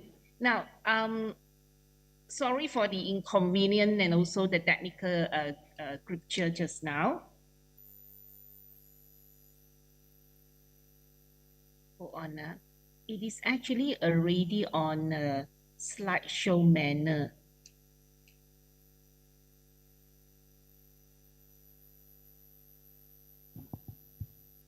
Or we can help you to share your material, Professor? Can. Okay. What I will do is I will send my slide to Dr. Arif in right now. Not yet, Professor. Sorry for the inconvenience.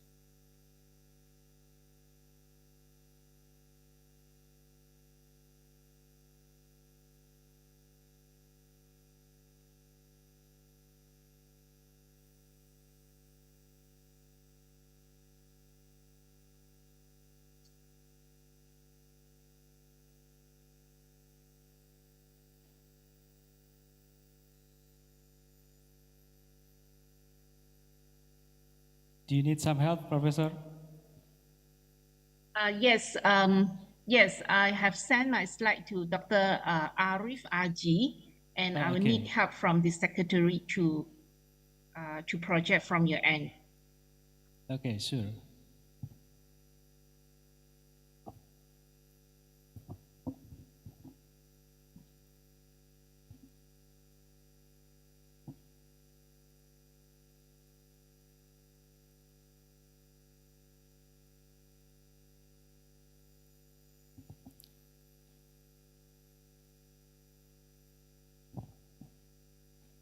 Okay, you can continue your presentation, Professor.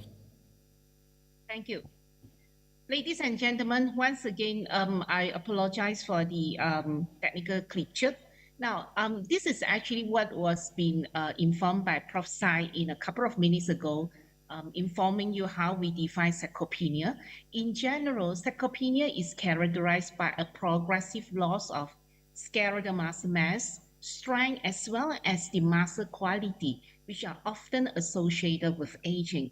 Now, we often have an idea how much the muscle mass can be lost along our age. So basically, the loss of muscle mass and strength can be as early as the age of 40 years old. So that actually gives us an idea that prevention should not only be started, or the management of sarcopenia should be actually started as early as possible. Now, looking into the impact of the skeletal muscle mass and also the strength that is lost or that are lost associated with aging, it is often coupled with several complications, including the individual with loss of their independence. They have a poorer quality of life, and that also increase healthcare costs as well as mortality. All right. Can I have the next slide?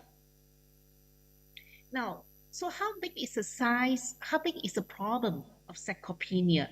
If you look into this comparison of the prevalence of sarcopenia in different population, yeah, from China, from Korea, Japan, Taiwan, then we go to Thailand, Singapore, Malaysia, and Indonesia, you can actually have a very good idea that the prevalence of sarcopenia varies widely across the different population.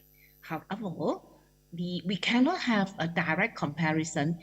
Next slide, please, because all of these are actually using a different instrumentation and they are studied in different population. So it is possible that in order for us to have a better idea pertaining to the prevalence of sarcopenia globally and also regionally, the need to use what we call the standardized or the universal instruments is important. Now, along my presentation, preparation of the presentation, I found that, in Indonesia alone, there is a discrepancy pertaining to the prevalence of sarcopenia.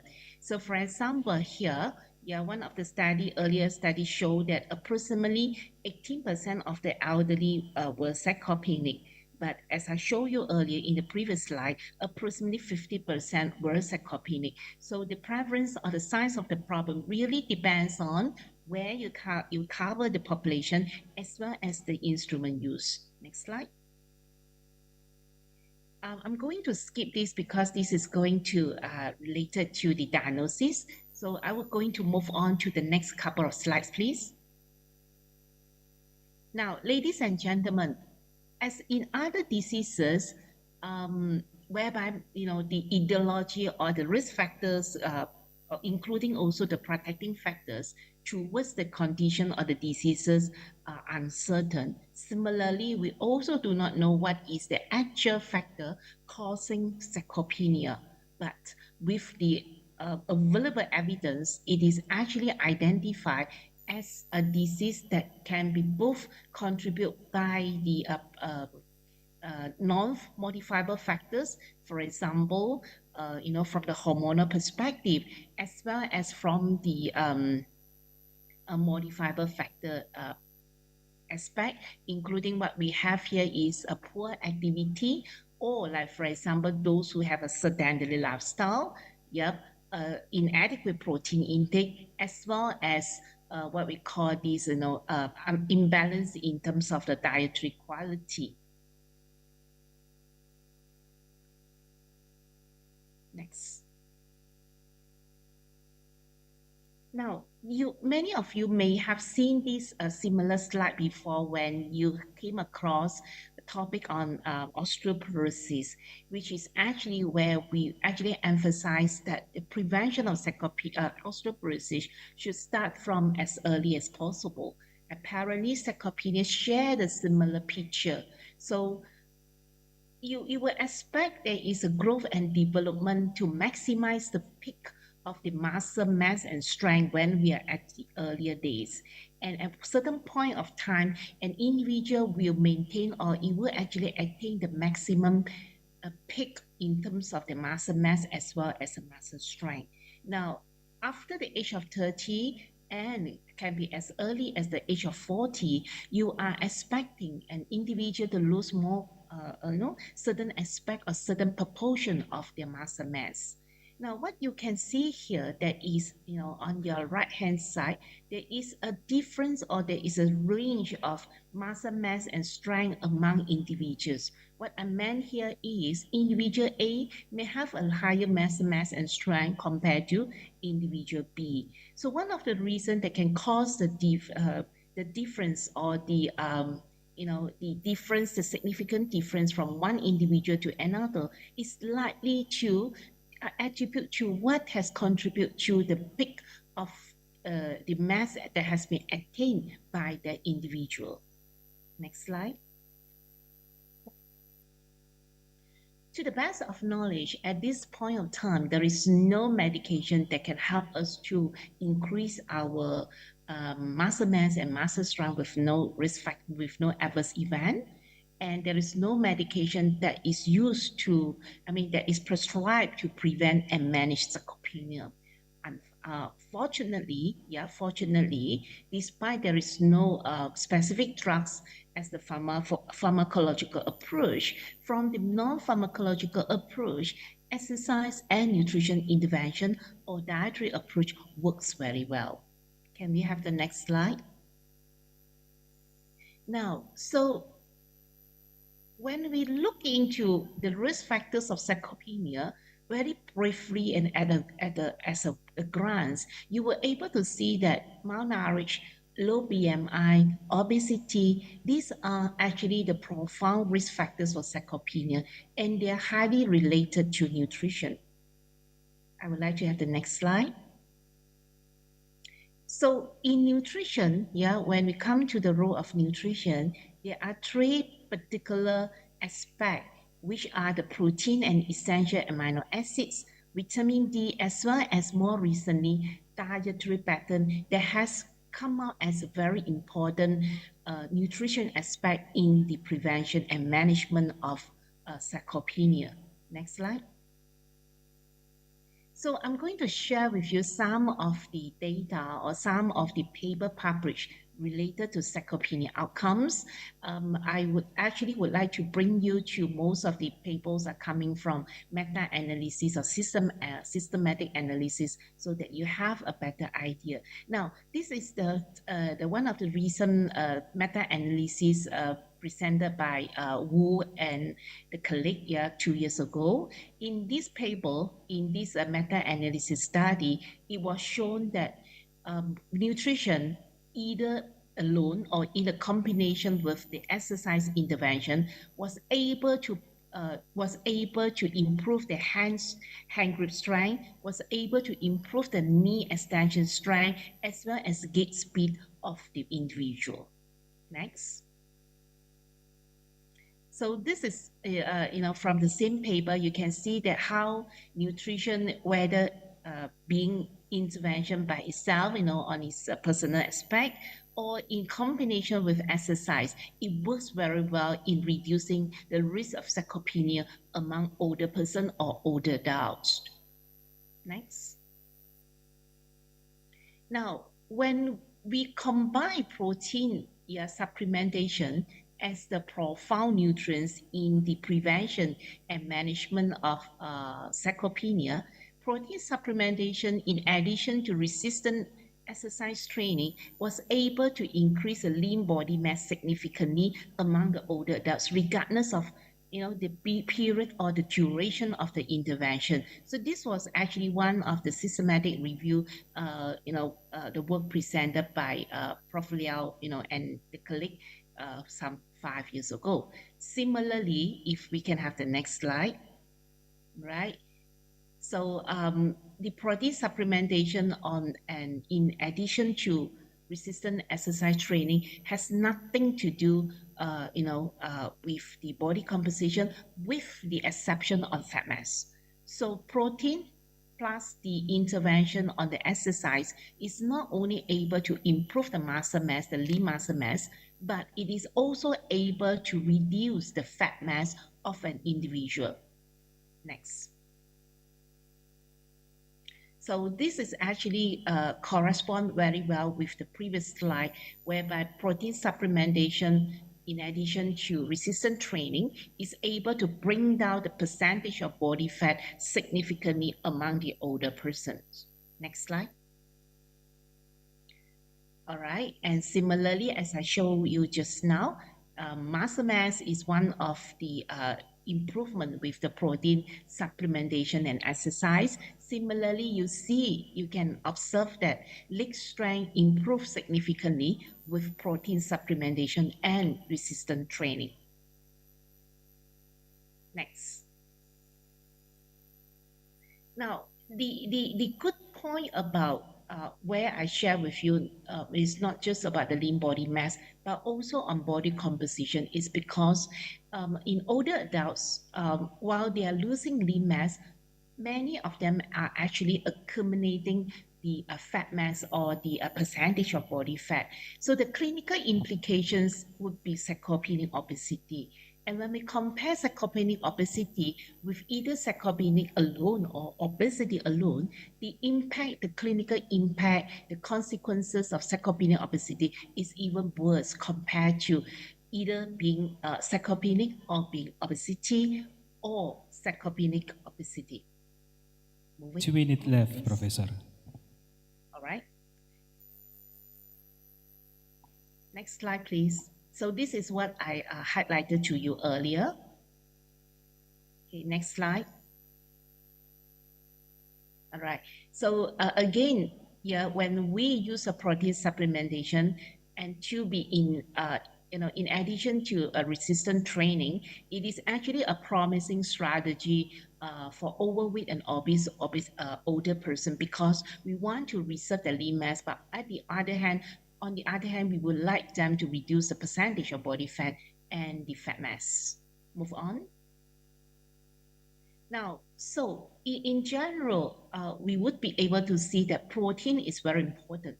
Yeah, but how much protein to take and whether the protein intake should be at an impulse, should be in the pulse distribution or even distribution. So from most of the recent study, it showed that for elderly, we require more protein compared to younger population. So for those without malnutrition, flu or malnourished, or even like without the sarcopenic, you may require 1 gram of kilogram 1 gram of protein for each kilogram body weight per day. But for those who are at risk of malnutrition, the total protein required will be higher. One point I would like to highlight to you is study actually show that in general, we may only consume approximately like 10 to 16 grams of protein per meal.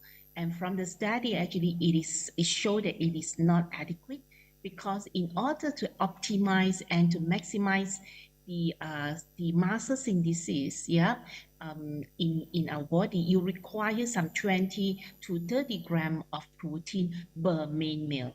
Next slide. Right, I think I'm going to skip this since the time is running out.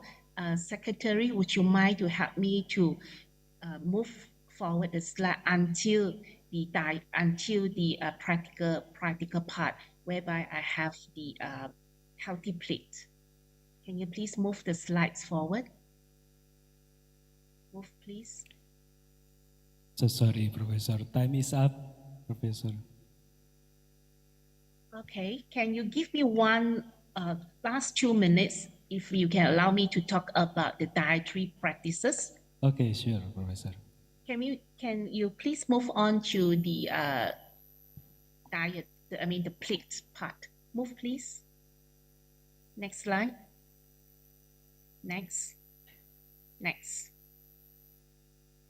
Yes, next. Next. Okay. Yes, thank you. One more slide, please. Okay, let's skip the vitamin D, sorry.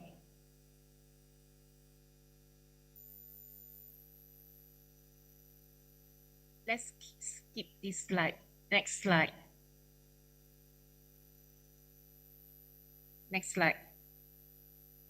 Until we come to the plate. Next. Next. Next. Next. Okay, ladies and gentlemen, allow me to have a minute or two. How we can actually translating the nutrition message into healthy plate. So this is the healthy plate that is being used in Indonesia, right? We have a similar plate in Malaysia. If I can have the next slide, please. Now, I'm going to share with you how we can actually translate, how we can actually translate into the healthy plates, Okay, can you stop share? Can you stop sharing, Secretariat?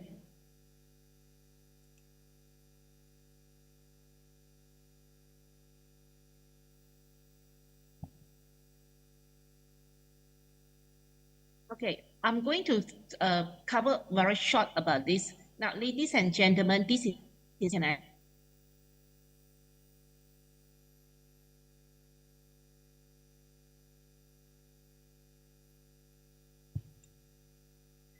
what we can do is you try to have more fruits and vegetables first in your plate. Occupy half of your plate with fruits and vegetables, and then after that, ask the elderly to fill up the plate, a quarter of the plate with the protein food. Then only the last will go with the starch food. Now, with this approach, it allows the elderly to have adequate amount of protein or the lean meat here besides the fruits and vegetables. Otherwise, older adults will tend to have excessive intake of starch, for example, rice. As on the other hand, they may have inadequate protein intake. So generally, this is what I would like to share with you, ladies and gentlemen, and I thank you for your attention. Thank you. Thank you very much, Prof. Chan. Yeah, we are entering a question and answer session. Please, if you have any question, please raise hand. Okay, over here. Okay.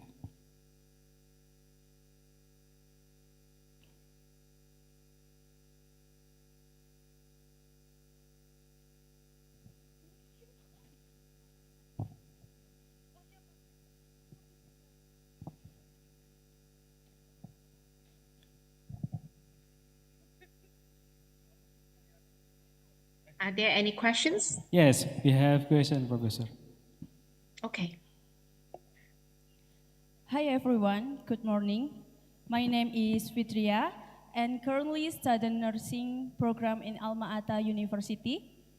My question is why sarcopenia can lead to other health problems or complications such as raising the risk of fall and fracture, increasing the need for and the length of hospitalization, increasing complication, post-surgery, and raising the risk of death. And what step can be taken to slow its progression? Thank you. Okay, thank you. Do you get the question, Professor? Okay, you can answer directly. I'm not too sure whether I got the I got the full question. But from what I listen or what I get from the audience was she asked, what can we do to optimize and to minimize the impact of sarcopenia? Am I right? Was that your question? Yes, how to reduce the effect of sarcopenia to the other problem, health problem, Professor. Right, thank you. So thank you for the question. It was actually a very important question and very critical question. Now, basically, we know that there is no medication we can use, without side effects to combat sarcopenia. So from the pharmacological aspect, as I shared with you earlier, it doesn't work. So what we can do is actually we can use a non-pharmacological approach by allowing the older adults or even individual from the middle age group or as early as your age group now to ensure you have adequate nutrition, right? And you need to be physically more active, because when we are physically more active, it actually allows our muscles to be in the optimal condition. So proper nutrition will certainly help, especially when you talk about the older adults, because without the protein or the amino acids, the leucine, there is no building block for your muscles. So you need the protein, you need a good nutrition so that your muscle is stronger, you have a more lean mass, and that will help you to build a stronger muscle strength. So basically, it is an optimal nutrition.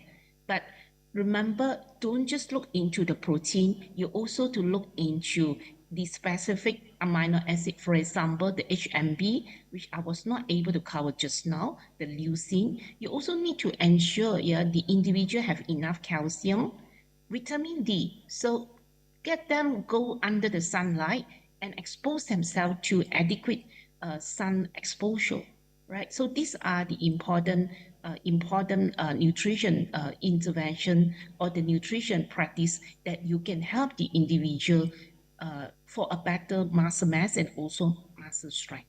I hope I answer your question. Thank you. Yes, very clear, Professor. Yes, because the time limit, so we have to finish this session. And this is the last time I would like to say thank you for Professor Chan Yuk Moon. And thank you for your participation. Good afternoon and Assalamualaikum warahmatullahi wabarakatuh. Thank you.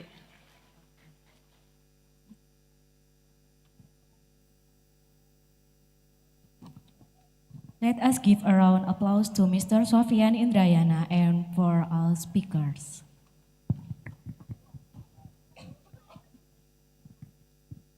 Okay. At this time, we will take a break for lunch. Lunch will be served in this room, and the prayer room is located in the downstairs. And we ask to everyone to return in this room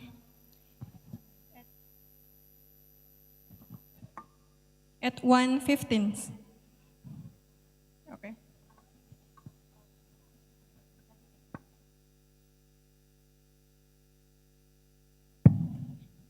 Ya, kepada peserta APHNI semuanya, silahkan dapat beristirahat sejenak, dapat mengambil makan siang ataupun sholat zuhur terlebih dahulu, dan kembali ke ruangan pukul 13.15. Untuk yang untuk mencegah terlalu crowded, di sisi kanan bisa sholat terlebih dahulu, dan yang di sisi kiri bisa mengambil makan.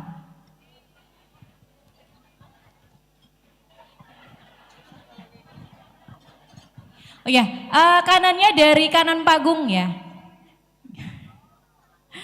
Ya, saya informasikan kembali kepada peserta APHNI, kembali ke ruangan pukul 13.15.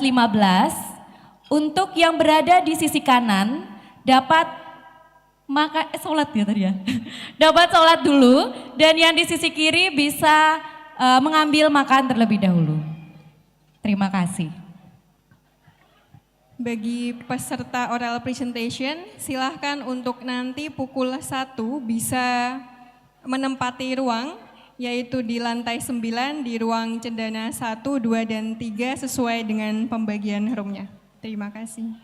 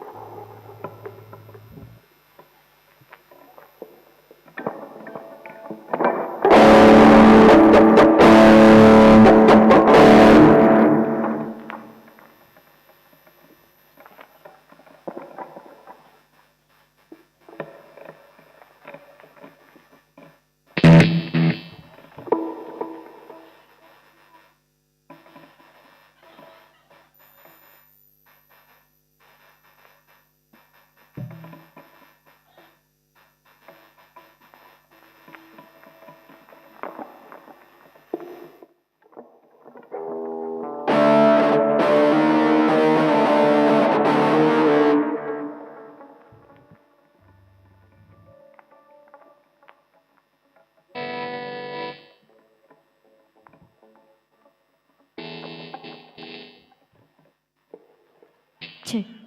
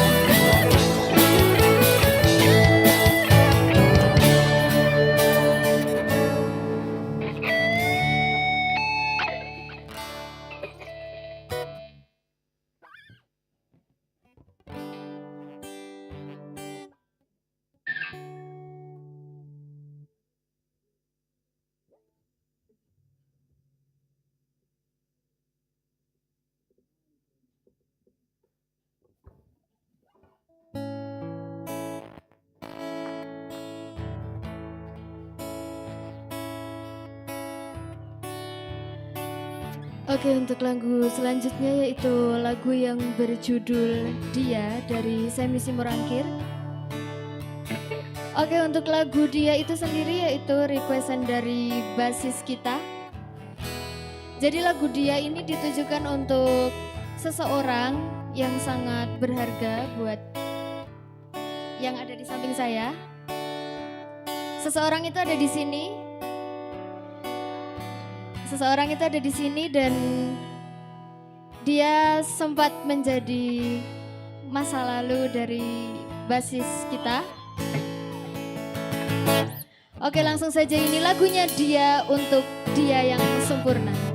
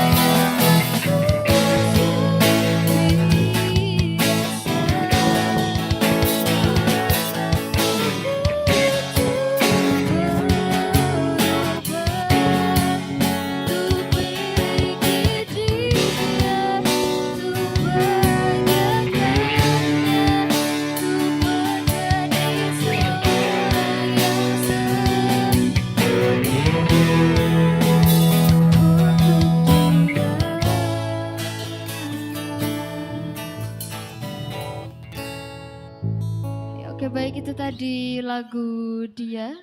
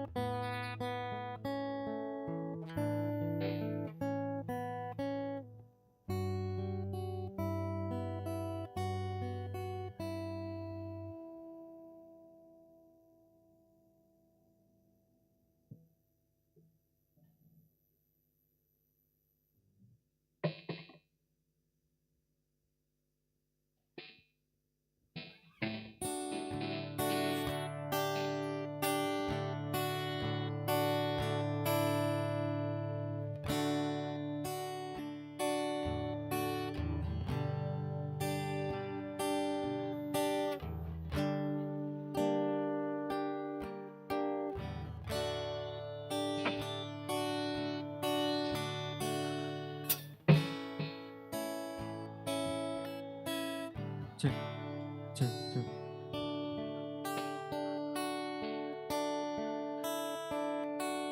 Aku lakoni kabeh iki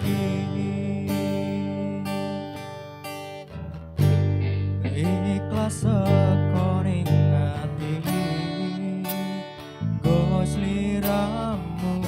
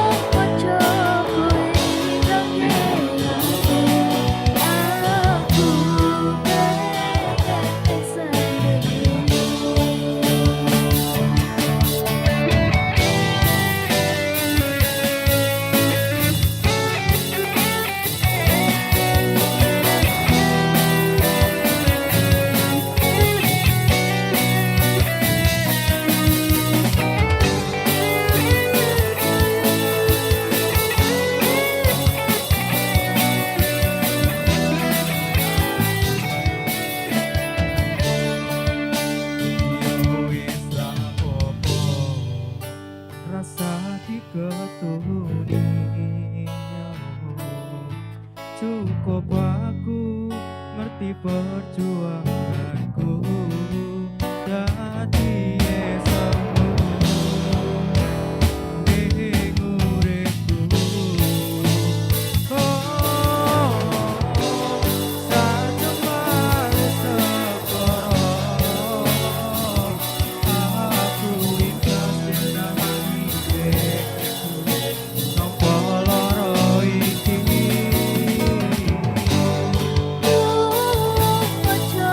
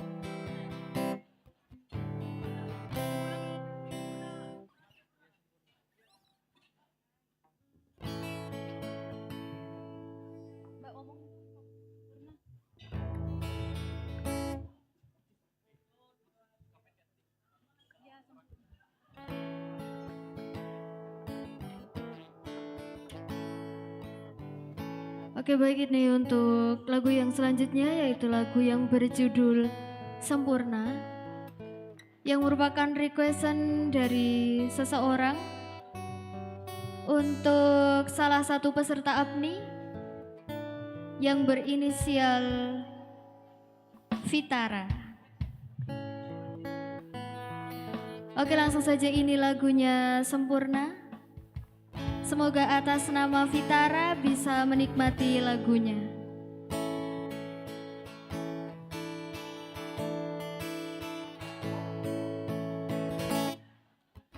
Kau begitu sempurna di mataku, kau begitu indah.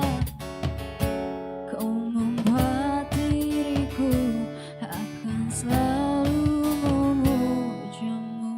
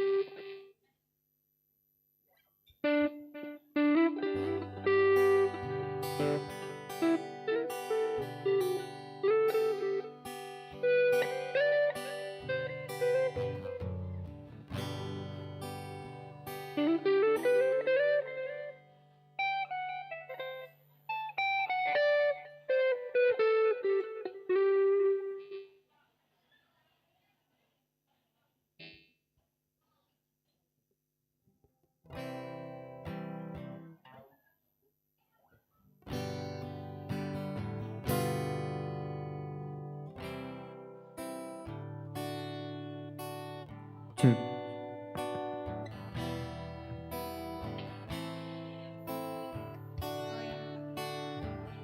Cek-cek. Bagi peserta yang merasa kehilangan handphone Samsung, harap untuk maju ke depan ya.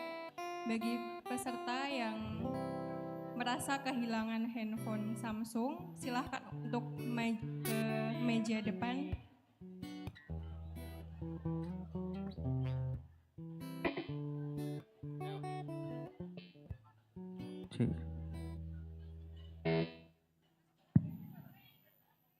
Bagi peserta yang tadi bertanya, bisa maju ke depan, konfirmasi ke meja MC.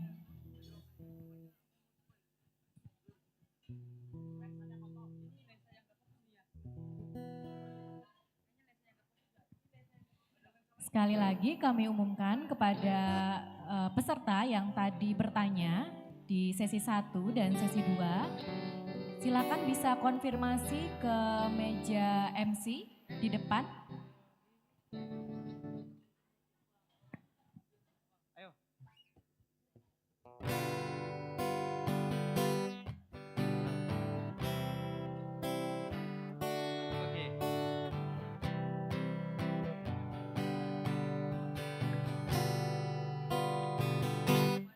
Tiwas tak kondeli tenanan sayangku wis ora kurang-kurang jebul mung dadi pelampiasan.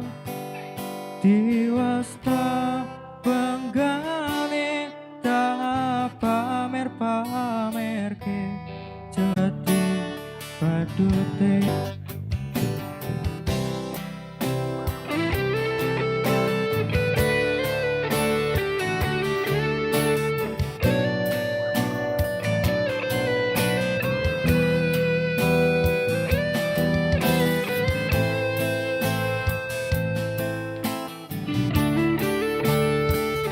Oke, untuk teman-teman yang hafal lagunya bisa ikut nyanyi ya.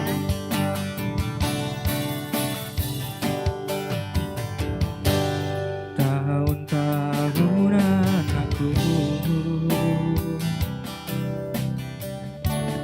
wis ngancani sliramu,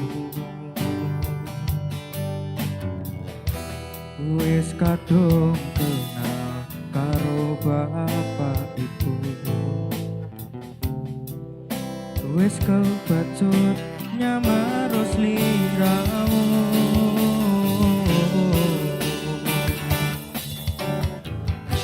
Apa kowe ra ngerti? Apa ora ngrumangsani?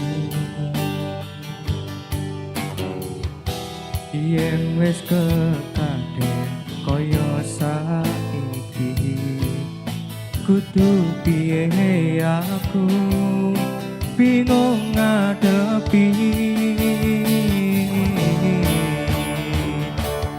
Tiwas tak kondeli tenanan sayangku wis ora kurang-kurang jebul mung dadi pelampiasan. Tiwas tak banggane tak pamer-pamerke jebule aku mung dadi badute.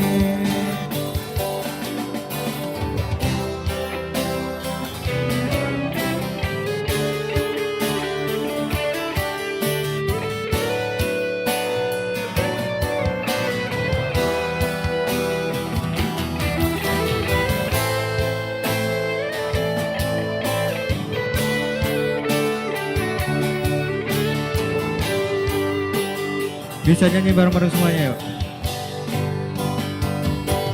Tiwas tak kondeli tenaran sayangku wis ora kurang-kurang jebul mung dadi pelampiasan. Tiwas tak banggane tak pamer-pamerke jebule aku mung dadi badute. badute tiwas takon deli tenanan sayangku wis ora kurang-kurang jebul mung dadi pelampiasan tiwas tak banggane tak pamer-pamerke jebule aku mung dadi badute jebule kowe wis ana liyane ujung-ujunge mung kisinan dhewe.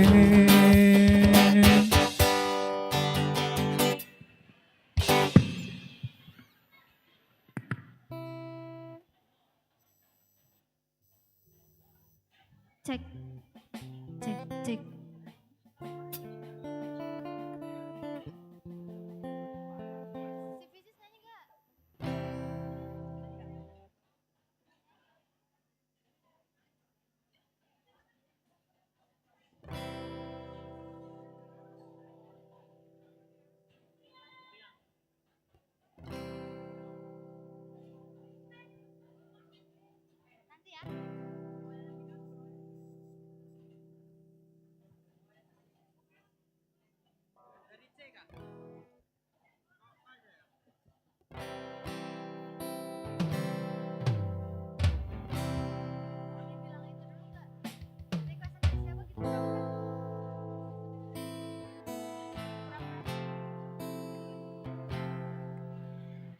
Oke baik, ternyata di makan siang ini banyak sekali yang request ya. Jadi ini kita usahakan bisa terrealisasi semua. Oke, ini tadi untuk requestan yang sudah cukup awal, yaitu yang berjudul Putri Iklan. Yaitu terkhusus dipersembahkan untuk Andini Vici Ramadhani. Oke, untuk Kak Vici mungkin bisa menikmati lagunya.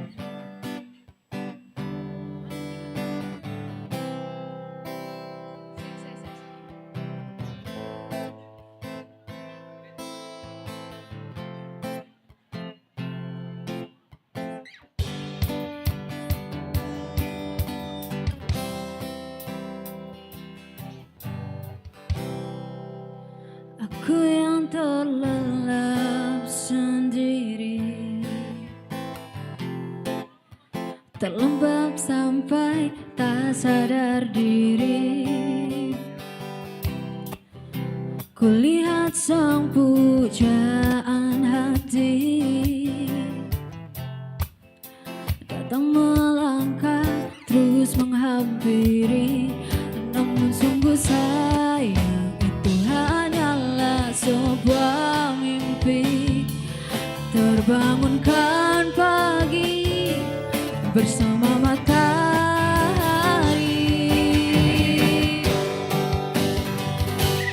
aku bergetar disentuh dia, mataku terbang sampai ke langit, tubuhnya pun indah ku pandangi, putih mulus dan seksi, tak jauh seperti sang bidadari, kan ku peluk dia sampai mati, rambutnya pun indah bagai putri, mirip iklan di TV.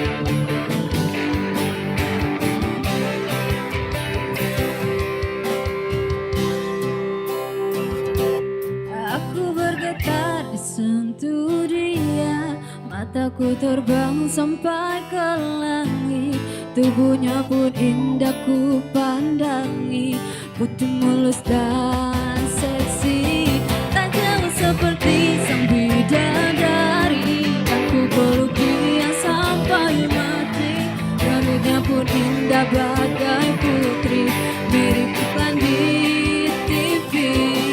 Aku bergetar di satu dia, mataku terbang sampai ke langit. Tubuhnya pun indah ku pandangi, putih mulus dan seksi, dan jauh seperti sang bidadari. Dan ku peluk dia sampai mati. Rambutnya pun indah bagai putri, mirip iklan di TV.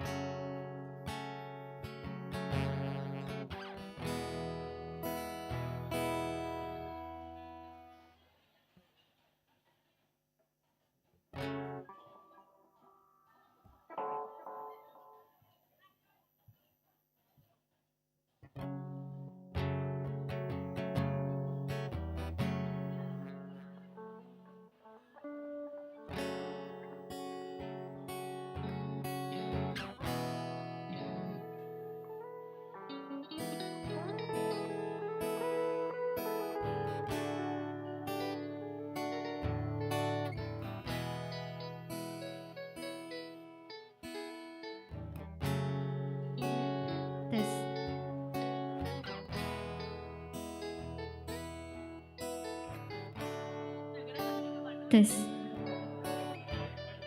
Oke, baik, ini selanjutnya yaitu lagu Cundamani dari Denny Caknan, requestan dari Mas Wahyu Cerekek untuk seseorang. Oke, langsung saja, ini lagunya Cundamani.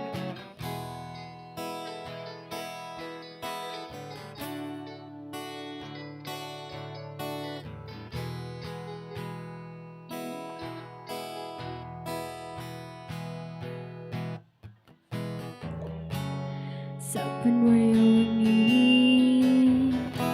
mikirno isi ati, apa dengan tresno iki dadi siji. Kapan ku mikir ra ono sithik kuwatir crita iki bakal apik keukir.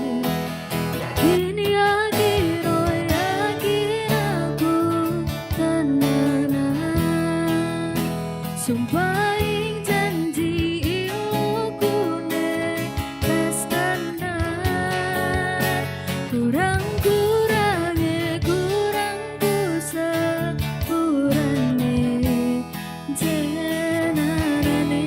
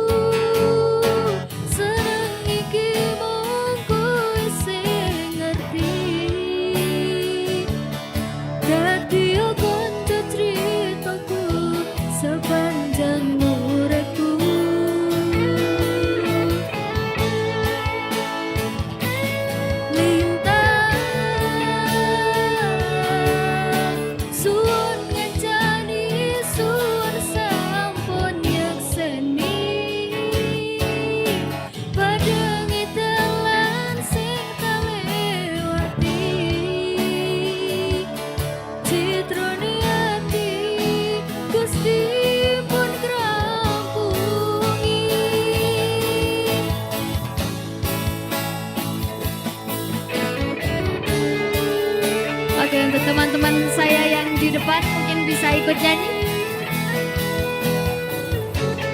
untuk Mbak Adelia mungkin mau nyanyi di atas.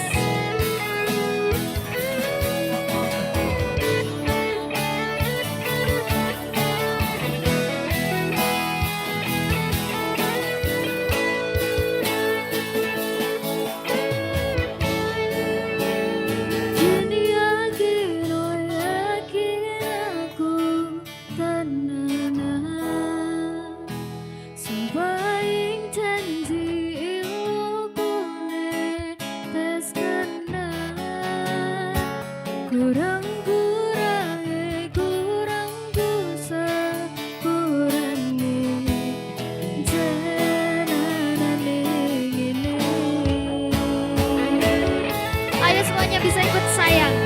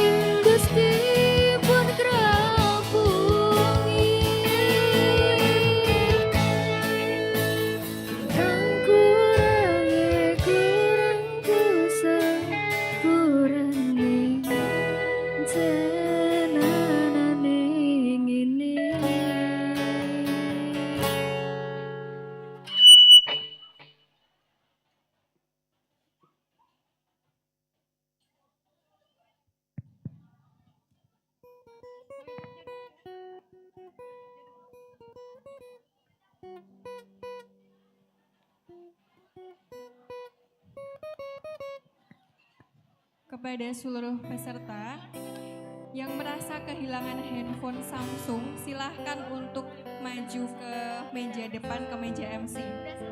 Bagi peserta yang merasa kehilangan HP Samsung, diharap untuk maju ke meja MC.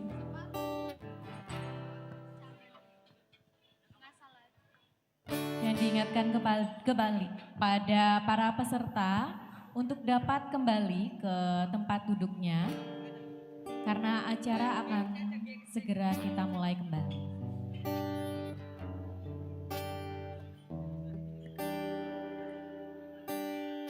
Oke, baik, itu tadi lagu terakhir dari Alfat Band. Mohon maaf yang sebesar-besarnya kepada teman-teman yang sudah request namun belum terrealisasi. Mungkin besok bisa direalisasikan ketika di makan siang dosen. Oke, ini untuk teman-teman yang berada di barisan belakang, kursi depannya bisa dipenuhi terlebih dahulu karena acara yang selanjutnya akan segera dimulai. Oke, baik, sekian persembahan dari UKM Alfat Band. Kurang lebihnya mohon maaf. Assalamualaikum warahmatullahi wabarakatuh.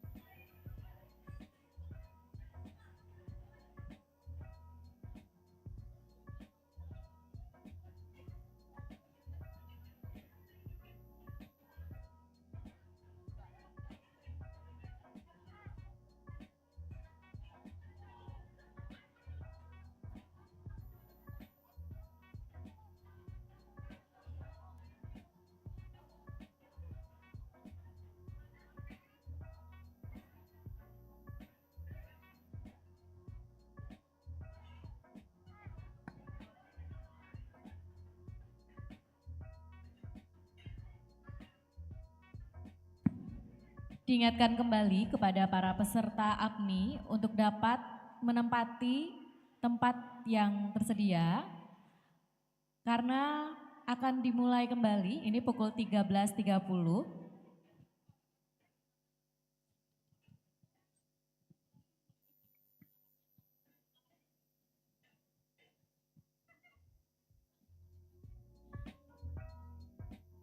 Bagi yang masih makan, waktu makan ini tinggal 4 menit lagi.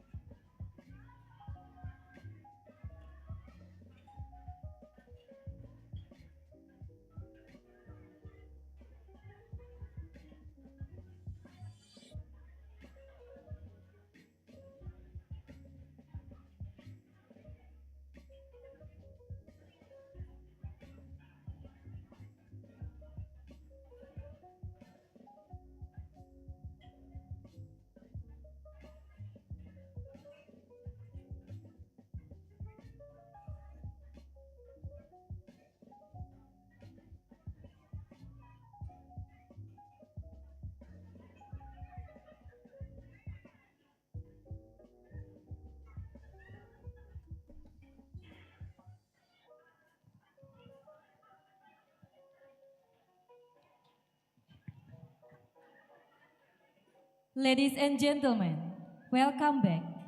Thank you for sticking to time. We hope you enjoy your lunch and are ready for the next session. We would have 3 honorable speakers for the next session. First, Dr. Arif Sabta Aji, SKZ from Graduate School of Public Health, Alma Ata University. Second, Profesor Asnawi Abdullah from Asosiasi Institusi Pendidikan Tinggi Kesehatan Masyarakat Indonesia. Third, Profesor Dr. Jamia Azdina Jamal from University Kebangsaan Malaysia. We would like to invite here at the stage Mr. Muhammad Ishak Nabil, Master of Nursing, to introduce our keynote speaker to our esteemed audience. For your information, Mr. Muhammad Ishak Nabil is now the lecturer of nursing program, Faculty of Health Science, Alma Ata University. He had his bachelor from Alma Ata University, his master degree from Faculty of Health Science, Songkla University. Let's give a round of applause for Mr. Muhammad Ishak Nabil.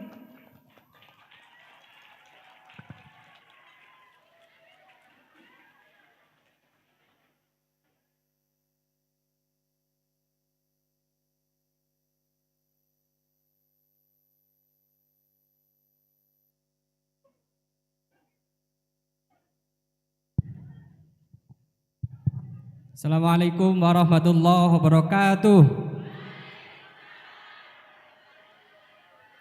Good afternoon. Okay, ladies and gentlemen, welcome to the third session of APHNI Conference 2023. I'm Nabila Siddiqui. It's my honor to be a moderator in this session. So, first of all, ladies and gentlemen, we are now in the third session of the conference, and there will be 3 speakers in our conference today. The first speakers will be Dr. Arif Saptaaji from Alma Ata University. He will deliver a topic on analog-rise innovation to support focused diversification program. And the second speaker will be Profesor Asnawi Abdullah from Asosiasi Institusi Pendidikan Tinggi Kesehatan Masyarakat Indonesia. The third speaker will be Profesor Jamia from University Kebangsaan Malaysia. So, ladies and gentlemen, we are moving to the first speaker. So please welcome Dr. Arif Saptaaji.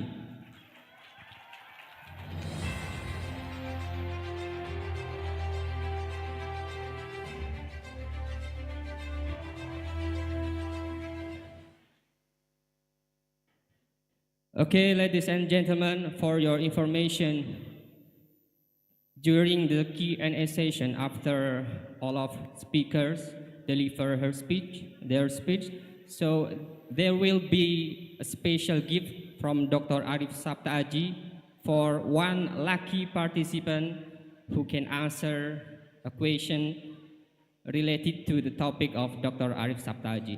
So, Dr. Arif Saptaaji, the stage is yours.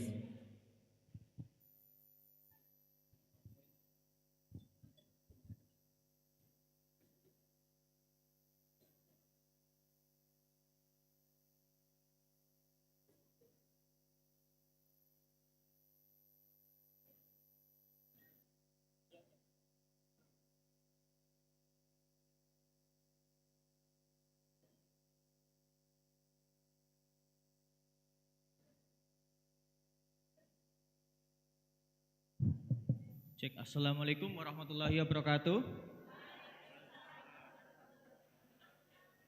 Ya, kurang semangat, saya ulangi lagi ya. Assalamualaikum warahmatullahi wabarakatuh.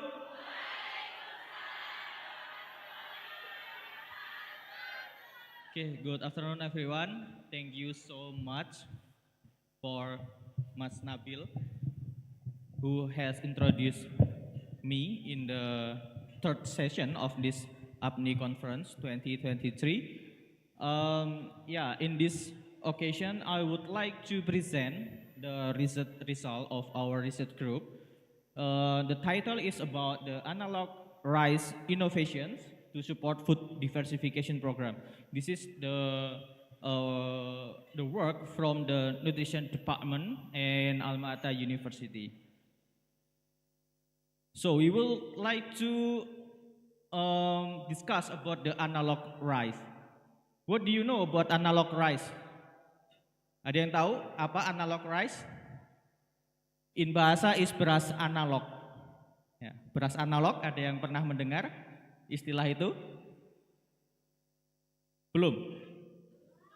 Masa belum pernah? Ya.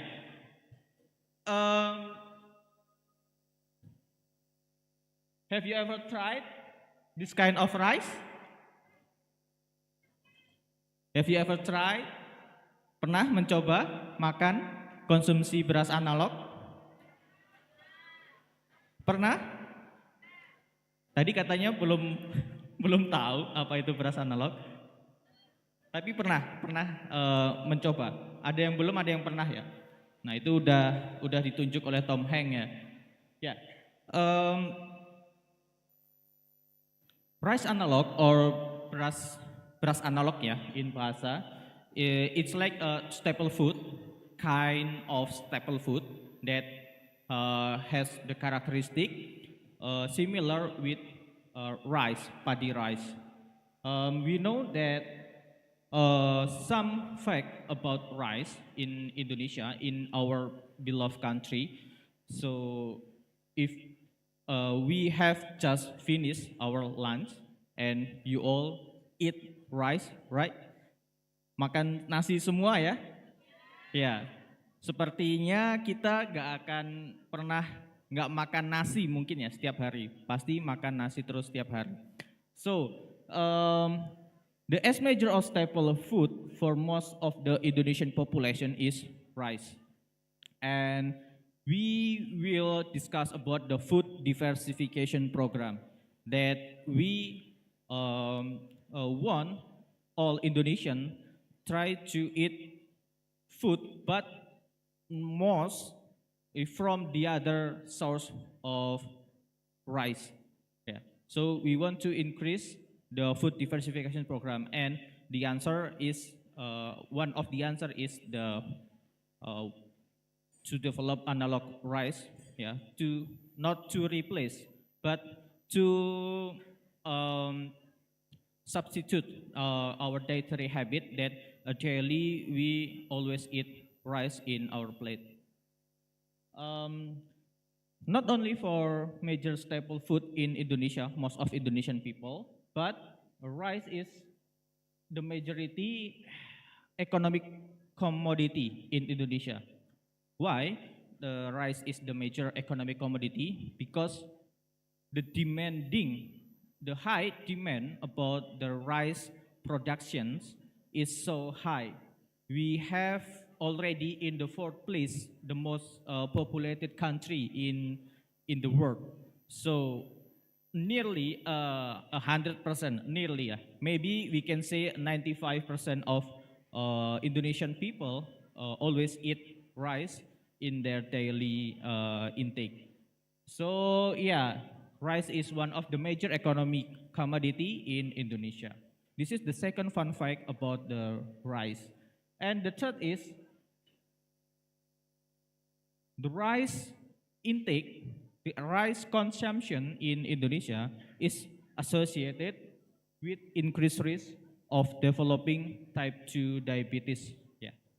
So we declare that if we eat rice, it's not directly cause a type 2 diabetes mellitus, but when we eat a high frequency of rice during our daily activity or life, so we would have increasing to be a type 2 diabetes mellitus person. So the third fact about rice is about the healthy term, the effect of the rice consumption in our healthy.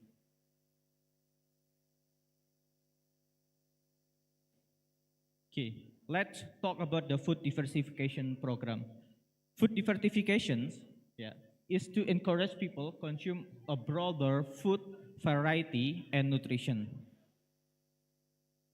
We want to all of you like eat more diverse foods, not only rice every day or you just eat a many kind of food in your plate. Yeah, and one of the four pillars of balanced nutrition guideline atau bisa dikatakan pedoman umum gizi seimbang, ya, balanced nutrition guideline. The one of the pillar is eat a diverse food. Number one pillar in the balanced nutrition guideline, it is eat diverse food. Ya, jadi kita diminta untuk mengkonsumsi makanan yang beraneka ragam, teman-teman semuanya. Ya, tadi sudah makan siang, sudah ambil makan apa saja? Beraneka ragam? Ya, itu ya termasuk nasi, nggak ketinggalan ya. So the objective of food diversification are improve food security. Yeah. Food security is when all people can access and also can have food in their daily activity. Yeah. So we don't have any people with inequality that they are not having access of the food in their daily activity. And the second is we make people healthier with applying balanced nutrition. We can see in the picture in your slide in front of you all that this is the 4 pillars of balanced nutrition guideline. Ya, gizi seimbang ada 4 pilar. Ya, yang pertama adalah konsumsi aneka ragam makanan. Ya, yang kedua adalah ya get used to live with a clean habit or behavior. Keep your hygiene and sanitation to be clear. And the third one is ada gambar apa? Yang ketiga atau yang keempat, yang ketiga ini yaitu physically active, do exercise. And yang terakhir, ya, and the last is try to monitor or maintain your ideal body weight. That is the 4 pillar of balanced nutrition guideline. So, Indonesian culture is very strong presumption that not eat if you do not eat rice. Yes or no? Ya. Coba, kalau misalkan kita sehari nggak makan nasi, itu kenyang apa enggak? Ya, tergantung ya makannya apa. Nah, kebiasaan dan juga this culture, this society in Indonesia always have in their mind that if we don't eat rice, so we don't feel like we eat full during our daily. Yeah. Nah, these assumptions we need to change with this food diversification program.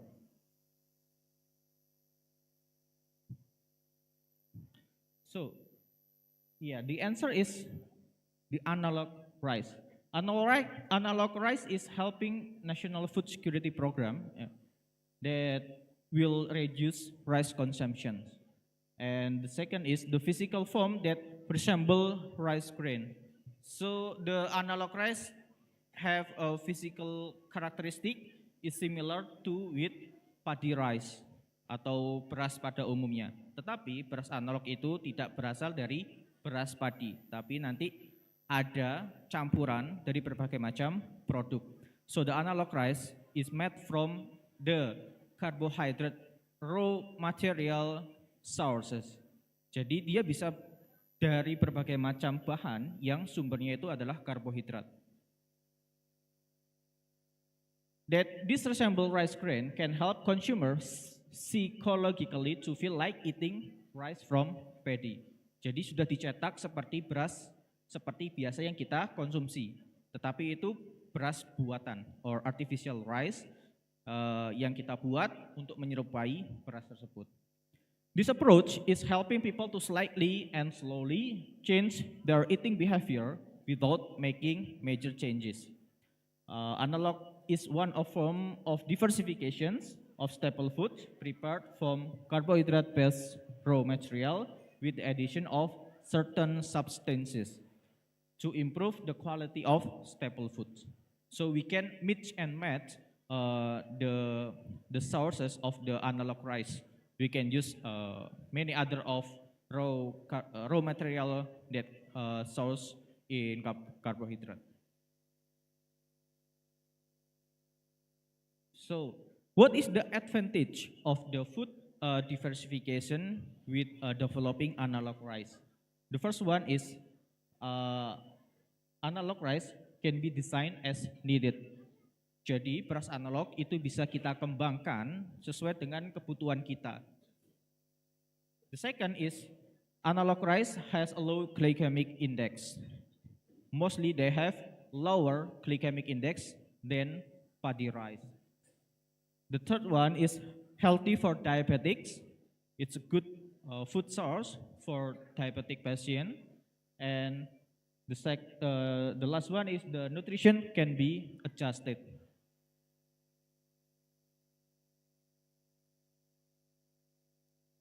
This picture is generally what rice look like, right? Yeah, the rice from the paddy field that we always see every day in our plate, that we eat rice all the time. But the analog rice is not like that. This is the example picture that the analog rice can be physically see the different color because it's based on the different sources. Yeah, this is the example of analog rice that made from maize. Do you know maize? Maize, sago, jagung, sagu, or from tubers, sweet potato, kentang dan lain sebagainya, itu kita bisa gunakan sebagai bahan baku untuk membuat beras analog. Ya, jadi semuanya itu akan menyerupai berdasarkan campuran dari bahan yang digunakan ketika memproduksi beras analog. Ya, jadi sesimpel itu bagaimana cara kita untuk mengajak masyarakat untuk bisa mengikuti diversifikasi program untuk mengkonsumsi beraneka ragam makanan dan juga untuk mengurangi konsumsi beras yang ada di Indonesia. Ya, local food as analog rice material. These are the example of the local food that we can mix and match to be analog rice. The carbohydrate sources can be obtained atau bisa diperoleh from cassava flour, tepung mocaf, kemudian juga bisa dari sweet potato, taro, arrowroot, kana, porang, tanaman porang, umbi porang, kemudian sorghum, sagu, dan lain sebagainya. As you can see in the picture, what the source came from. And we can also add the sources of protein in the analog rice. The source of protein can be added from like moringa, soy flour, kidney beans, and other types of bean. And also we can add more fiber content in the analog rice that can be obtained from the bran. Bran itu apa ya? Dedak. It can be bran or it can be anything fiber source food. This is what we did in our research group, that we developed the analog rice product from sorghum, mocaf, moringa atau daun kelor, yeah, and glucomannan porang. We try to make analog rice that high in protein and in fiber content. So we add moringa, kelor. Kelor is source of high protein and also antioxidant. And we add the glucomannan porang that contribute in low glycemic index, high fiber, and high mineral. But we not to remove the main characteristic of the rice that come from the carbohydrate. So we use the sorghum, yeah, and also mocaf, modified cassava flour. This is what we did in the last 3 years that we developed analog rice. We developed the analog rice from local food made from sorghum, mocaf, moringa, glucomannan flour as an alternative functional food. In the first phase, we did the analysis of the macronutrient, analisis zat gizi makro, bagaimana kandungan karbohidrat, protein, mineral, kemudian, and then we did the antioxidant activity analysis, fiber content, and sensory evaluation. Evaluasi sensori itu seperti kita menguji kepada panelis untuk mencoba produk kita dan dia menilai apakah produk kita itu bagaimana preferensi kesukaannya terhadap warna, rasa, aroma, tekstur, dan juga secara keseluruhan penampakannya. In this first year, we failed to test the glycemic index test because we still in process, but we can add the result of the glycemic index in the future. And the second phase, we analyze the more advanced of the analog rice development of our product. We try to identify how the physical properties, cooking techniques that suitable with the product analog rice, and also we try to identify the anti-nutrient content in analog rice that made from mocha, sorghum, glucomannan, and moringa as a alternative functional food. This is the method that we did in our study. This is the appearance of the product, the analog rice product in our research group. We try to add the daun kelor or moringa oleifera in some treatment group. And this is the picture of the machine, extruder. Yeah, the name of the machine is extruder. This is the schematic view of single screw extruder that we use for creating the analog rice texture in the composite flour.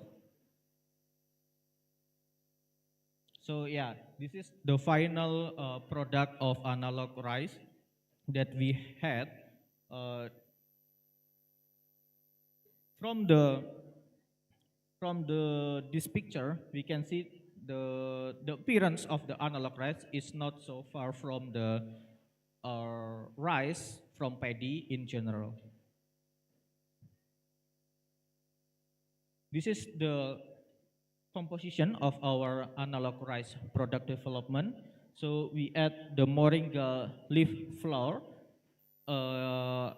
in every treatment group. So we add 2 grams and in the group of P1, P2 until P6. And this is the result of the ratio of the composite flour and moringa flour. If we add the moringa leaf, what can you expect the color of the analog product, analog rice product? Do you know what the color of the analog rice product if we add the moringa oleifera leaf? Yeah, the color is green. So this is the difference in comparison of analog rice with moringa oleifera and without the moringa oleifera. Dengan daun kelor dan tanpa dengan daun kelor. Jadi di dalam produk ini kita melihat ketika kita menambahkan adding a moringa oleifera flour, so the color of the analog rice is looks like more green than the other without the moringa oleifera addition. And the range of macronutrient analog rice, we have the carbohydrates if the range 77% until 82%, and the protein is from 8% to 11%, and fat is 1 until 2% in the one analog rice product per 100 grams. And this is the antioxidant activity that we get from the analog rice Excuse me, development. Dr. Raji, you have 5 more minutes. 5 more minutes. Okay. This is the antioxidant activity. We add the moringa aloe vera and also the glucomannan to improve the antioxidant content in our product. So we see when we add more the percentage of Moringa oleifera and glucomannan, we had the result, the increasing with the increase the amount of Moringa flower, the percentage of antioxidant.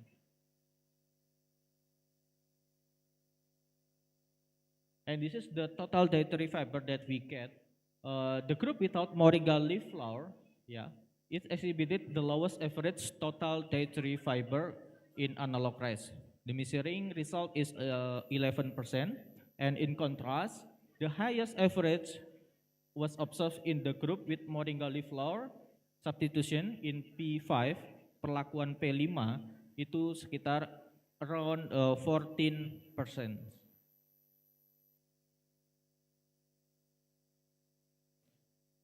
How about the sensory evaluations? How about the consumer acceptance about this product, the analog rice? Analog rice showed significant difference in preference level among panelists or among consumers, including color, aroma, taste, and texture.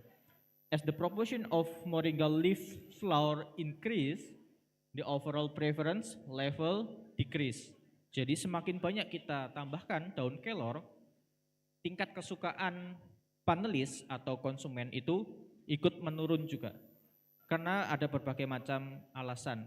The panelists feel so bitter when they try the product with a higher Moringa flower percentage. The most preferred analog rice variant we get is in the second group treatment or perlakuan P2 itu dengan penambahan 2% of Moringa flower. So the conclusion of this study are the dependency of Indonesian on rice considered unfavorable in terms of food security. So our people is too much to eat rice, to consume rice. And this analog rice inventions could be the answer in this diversification effort in our beloved country. And the nutritional value of analog rice is even higher than the ordinary rice, the rice from the paddy field. And we see the carbohydrate is lower than the paddy rice product. The protein is higher, and also the fat is lower from the paddy rice product. And the sensory evaluation of this product need to be improved for helping consumer acceptance rates. And the further research need to be done in Moringa combination design, identify other functional food sources to improve the sensory evaluation and exploring the suitable cooking methods for increasing product value. The last one is the dependence on the staple food can also be reduced through a reduction in the consumptions of rice, such as one day no rice program. So by replacing the consumption of rice with staple food of other non-rice product. Okay, so thank you very much for your attention. And wassalamualaikum warahmatullahi wabarakatuh. Waalaikumsalam warahmatullahi wabarakatuh. Thank you very much, Dr. Arif Saptaji, for an interesting speech on health innovation, that is analog rice innovation to support food diversification program. So, ladies and gentlemen, we are moving to the next speaker. So the second speaker will be Professor Asnawi Abdullah. Profesor Asnawi Abdullah is the chairman of Asosiasi Institusi Pendidikan Tinggi Kesehatan Masyarakat Indonesia. So he is going to deliver her talk on health policy, on health innovation. So Professor Asnawi Abdullah, please welcome.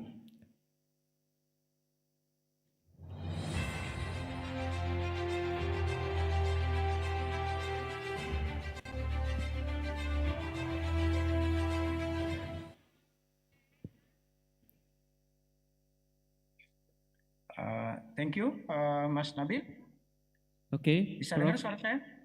Yeah, that's enough, clear. Okay, again, thank you, Mas Nabil. Bismillahirrahmanirrahim. Assalamualaikum warahmatullahi wabarakatuh. Waalaikumsalam warahmatullahi wabarakatuh. Afternoon, selamat siang bagi kita semua. Izin saya share PPT.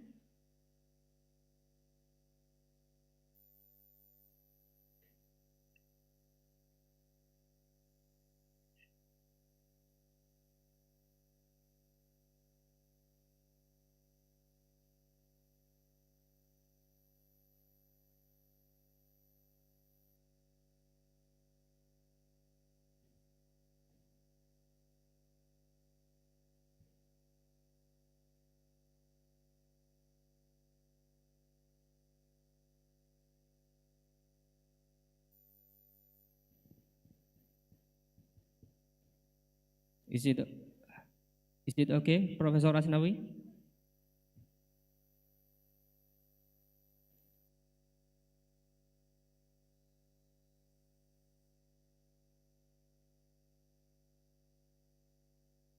Okay. We are waiting for Professor Asnawi to share the presentation.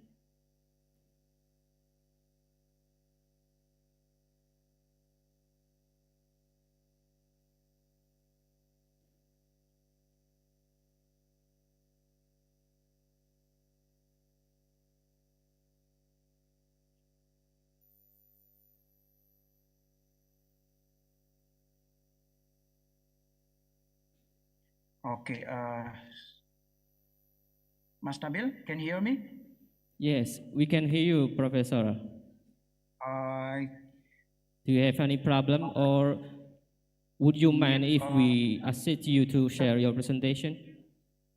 Yeah, can you see my slide? Okay, we can see that right now.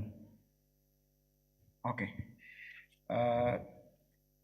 Again, thank you for introducing me, Mas Nabil. Ladies and gentlemen, and again, thank you for the committee for inviting me to this prestigious conference. It's great honor for me to be part of this conference. My presentation entitled Health Policy and Innovation for Transforming Indonesian Health System. My focus presentation will be on health policy and innovation for transforming Indonesian health system, particularly for generation millennial and generation Z. I have a number of reasons why I'm trying to focus on this generation. The objective of this presentation is to discuss why we need for transforming our health system. The second one, why we need to build a healthier health system, and why we need to focus more on generation M and generation Z. This is a number of jargon quite often we hear from any textbooks, health system reform, healthcare reform, health system strengthening. But now we need more than health system reform, than healthcare reform, and health system strengthening. Nowadays, we need to transform all our health system. In most countries now realize that we need transformation for our health system. That's why we focus our presentation on health system reform. And then I will discuss why we need a health system transformation which focus more on generation M and generation Z. You see here that all health system reforms should be focused on 6 block or pillar. all health systems should strengthen our health services, improve human resources, health system information, medical product, vaccine technology, and also we need to transform our health financing system. And the last one is leadership and governance. All health systems in the world try to increase the access to health services. We start in 1971, we implementing declaration Alma Ata. Why I raised this Alma Ata because the conference conducted by University Alma Ata. The point of the Alma Ata conference at that time in 1971 is try to build health system as close as possible to the community. So that's why we build a community health center and any health services closer to the community. But now with health system reform in digital technology era, we also need to build health system that increase accessibility to health services for all people, regardless their social economy, they live in rural and urban area. Everybody should have good access to healthcare services.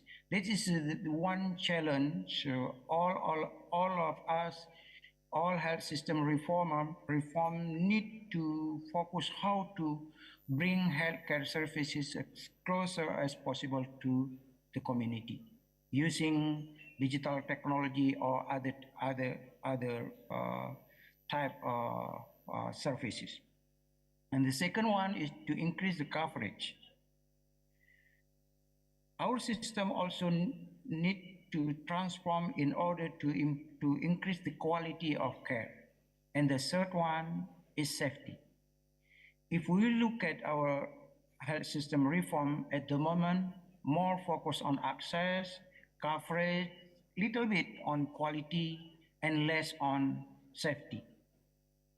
Medical error, not big concern of us at the moment.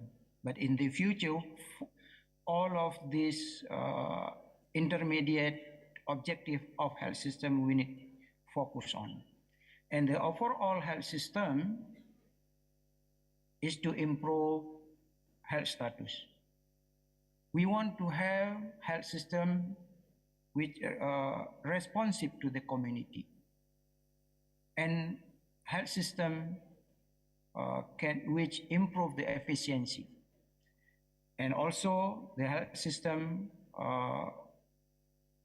can protect financial risk of the people. Since these all objective, most of the country in the world focus transforming health system on this pillar or this block. Then we see the pemerintah Indonesia also have seek pillar transformation of health system, which is similar to the concept developed by WHO. If you see that, the first Indonesia reform focused on health services, the second one also focused on health services, the first one focused on primary health care, and the second one on referral system.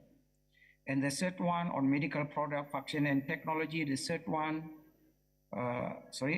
medical product, vaccine and technology, financing, health workforce, and information. This is a brief introduction for those who are not familiar with health system block. But the main focus of this presentation in really short time, in 20-minute presentation, I would like to focus more on why transformation of our health system should be more focused on healthy health system and on generation M and generation Z. There are a number of reasons why we need to focus on them. One reason in this short presentation, I just focus on two reasons. One reason is changing demographic. The second one is changing social determinant of health due to digital technology. My argument in this presentation, we need to focus our health transformation on generation Z, on generation M, because of two reasons, which is I will explain in detail in the following slide. The first reason is demographic changing. If you see here, the population of Indonesia at the moment almost 277 million. And the population in Indonesia will be 300 by 2060. But after that, the population of Indonesia will decline. If you see this number of the population, this huge potential for demographic dividend, if our health system reform on the track. This is a key point. We need to discuss whether our health sector reform at the moment is on the track or not. Look at this figure, which is the proportion working age population is increasing since 2012. This huge implication for our health system reform. Most of them are generation millennial than Z generation. That's why this is my argument why Indonesian health system reform now, we should focus more on this generation. If we fail to focus on this generation, then we fail to harvest demographic bonus or demographic dividend. You see here, most of them who contribute for demographic bonus are millennial and generation Z. That's why our health system, our government now need to focus on them. We need to build a health system reform that accommodate the characteristic health problem of this generation.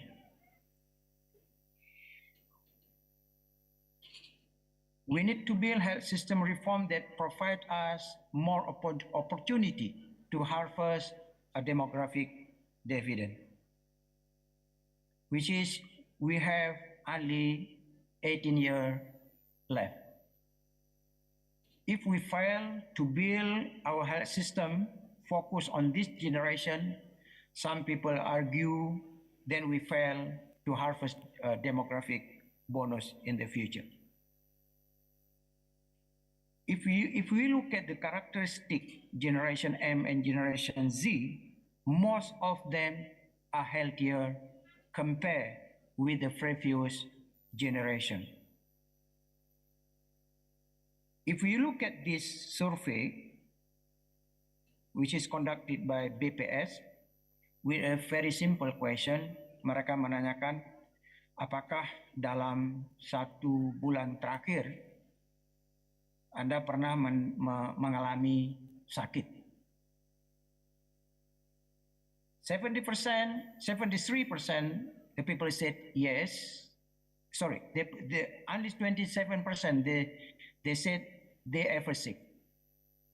But most of them say they are healthy. But that's general population. But if we focus more on generation M and generation Z, they are far healthier than this figure. We don't have a detailed survey focus detail asking the condition of health of this generation. But if we look at the figure from the USA, only 2% people are in really poor health condition, and 8% fair health condition. So in general, we can see from this figure, 90% of the people are healthy.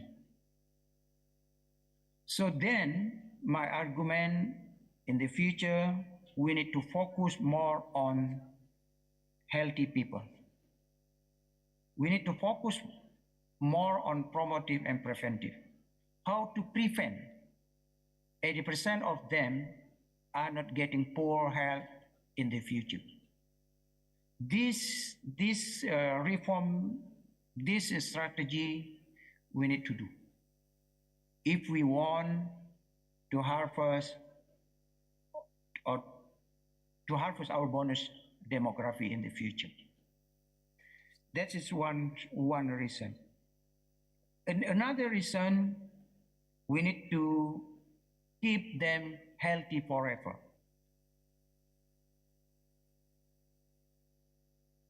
That's why we need healthier health system. Again, I would like to emphasize, we need health system reform that promoting health of this generation.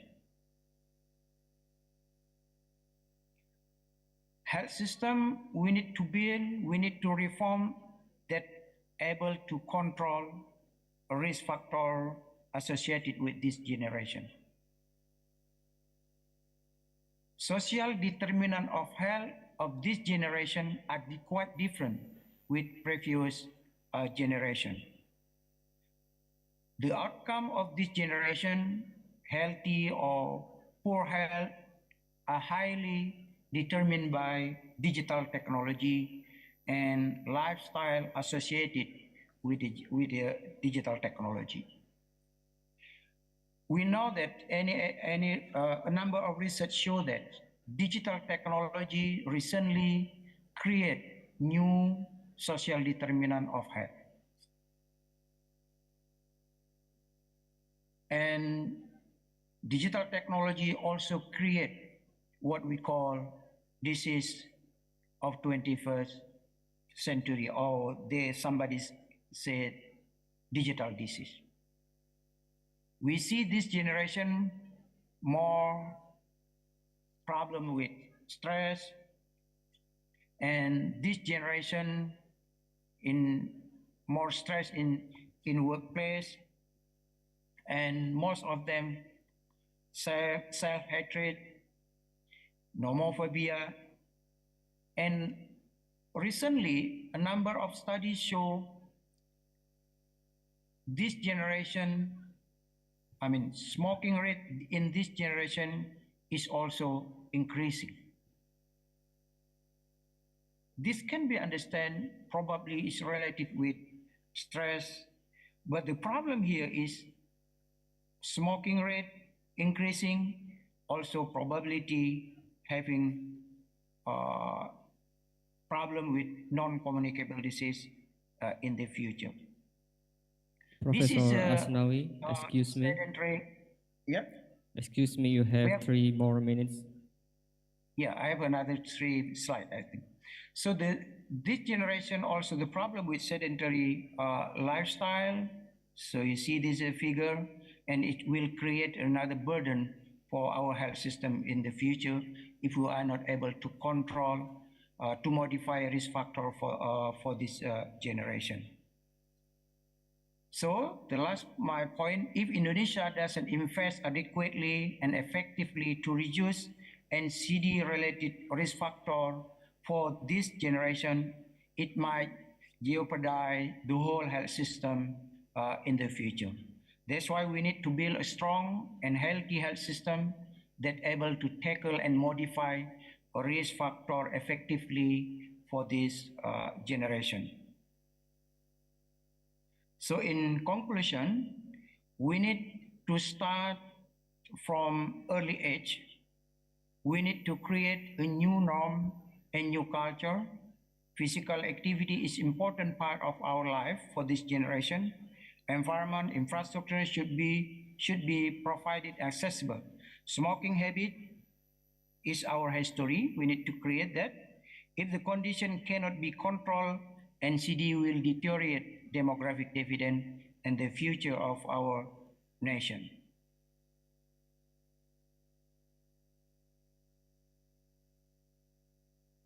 I think I just skip again for the last slide. In short, I would like to say, if our health system fail to keep millennial and Z generation healthy, then they are becoming a burden for a nation in the future. And then we fail to harvest demographic dividend, and unlikely our nation become developed country in the future. I think that's all. Sorry, only this I can share in a really short time presentation.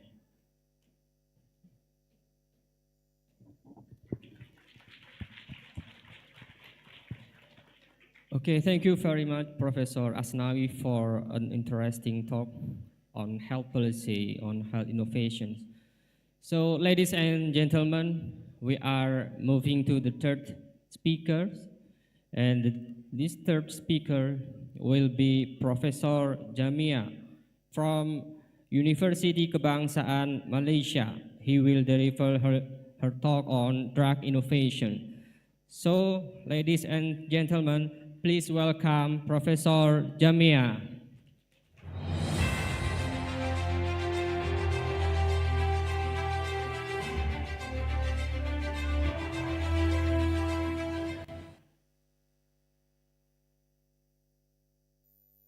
Okay, Assalamualaikum warahmatullahi wabarakatuh. Good afternoon and salam sejahtera from Malaysia.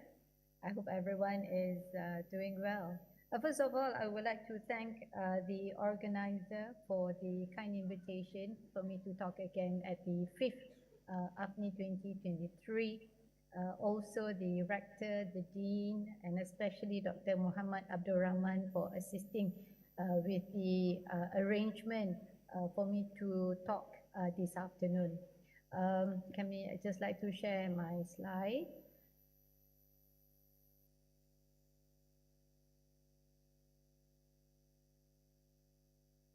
Right, can you see my presentation? Yes, we can see that, Professor. Yeah, and by the way, can you all hear me well? Yeah, that's clear enough. All right, thank you very much. Okay, so I have actually changed my title a bit. That is, I wish to talk about innovation in food and medicine. So because it tallies more on the health and nutrition focus for this conference. First of all, I'd like to give some introduction. In fact, Dr. Arif and Prof. Asnawi has mentioned about the obesity, problems with obesity. I think this is our concern nowadays, that obesity is actually the main reason or the main factor why we have all these health-related problems. If you look at the NCD risk factor data by the World Obesity Federation, it is although it's good that in the Southeast Asia we have the least prevalence of obesity, but if you look at the trend, it is actually rising from 2010 to 2030. I'm just giving you an example of prevalence among the men. Then if you look at the statistics within the Southeast Asia, it seems that women are more obese compared to men. So this is something that we all should worry because it is rising trend, as what Prof. Asnawi mentioned. It is the the prevalence is increasing. So if you do not make any change or make any intervention very early, then we can see that this number will rise and rise again. So if you look in detail in terms of statistics, so I'm just giving an example of Indonesia. I don't know why Malaysia is not here, because I thought Malaysia has one of the highest prevalence of obesity within the ASEAN countries. But if we look at the statistics, so Indonesia is the third highest prevalence of obesity that is projected in 2030. So if, as Prof. Asnawi mentioned, the population of Indonesia currently is about 217 million. So if you see in terms of number based on the percentage, so that's a total of about 10 to 98% of Indonesian population expected to be obese in 2030. I've got this, I can just give a quick check on Malaysian data. So you see that actually Malaysia has the highest adult obesity prevalence based on the 2019 World Population Review. And the contributing factors, as Prof. Asnawi mentioned just now, mainly food, physical activity, the environment, the genetics, disease, stress, medicines, and others. So, the obesity, yes, obesity, even if you are overweight, that has actually caused physiological changes within the body. And if we let it to be prolonged, then you can be obese in a form of obese, and therefore you will get all these NCDs. NCDs is the non-communicable diseases like diabetes, type 2 diabetes, cardiovascular diseases, reproductive disorders, cancers, morbidity, as well as mortality. So it is worrying. So if you look at this information by the Institute of Health Metrics and Evaluation, as well as the World Obesity Federation, it is stated that almost a fifth of the preventable NCD dailies, about 18.2%, that 1 in 6 deaths in Southeast Asia region are actually resulting from a high BMI, the body mass index. So with rapidly increasing prevalence, so this is definitely expected to rise. So if you look at the Indonesian population, if we calculate, if my calculation is correct, based on 277 million population of Indonesia, then you will have about 7 million. Remember, it's almost 11% of the population will have related NCDs as well as death. So obesity is worrying, yeah. Mainly, as also Prof. Asnawi mentioned, when you have obese population, a higher percentage of the obese population, and then that's related to problems related to the NCDs. So it is not only that it is burdening the patient, it is burdening the family, it is also burdening the society, the people, and if they are working, then it is affecting the whole organization. Not only that, it is actually a burden to the government in terms of the economic and cost, because we have to provide the healthcare for these patients. So there's a lot of factors that is affecting, because of if we have more people, or our population has a higher rate of disease patients. Okay. So now I'd like to talk about research and innovation in food. As Dr. Arif mentioned, that we could have an alternative food in order to curb the prevalence of obesity. Yeah. So let's see what are the options.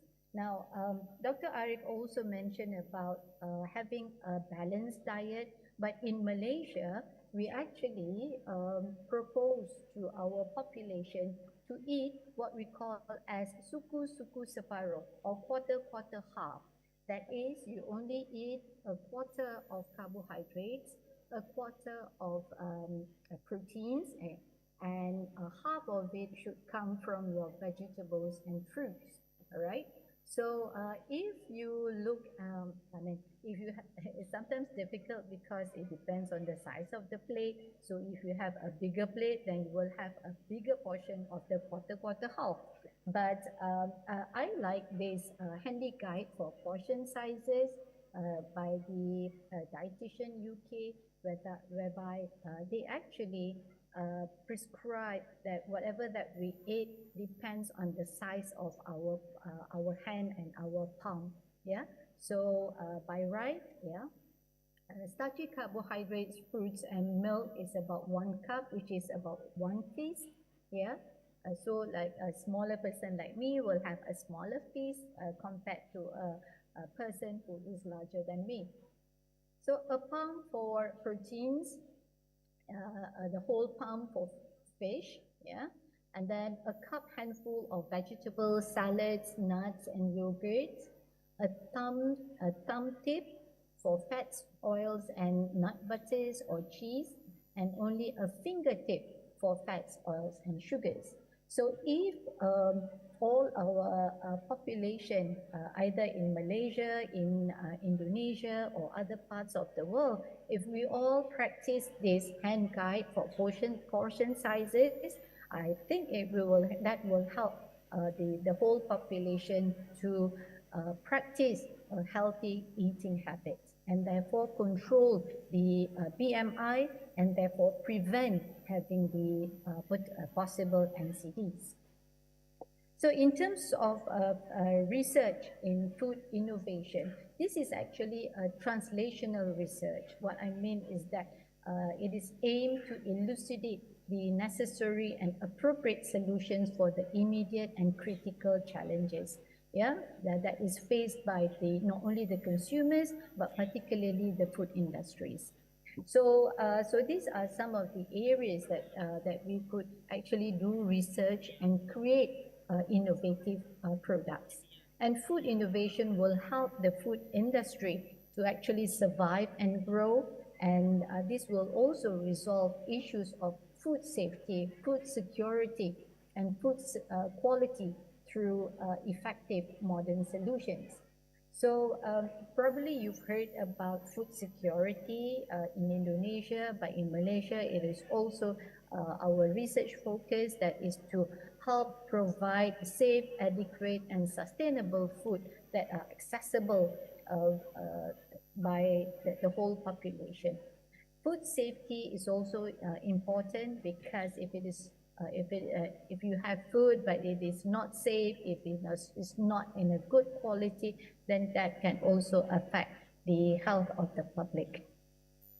So this is one example of, to me, I think this is an innovative food technology by a freeze-drying method, because we all know that fruits and vegetables, they are very susceptible. I mean, they don't last long.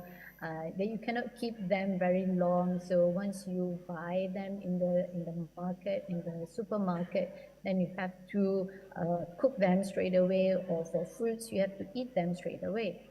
But by freeze-drying these vegetables and fruits, we are able to preserve not only we lengthen the shelf life, but also we preserve the vitamins and minerals contained in them. If you look at the color, even the color is still maintained, and it makes it palatable and interesting to eat. So when we have freeze-drying products like these, fruits and vegetables, it is more accessible, and you can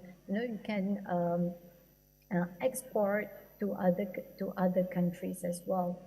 So I actually came across this freeze-drying fruits which was made in Thailand when I visited Thailand a few years ago. And I thought this is really superb because you don't have to put preservatives, you don't have to add some sugars and other things.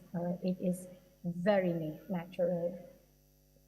Okay, other examples, one of it is targeted nutrition. I'm sure most of you are aware, or in fact, some of you are actually using this innovation, whereby it tailors nutritional and dietary components to encourage healthier eating habits. So some examples are like wearable solutions for health tracking, artificial intelligence-driven health coach, and digital platforms for nutritional tracking.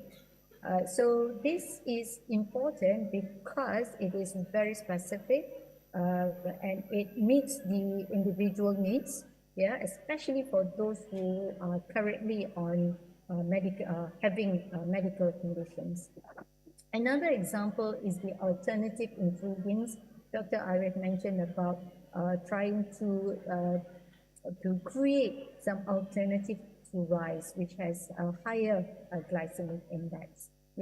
So yes, nutritious foods are now becoming more and more in demand because it is a healthier way.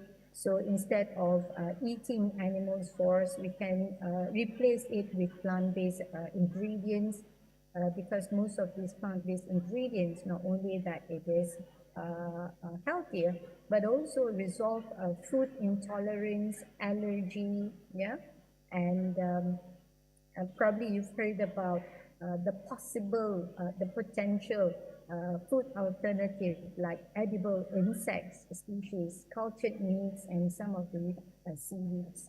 Now, third example is the sustainable food material. This is what we are looking into, food security.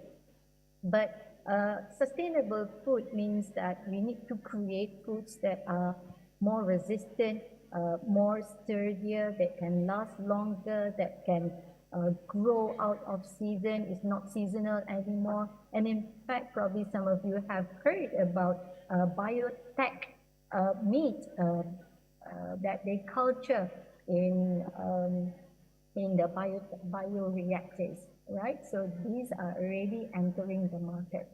Active food means that now there is also a gain much popularity of the use of probiotic products, things like fermented products like kimchi, like kombucha. I don't know whether in Indonesia you've had kombucha. In Malaysia now it's very famous, this product, but I just cannot take the smell of this kombucha. Okay, this is just an example, a product that was created by one of our researchers in the University Kebangsaan Malaysia. I mean, most of the children love eating chocolate cookies. So what she did was to create a high fiber, gluten-free and sugar-free products. And the market is actually for autistic children, because we know autistic children, they can't take sugar a lot because otherwise they'll be jumping and running all over. Some other food innovation examples are like smart food packaging, whereby you have a film membrane sensor that can check its freshness, so that this is to help with the quality of the food. Food management software, so this is in the rise because you can actually look for the process of the food processing throughout the chain. Digital food safety management as well, quite similar to the food management software. And then after the COVID-19 pandemic, there's a lot of these ghost kitchen, we call it. Ghost kitchen means that they don't have a proper kitchen. They don't have restaurants, but they are able to provide healthy food, and then is delivered to the customers. Automated service, not sure in Indonesia whether you have this, but in Malaysia this is a popular innovation, whereby instead of someone deliver your food in a restaurant, we have robots to do this. Okay, so these are some of the focus of future food innovation, yeah, to provide healthier options so that we can improve the customer health and wellness. Okay, next is looking into medicine.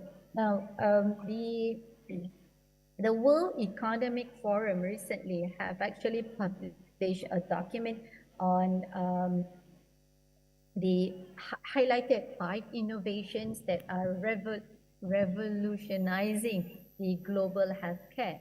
So one of it is the artificial intelligence. In fact, in healthcare research, they have looking into omics biomarkers, and this is an example of looking biomarkers of obesity.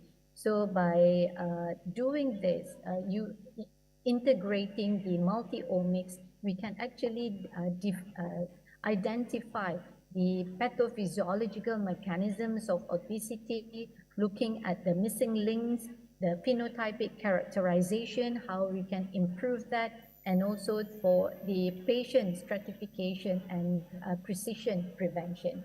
So this is an example of metabolomics combined with systematic pharmacology. Professor Jamia, excuse me.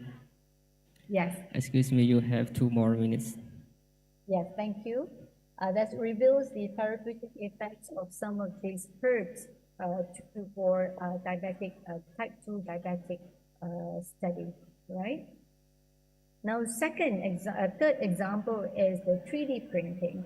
Not only that is able to print prosthetics, implants, but now we can also print personalized drugs so that a patient will have a more effective treatment. Because with personalized drugs, it's difficult for you to manufacture in a in a manufacturing plant. So if we have this facility of 3D printer, then we can actually print the drug specifically for the patient.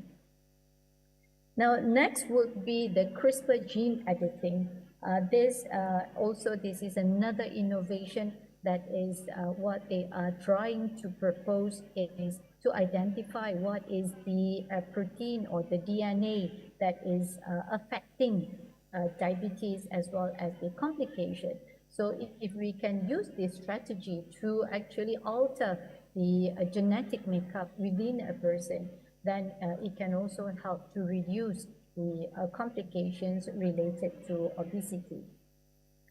And finally, this is the fourth one, that is on use of virtual reality and augmented reality, whereby this has been used to treat not only for surgery, but also for people with mental disorders to overcome their fears, yeah, so that it provides a controlled environment for the social interaction. Or also in this picture, I show you that you can also use augmented reality virtual reality for rehab purpose.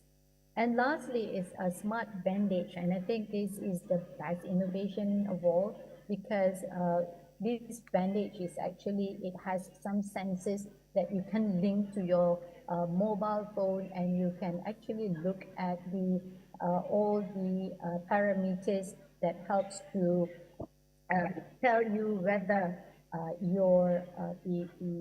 the wound is recovering rightly, and not only that, maybe if you need some antimicrobial agent to be added, then you can actually add the antimicrobes to reduce any secondary infections. So in conclusion, innovation in food and medicine is very important for the industry, especially for the country's economic values, and also for the community to make sure they are healthy and well. So we need so the focus would be to improve the quality, to improve the productivity with reduced costs. So we need to encourage creativity and experimentation among our students, among our researchers, and create new research collaboration and partnerships. So with that, thank you very much. Okay, thank you very much, Professor Jamia from University Kebangsaan Malaysia. So, ladies and gentlemen, we have heard all of presentation from our three speakers in this third session. So right now we are moving to the Q&A sessions. Okay, so anyone, if you have any question, please raise your hand. Okay, Fatur.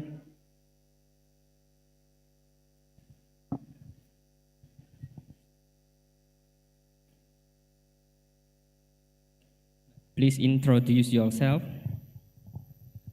Sebelumnya perkenalkan, nama saya Alfatur Gibran Pasha, saya dari Prodi Keperawatan Angkatan 2022. Saya mau bertanya kepada Dr. Aji. Okay. So my question is, do we still have to consume carbohydrates in our daily food? Because one day I just read some study from Harvard University regarding a diet program, namely the carnivore diet. And in the study, an experiment was carried out on 200 people for 6 months, and some of them had diabetes. Then a trial was carried out between people who only ate meat every day for 6 months, and the another group in the trial continued to eat rice or other carbohydrates. Then the results were obtained where people who only eat meat turned out to be in a better condition body. Then for the people who consume carbohydrates, from the result of the study, it was found for 100% of diabetic came off injectable medication, and for 92% of diabetics come off insulin completely, and for 84% of diabetic come off oral medication, and for 90% improvement in all disease decrease.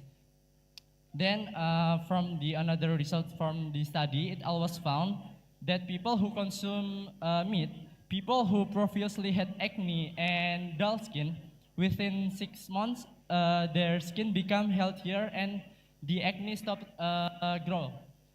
Meanwhile, for people who still consume rice or the other carbohydrates,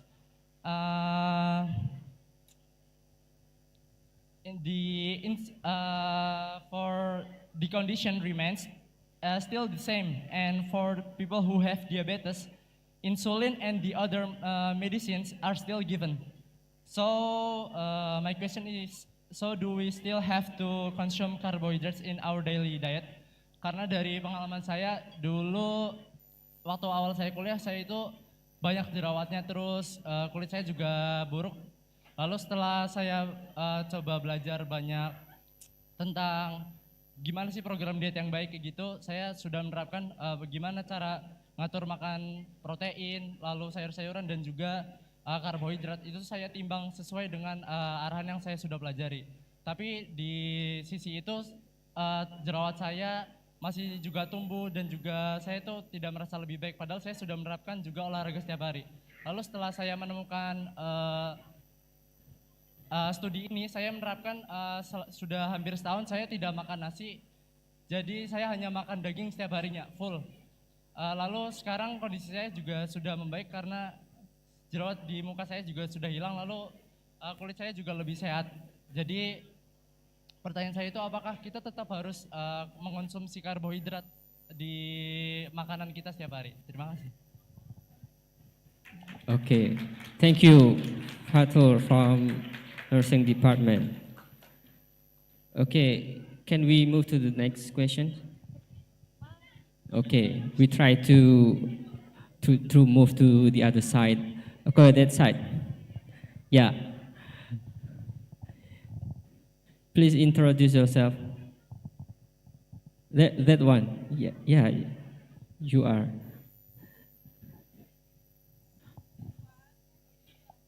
Behind.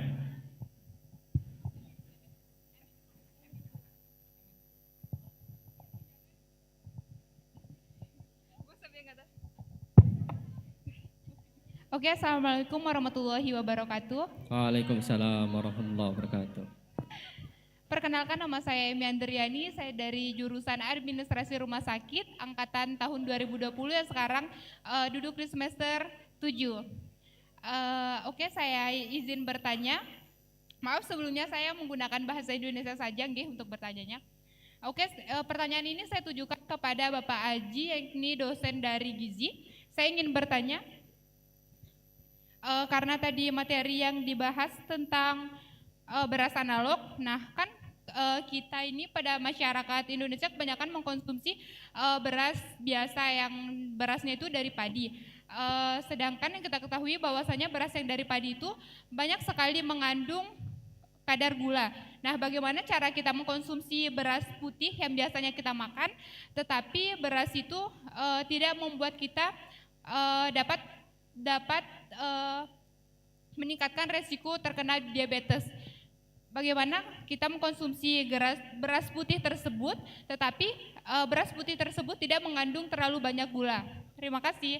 Sekian pertanyaan dari saya. Wassalamualaikum warahmatullahi wabarakatuh. Waalaikumsalam warahmatullahi wabarakatuh. Okay, thank you for your questions. Maybe Dr. Arji, would you mind if you can answer for that question first? Okay, check. Thank you for the questions. Siapa namanya? Fatur ya. That's up to you. You can answer from English. Okay, in English so or I answer. try to answer with a bilingual. Yeah. Is it important for us if we eat carbohydrate daily or not? So the answer is yes, it's important because carbohydrate is one of the energy sources for our body. Yeah. You need to know about the carbohydrate types. So we have 3 carbohydrate types, like in mono, D, and polysaccharide. And the most simple carbohydrate type is in glucose. Yeah. When we eat the carbohydrate sources food in our body, they will break down to be glucose in our metabolism system. So the glucose we will use to the energy sources to act in our daily to keep our metabolism process move on and etc. etc. When you eat only protein, you need to make attentions. If you eat protein only, and when you prepare the protein food, you prepare with other type of ingredients like flour or other ingredients. It means like you eat carbohydrate as well, because in other part of the food, it will contain the carbohydrates. Yeah. About your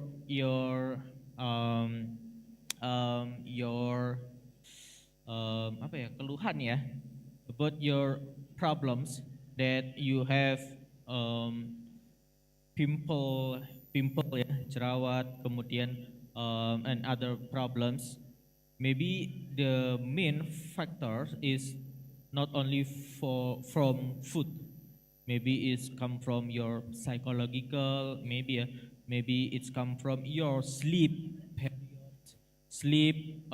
duration as well, or about you clean your body as well. You keep your hygiene and sanitation. And as a nutritionist, I try to suggest for all of you to eat based on the balanced nutrition guideline. There is no special food, there is no superfood in the world. There is no perfect food. We need to diverse our food. It is good and healthier for our body, for right now, and for the future. Yeah. And is it enough, my answer? Okay. For the next questions about the analog rice and the association with diabetes mellitus development. Yeah. How we can reduce the carbohydrate in the white rice, right? What you need to do is eat with a small portion size and eat less frequent. Simple. There is no need to A, B, C, D, E. Just eat small portions. Ya, kamu kalau nggak mau makan beras putih yang gulanya tinggi, yang indeks glukosanya, indeks glikemiknya tinggi, ya kamu bisa makan dengan porsi yang lebih kecil. Smaller portion size and less frequent. Ya nggak usah sering-sering makan beras putih. Jadi oleh karena itu in my session, in my talk, I suggest and recommend all of you that we need to diverse our dietary, our food, yeah, and try to one day no rice. Like we have in 7 days a week, so maybe you can choose one day in every Monday, Tuesday, Wednesday, Thursday, Friday, kayak lagunya itu. Ya, jadi you can pick only one day and you can eat no rice. Try to other carbohydrate food source. This is not only rice. We can still have or eat others like potato, sweet potato, and bean. Bean as well has carbohydrates and other type of food, sorghum, noodles, ya, dan lain sebagainya. Okay, thank you. Is it enough to answer your question? Okay. Okay, thank you very much, Dr. Arif Sabtaji. Okay, ladies and gentlemen, we all still have Professor Jamia and Professor Asnawi in the Zoom platform. So if you have any question addressed to them, to Professor Asnawi or Professor Jamia, okay. Mr. Chairperson, can I add to the question just now regarding the intake of rice? Yes, Professor Asnawi. Yeah, Professor okay. Jamia, I'm sorry. Yeah, there has been quite a recent study. They found that when you take a lot of sugary material, I mean, it's not necessarily rice, but any carbohydrates, those that has very high glycemic index. When the sugar spikes, it's actually causing inflammation within our body. And that actually, not only that the sugar makes cause inflammation, but also make a lot of sebum, that is the oil within the skin. And so the combination of inflammation and sebum actually cause that acne eruptions. Yeah. So not only rice, but anything that you take, any sugary material. And yes, it's okay to eat rice as long as you maintain, or you need to balance the calorie intake and the output. Yeah, meaning that you can take rice, but if your calorie for that day has already reached 2,000 calories, then you have to use up that 2,000 calories. So if you do not use, because with overweight and obesity, the reason being is that they eat, the intake is a lot more than the output. So they eat more, but the physical activity is less, you see. So that is why we gain weight. Yeah. So that's all from me. Thank you. Okay, thank you, Professor Jamia, for the answer to make more explanation about the question from the participant. So, do you have any questions more? Oh, that one. Okay, that one. Panitia, can you help me?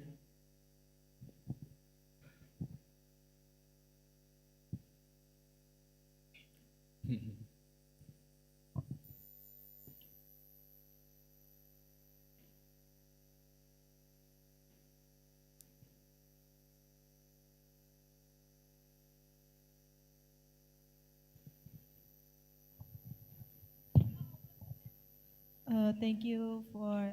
Uh, I have a question for Professor Jamia. I Professor will Jamia, introduce okay. myself.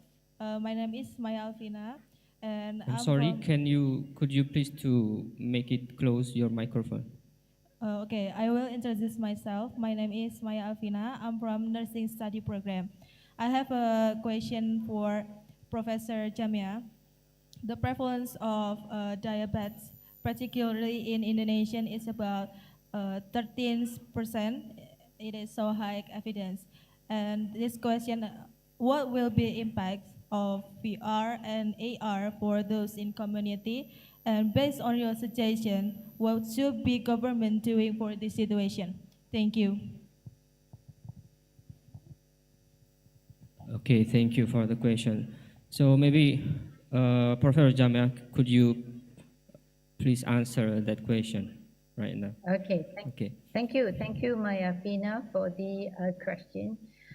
Yes, the prevalence of diabetics in Malaysia is also very high. In fact, our childhood obesity is also high, and we also have patients having diabetes at an early age, as early as 20 plus, 30 plus, which previously we have not come across this problem. Okay, what the government can do, I think the first and most important thing is prevention. Prevention by educating the public. Because I remembered meeting our family doctor. He told me that was like 15 years ago. Yeah, he told me that Jamia, you have a family history of diabetes. Both your parents, that is your mother and your father, have diabetes. So there is a tendency for you, that is me, to have diabetes as well. So what he advised me is to start reducing first taking sugary products, trying to balance the calorie intake. So then I need to do a lifestyle change. So eating more healthy food, taking a lot more fiber, doing a lot more physical activities. He said that, Jamia, he said that, Jamia, you will have diabetes, but if you change your lifestyle, you may have your diabetes at a later age of yourself, probably at the age of 70 and 80. You won't have it as early as 30 or 40 years old. So I think this is education is very important, because then we will educate our population to live a healthy lifestyle. So promotion, that is through education, is important, and we have to go right at the young children especially, because I'm sure the culture is the same in Indonesia, because in our Malay culture, they always say, oh, it is okay, they are still very young, they can eat whatever they like, but that is not true, okay? Even at their early stage, we have to control their unnecessary food intake, yeah, and live a healthy lifestyle. That's my take for that. Okay, thank you very much, Professor Jamia, for the answer. So, ladies and gentlemen, we still have maybe one question more to Professor Asnawi, maybe. Okay, please. This one first.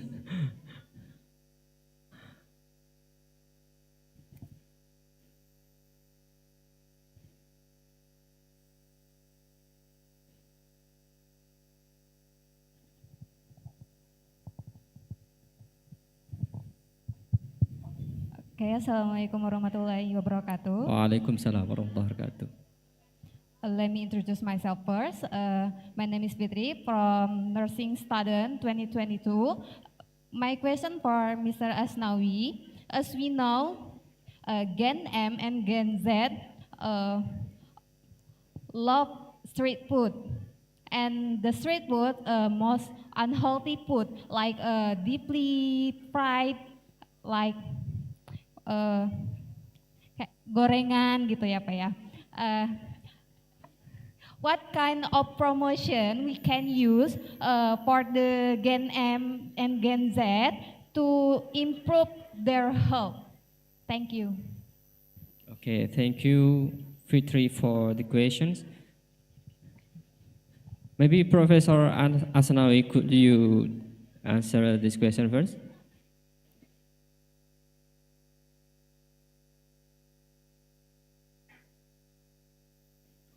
Excuse me, Professor Asnawi, maybe still unmute you. Ya, oke. Terima kasih. Thanks, Mbak Fitri, for question. It's really a good question. Let me answer in Indonesia. Dalam perspektif saya atau dalam kegalauan saya, apabila sistem kesehatan di Indonesia kurang memberikan perhatian kepada generasi M, kepada generasi Z yang notabene-nya sebagian besar masyarakat kita 5-10 tahun ke depan adalah mereka, Indonesia akan kehilangan potensi besar untuk hijrah dari negara berkembang sekarang ini ke negara maju. Kita punya potensi besar bila dua kondisi. Bila pemerintah, bila sistem kesehatan Indonesia dikembangkan peduli sama mereka. Bagaimana cara pemerintah peduli? Pertama, pemerintah harus peduli dengan berbagai resiko penyakit yang akan mereka alami di masa yang akan datang. Nah, semua faktor resiko tadi sudah kita sebutkan, faktor physical activity, obesity, unhealthy diet, ini harus menjadi fokus pemerintah. Coba kita lihat sekarang ini, pemerintah itu nggak peduli dengan jenis makanan yang beredar, yang dikonsumsi oleh masyarakat, tidak peduli. Mereka tidak memikirkan dampak jangka panjang yang akan dialami oleh bangsa kita ke depan apabila kurang serius memberikan perhatian buat generasi ini, termasuk pola makan. Nah, itu saran buat pemerintah. Jadi yang saran buat kita buat kita pribadi, saya selalu mengingatkan teman-teman, keluarga, dalam kelas mahasiswa, apa yang kita makan sekarang ini itu akan menentukan masa depan kita. Dalam arti kesehatan kita di masa umur 50-60 ke atas itu sangat ditentukan dengan apa yang kita makan sekarang. Jadi apapun yang kita makan, mikir panjang. Itu yang mau saya sampaikan. Nah, tadi Prof. Jamia menyampaikan begitu kita tahu kita punya potensi resiko lebih besar menderita DM misalnya. Lalu kita udah tahu apa yang harus kita lakukan agar kita terhindar kalau harus menderita DM tapi jangan di usia yang relatif muda. Nah, ini hal yang bisa kita lakukan apabila kita fokus, sistem kita ini fokus dalam mengurangi resiko. Saya kasih ilustrasi lain. Kita dorong masyarakat kita untuk melakukan physical activity, berolahraga, bersepeda, supaya mereka tidak menderita obes. Sudah siapkah kita dengan infrastruktur yang mendorong mereka? Enggak. Nah, jadi sebenarnya kita harus save investasi negara Indonesia kita ini adalah membangun infrastruktur, membangun sistem yang bisa mengurangi berbagai faktor resiko. Apabila kita berhasil mencegah, mengurangi berbagai faktor resiko, insya Allah ke depan berbagai burden dari berbagai penyakit NCD ini bisa kita tanggulangi. Apabila kita fail, kita akan nggak move on dari negara berkembang, akan tetap negara berkembang. Itu menjadi concern. Barangkali Fitri juga concern ya, bagaimana sekarang sehat, bagaimana usia lanjut pun sehat, dan bagaimana berkontribusi untuk kemajuan Indonesia ke depan. Barangkali itu, terima kasih atas concern dan pertanyaannya. Baik, terima kasih Profesor Arnawi. Thank you. Maybe we still have one question in over the side. Okay. Previously, you raised your hand that you have question addressed to Professor Asnawi. Assalamualaikum warahmatullahi wabarakatuh. Waalaikumsalam warahmatullahi wabarakatuh. Let me introduction myself. My name is Yesi Agustina from the Undergraduate Hospital Administration Study Program, Alma University Yogyakarta. I have a question for Professor Asnawi regarding to health policy and health innovation. What are the opportunity for the public health private sector to expand health service infrastructure and so on? And then how to guarantee the efficiency and quality of health service? Thank you. Okay, Professor Asnawi. Can you repeat the question again? Fina, can you make it simply?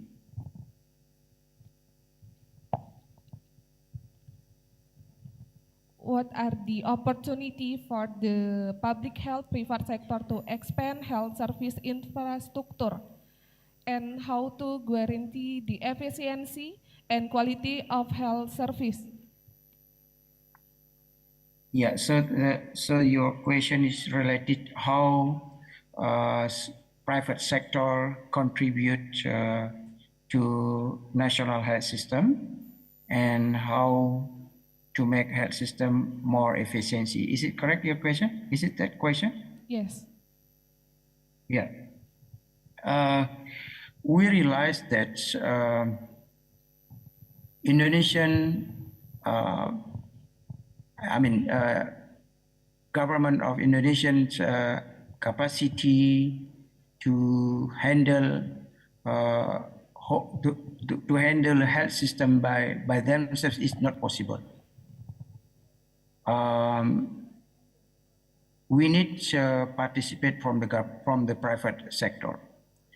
I would like to show you one question like this.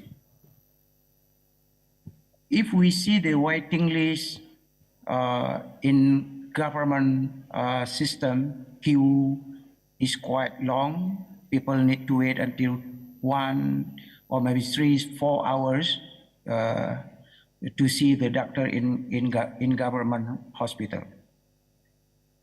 Why the problem? The question is how to reduce waiting list. If you want to reduce waiting list, of course, the solution, we need to increase the staff, to increase the government hospital, which is sometimes not possible. So that's the role of private sector. I just want to give you an example in Australia. That's a really good example. In order to reduce waiting list in government hospital, the government subsidize health insurance premium for private sector. I mean, the government pay certain amount of money to encourage people to move to private hospital, and to have another type of insurance. So that's the one way the government tried to reduce waiting list in government hospital by providing some additional premium payment to private sector. So then waiting list in the government hospital reduce. That is one way. We need to think about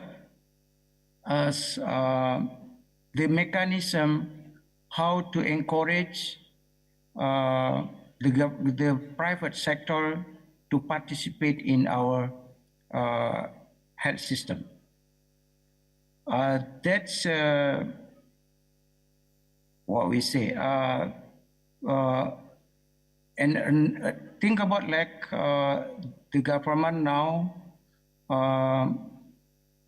system in before we all of us go to the what we say primary healthcare puskesmas. Sekarang pemerintah juga mendorong lahirnya klinik-klinik swasta.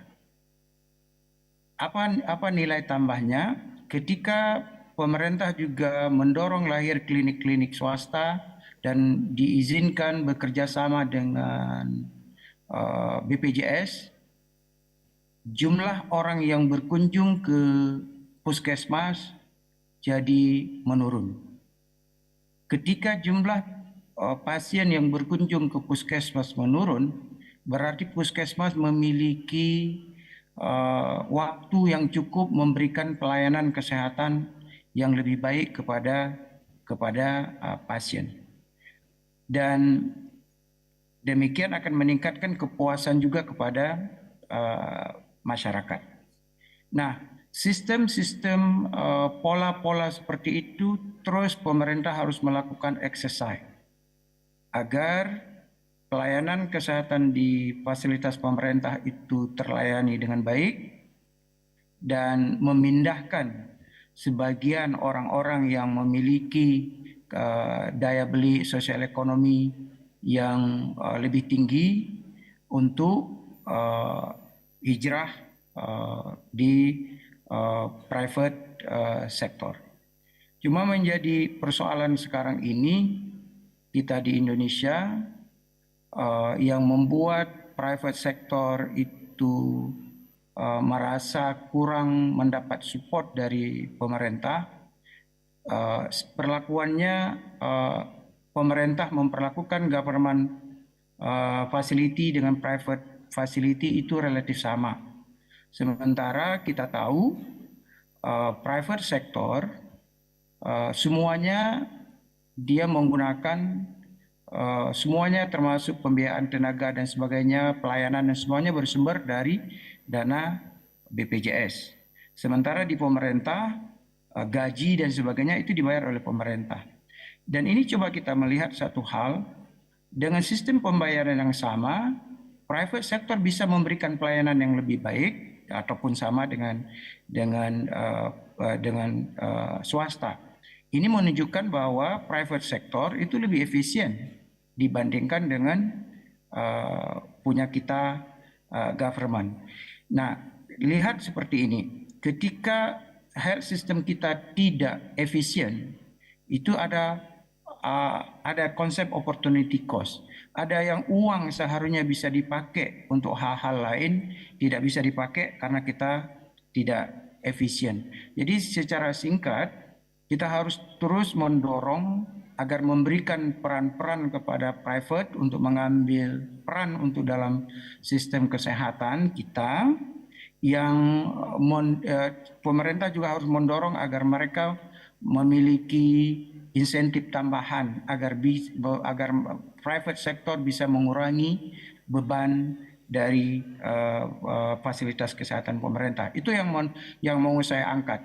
Idealnya pemerintah harus mencari insentif-insentif yang bisa mendorong private mengambil peran untuk memberikan pelayanan, dengan demikian beban pemerintah akan berkurang. Dan beban pemerintah berkurang, itulah yang kita harus alihkan subsidinya, insentifnya kepada private sektor, sehingga masyarakat mendapatkan pelayanan yang baik di private sektor maupun di government. Barangkali itu Agustina. Okay, thank you very much, Professor Asnawi, for your explanation to answer the question from Fina. Okay, ladies and gentlemen, maybe this is the last part. We still have one quiz from Dr. Arif Sabta Aji. For the lucky participant, we'll have special gift from Dr. Arif Sabta Aji. Are you ready? So, previously, Dr. Arif Sabta Aji will deliver his speech on the topic of analog rice innovation. So, what is the benefit of analog rice innovation that you know from the explanation from Dr. Aji? Who can answer this? What is the benefit of analog rice innovation? Anyone can answer this? Please raise your hand. Okay, Hatur. There is no other participant who can raise the hand. So please, Fatur.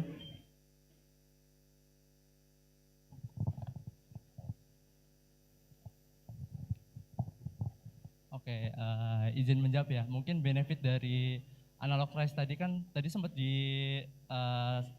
tampilin tuh apa dari kandungan nutrisi itu sendiri. Jadi kan tadi ada di mana tingkat gulanya itu apa sih? Lebih rendah gitu. Terus kadar proteinnya itu lebih tinggi, tapi juga dari fatnya itu lebih rendah. Jadi ibaratnya itu kayak sebagai pengganti dari karbohidrat yang lebih baik daripada nasi gitu, kayak lebih ke apa yang lebih healthier, lebih sehat untuk dikonsumsi buat orang-orang gitu. Jadi kayak itu sebuah apa ya, sebagai pengganti apa nasi itu yang lebih baik dari apa sih, ya analog rice itu. Jadi dari yang saya tangkap itu dari kandungannya saja itu sudah terlihat signifikan berbeda gitu, kayak lebih baik, jauh lebih baik daripada nasi biasa.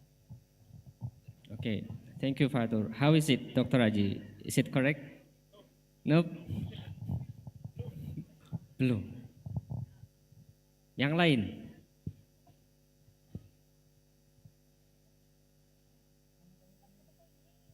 Anyone can answer the question?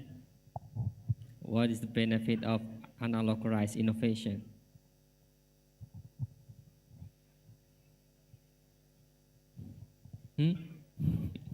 No one? Gimana, Dr. Haji? Okay, Fatur, maybe you are the lucky one who can receive the gift from Dr. Arif Sabta Aji. So please come to the stage.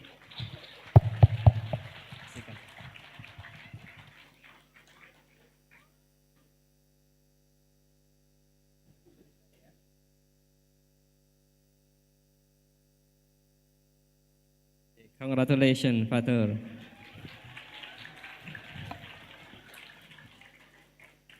Okay, ladies and gentlemen, so right now we are coming to the last part of the session. So may I thank you to all of participants and all of speakers for your participation. And I hope all of you enjoy this conference and see you in the future in the next conference. And again, thank you very much. Assalamualaikum warahmatullahi wabarakatuh.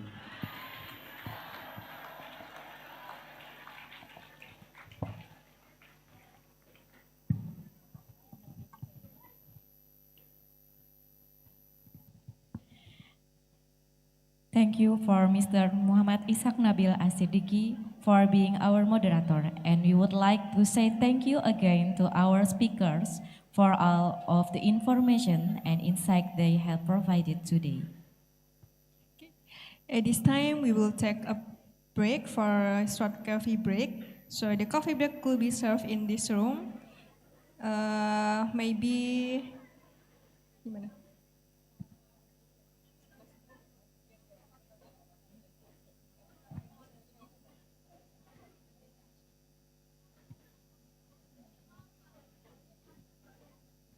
So enjoy your coffee break, and we will have a performance for the UKM band Alma Ata. Thank you. Bagi peserta APHNI, dipersilakan untuk bisa mengambil coffee break-nya. Dan yang tadi bertanya, dipersilakan untuk bisa maju ke depan ke meja MC.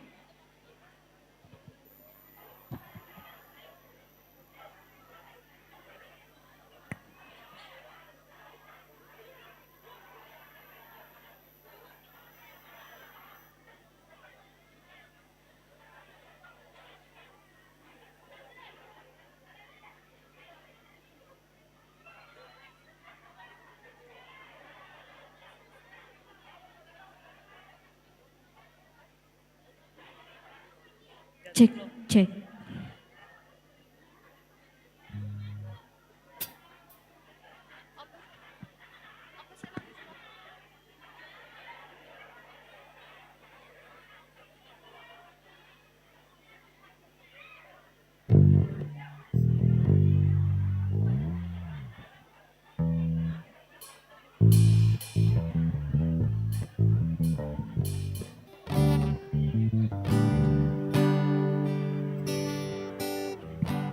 Diinformasikan kembali kepada para penanya yang tadi sudah mengajukan pertanyaan kepada pembicara, diharapkan segera ke depan untuk menemui Bu Iip. Ada sesuatu yang spesial untuk para penanya ini.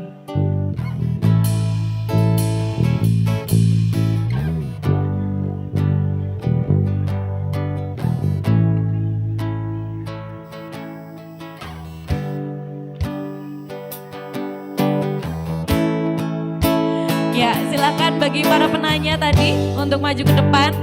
Ini ada paket pendidikan ini dari Bu Iim ini.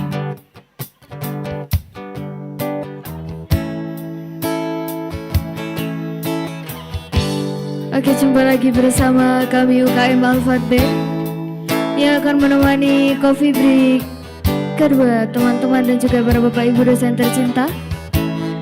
Oke, langsung saja, ini lagu pertama yang berjudul To The Bone.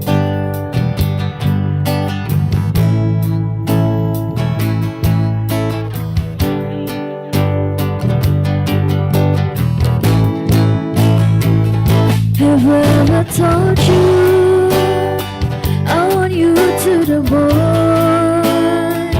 Have I ever called you when you were all alone? Have I ever forget to tell you how I feel? Listen to me now, babe. I want you to the bone. To the bone. Oh, oh, oh.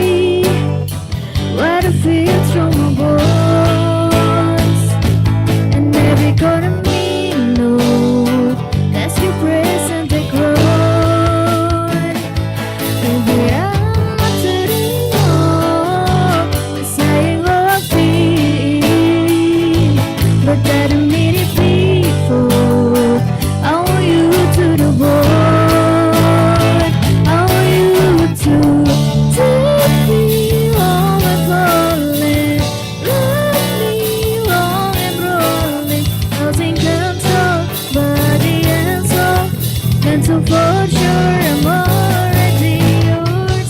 What you done, I'm all in. What you tie, you call it. I'll take control of your body and soul, and so for sure I'm already yours. Oh, that'll be alright.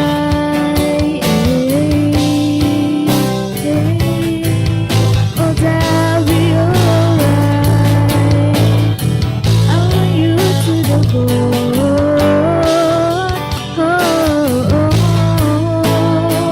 So bad I cannot breathe. No, I want you to the bone.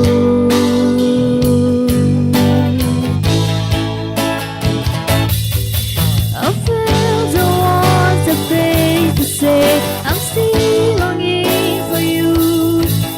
I feel the warmth, the gray, the wind. I'm still waiting for you.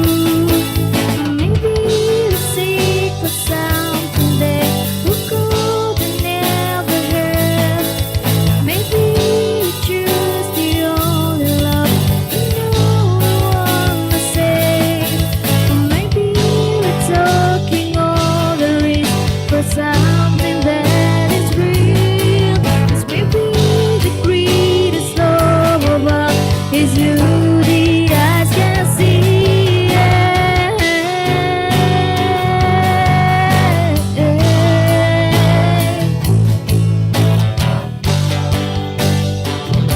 Oke, untuk teman-teman semua yang hafal lagunya bisa ikut bersenandung ya. Long and rolling, long and rolling, losing control, body and soul, and so for sure I'm already yours. What you done, I'm all in. What you tie, you calling. I'll take control, your body and soul, and so for sure I'm already yours. Take me home and falling, look me long and rolling, losing control, body and soul, and so for sure I'm already yours. What you done, I'm all in. What you tie, you calling. I'll take control, your body and soul, and so for sure I'm already yours.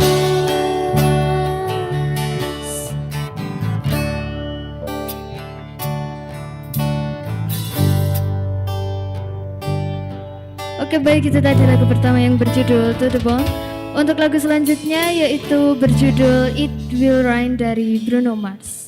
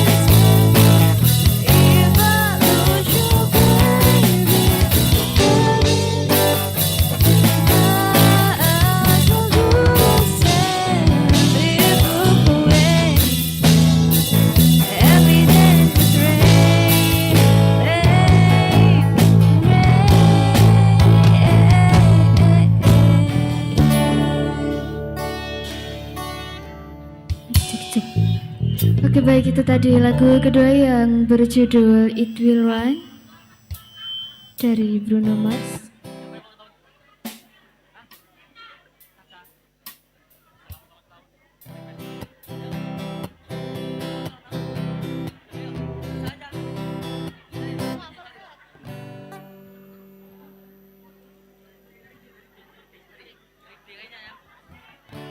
Oke, ini selanjutnya ada lagu request.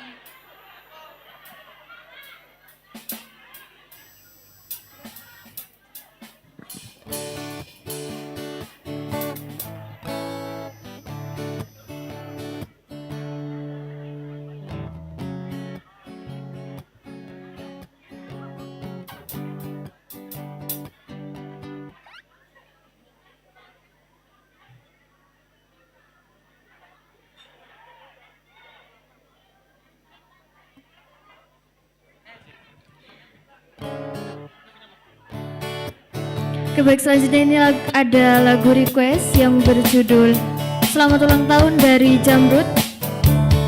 Ucapan ulang tahun ini ditujukan kepada Caca dari Prodi Farmasi S1. Oke, kepada Caca semoga menikmati lagunya ya.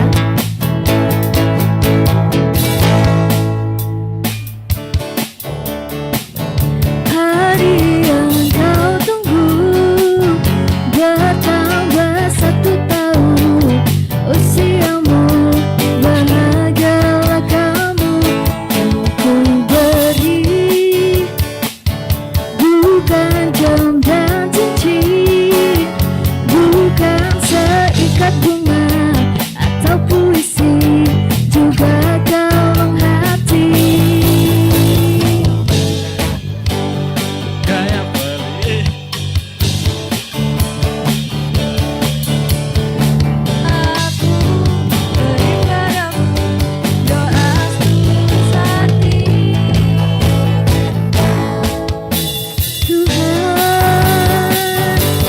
Melindungi kamu serta tercapai semua angan dan cita-citamu. Mudah-mudahan diberi umur panjang, sehat selama-lamanya.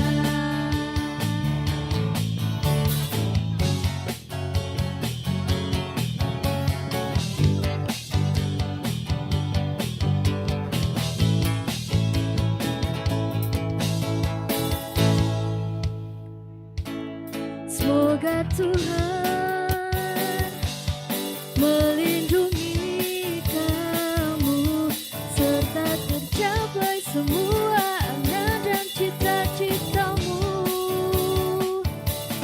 Mudah-mudahan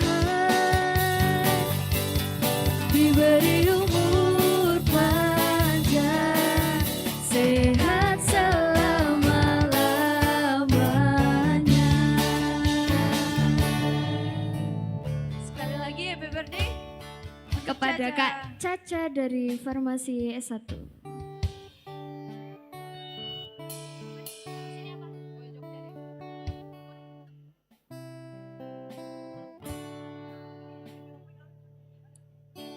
Oke, selanjutnya yaitu lagu yang berjudul Koyo Jogja Istimewa. Ayo kepada kakak yang ganteng-ganteng, bisa maju ke depan.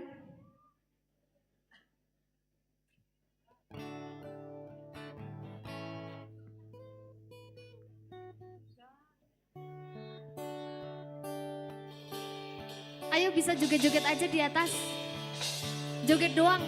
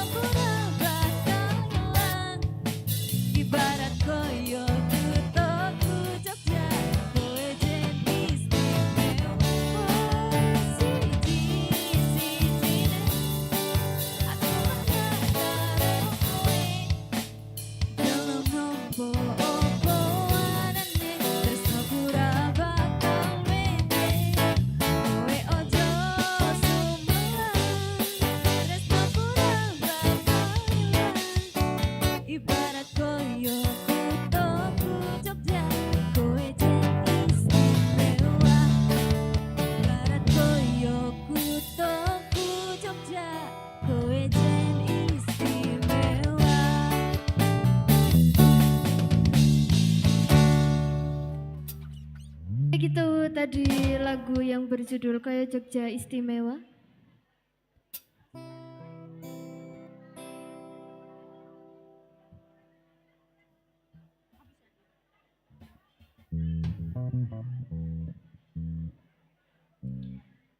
Untuk lagu selanjutnya yaitu lagu yang berjudul Manut.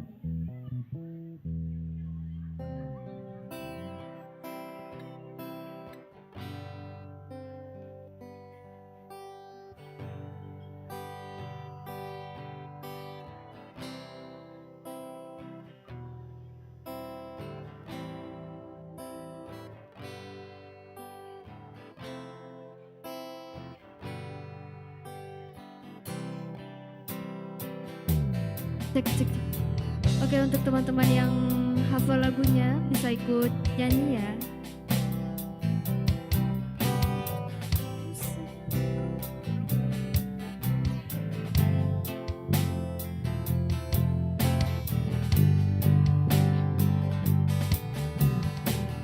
Sayang kowe, tapi kowe sayang dee.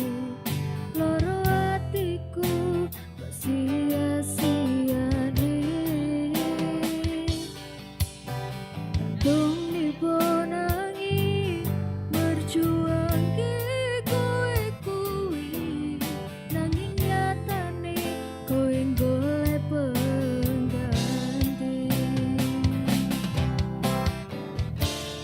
Katon rasane wis tak upayane kini yo kok koyo ngene akhire.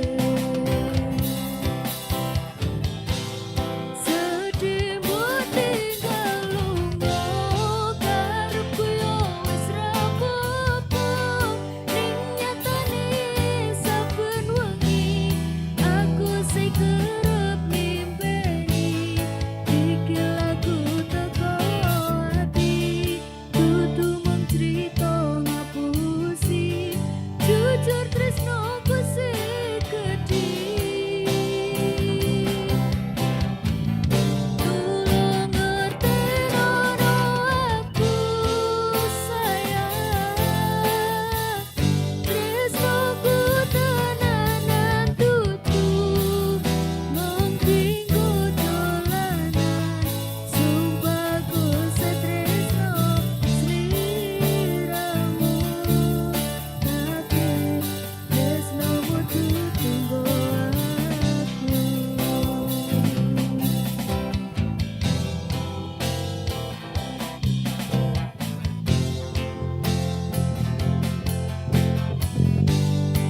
Oke, untuk teman-teman yang mau joget di depan boleh banget.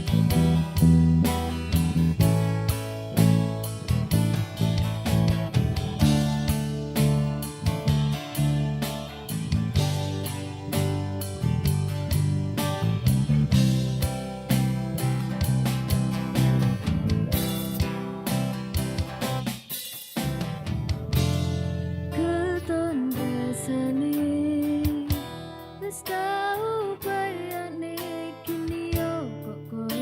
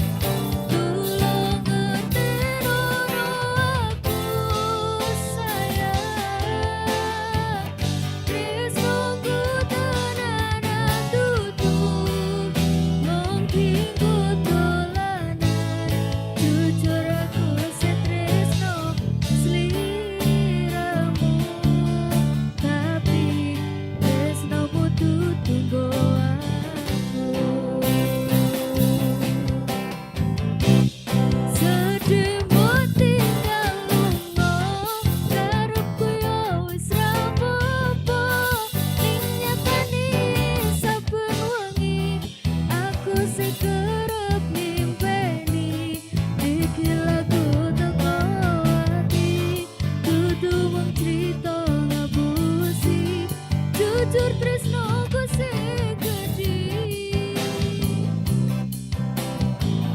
tulung ngerti roro aku sayang tresnoku tenanan tutup mung tinggo dolanan sumpahku setresno sliramu tapi tresnomu tutunggo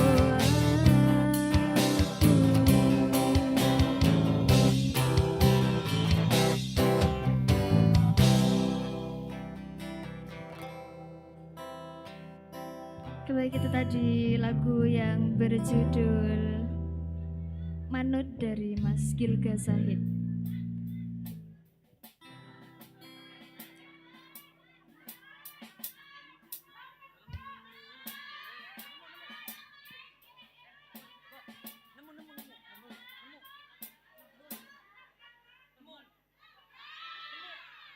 Nemu apa nemen?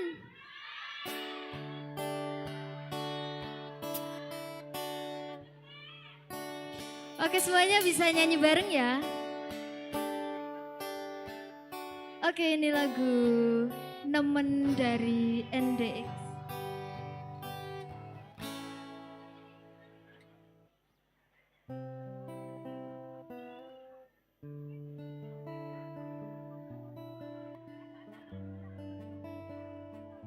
Oke, mungkin untuk teman-teman yang barusan request bisa ikut joget di depan.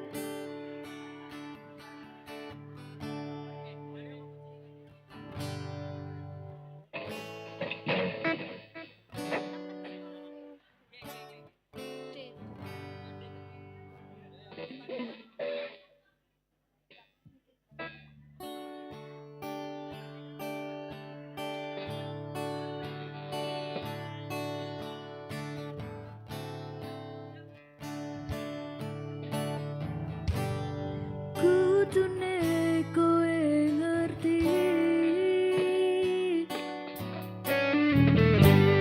tresnoku nomor siji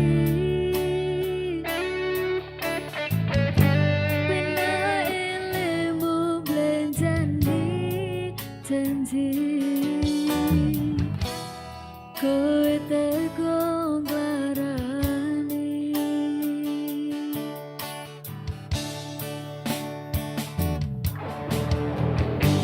Saku wis ra kurang kematiku wis pol-polan rasaku dolan jebul ketemu kowe ning dalan kowe apa? Kowe kenangan kendaan ngomongno jalomu piye tak turutane tak usahane aku apa? Aku ora masalah yen kon berjuang dhewe sing penting kowe bahagiane nanging opo alasanmu ning aku kowe luwe milih kowe ninggal aku ninggal aku ora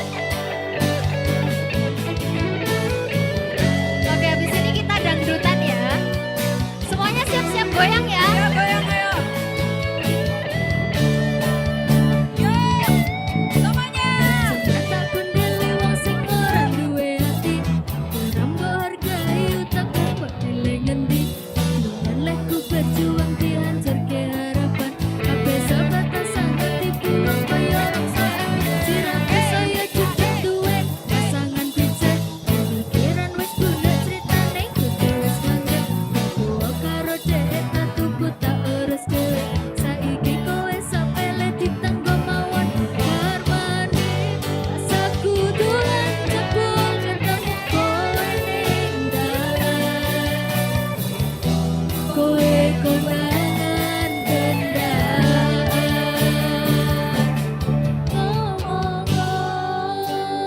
jalomu piye tak turutane tak usahane. Kurang masalah yen kon berjuang dhewe. Sing penting kowe bahagia ending. Nanging apa? Nanging apa? Walesan buring aku. Kowe luwe milih dhek. Kowe ninggal aku ninggal tatu. Kurang apa? Lek ku mesake kowe. Kowe malah ngepoti liyane. Kowe malah milih wong kae. Jebul aku. Mbok anggap apa? Mbok anggap sepele.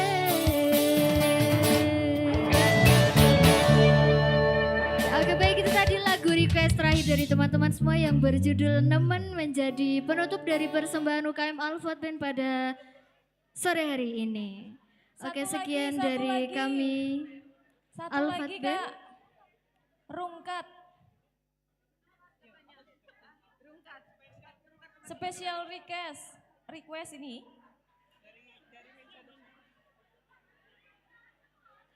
Ayo jangan dulu pulang, kita goyang lagi. Di closing dulu dari Ans. Yang sudah terakhir ya Mbak ini. Ferdinand. Ini yang order budekan ya. Request langsung dari request dari budekan. Oh iya. Budekan. Ibu Judulnya Yonya nemu apa rungkat, Bu? Nemu apa rungkat? Apa dumes, Bu? Rungkat. Nemu, Mbak. Nek iso nemu karo rungkat ya oleh. Nemen iki nembe.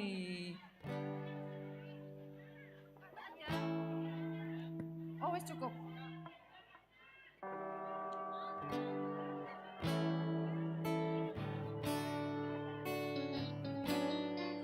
Rinduku melayang, kau tenang, tangis-tangisan,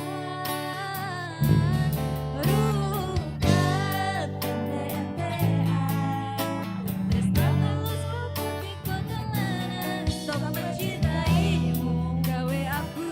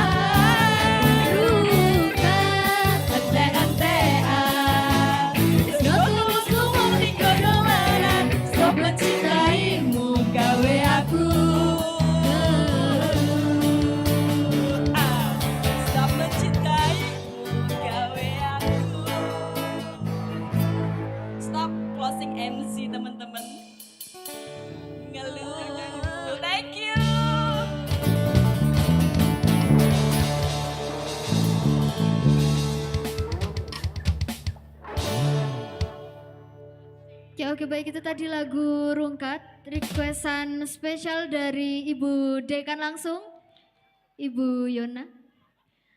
Menjadi penutup persembahan UKM Band pada sore hari ini. Sekian dari kami UKM Alfat Band, kurang lebihnya mohon maaf. Wassalamualaikum warahmatullahi wabarakatuh. Waalaikumsalam warahmatullahi wabarakatuh. Seksi acara.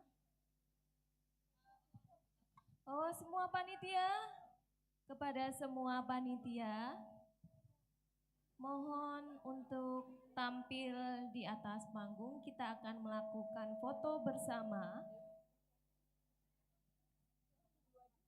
Iya, mana? Ayo MC. We would like to happily announce the best presenter for the oral presentation. And the best oral presentation from USAID, Dr. Jessica Gloria Mogi, Master of Public Health. And the second best oral presentation, Mrs. Erni Samutri from Alma Ata University. And the third best presentation, Nanden Ayu Mutiara Fauzia, Sarjana Gizi. Okay, so to the mentioned name, would you please to go to the stage to receive the certificate? Mrs. Erni Samutri? Not here?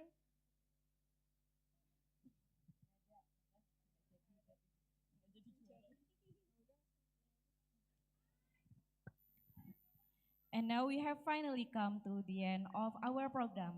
May we thank you very much your active participation in this conference. For your information, we have a certificate of participation that will be given accordingly at the end of the event.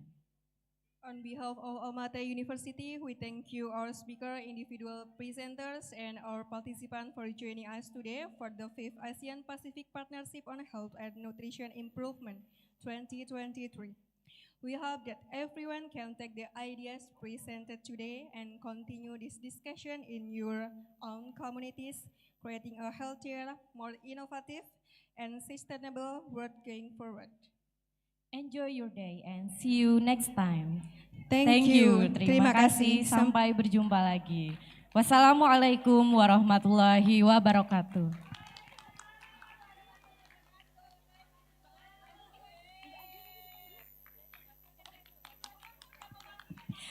Bagi para peserta maupun panitia yang menggunakan kendaraan, gitu ya, bisa mengambil kupon di depan pintu ballroom.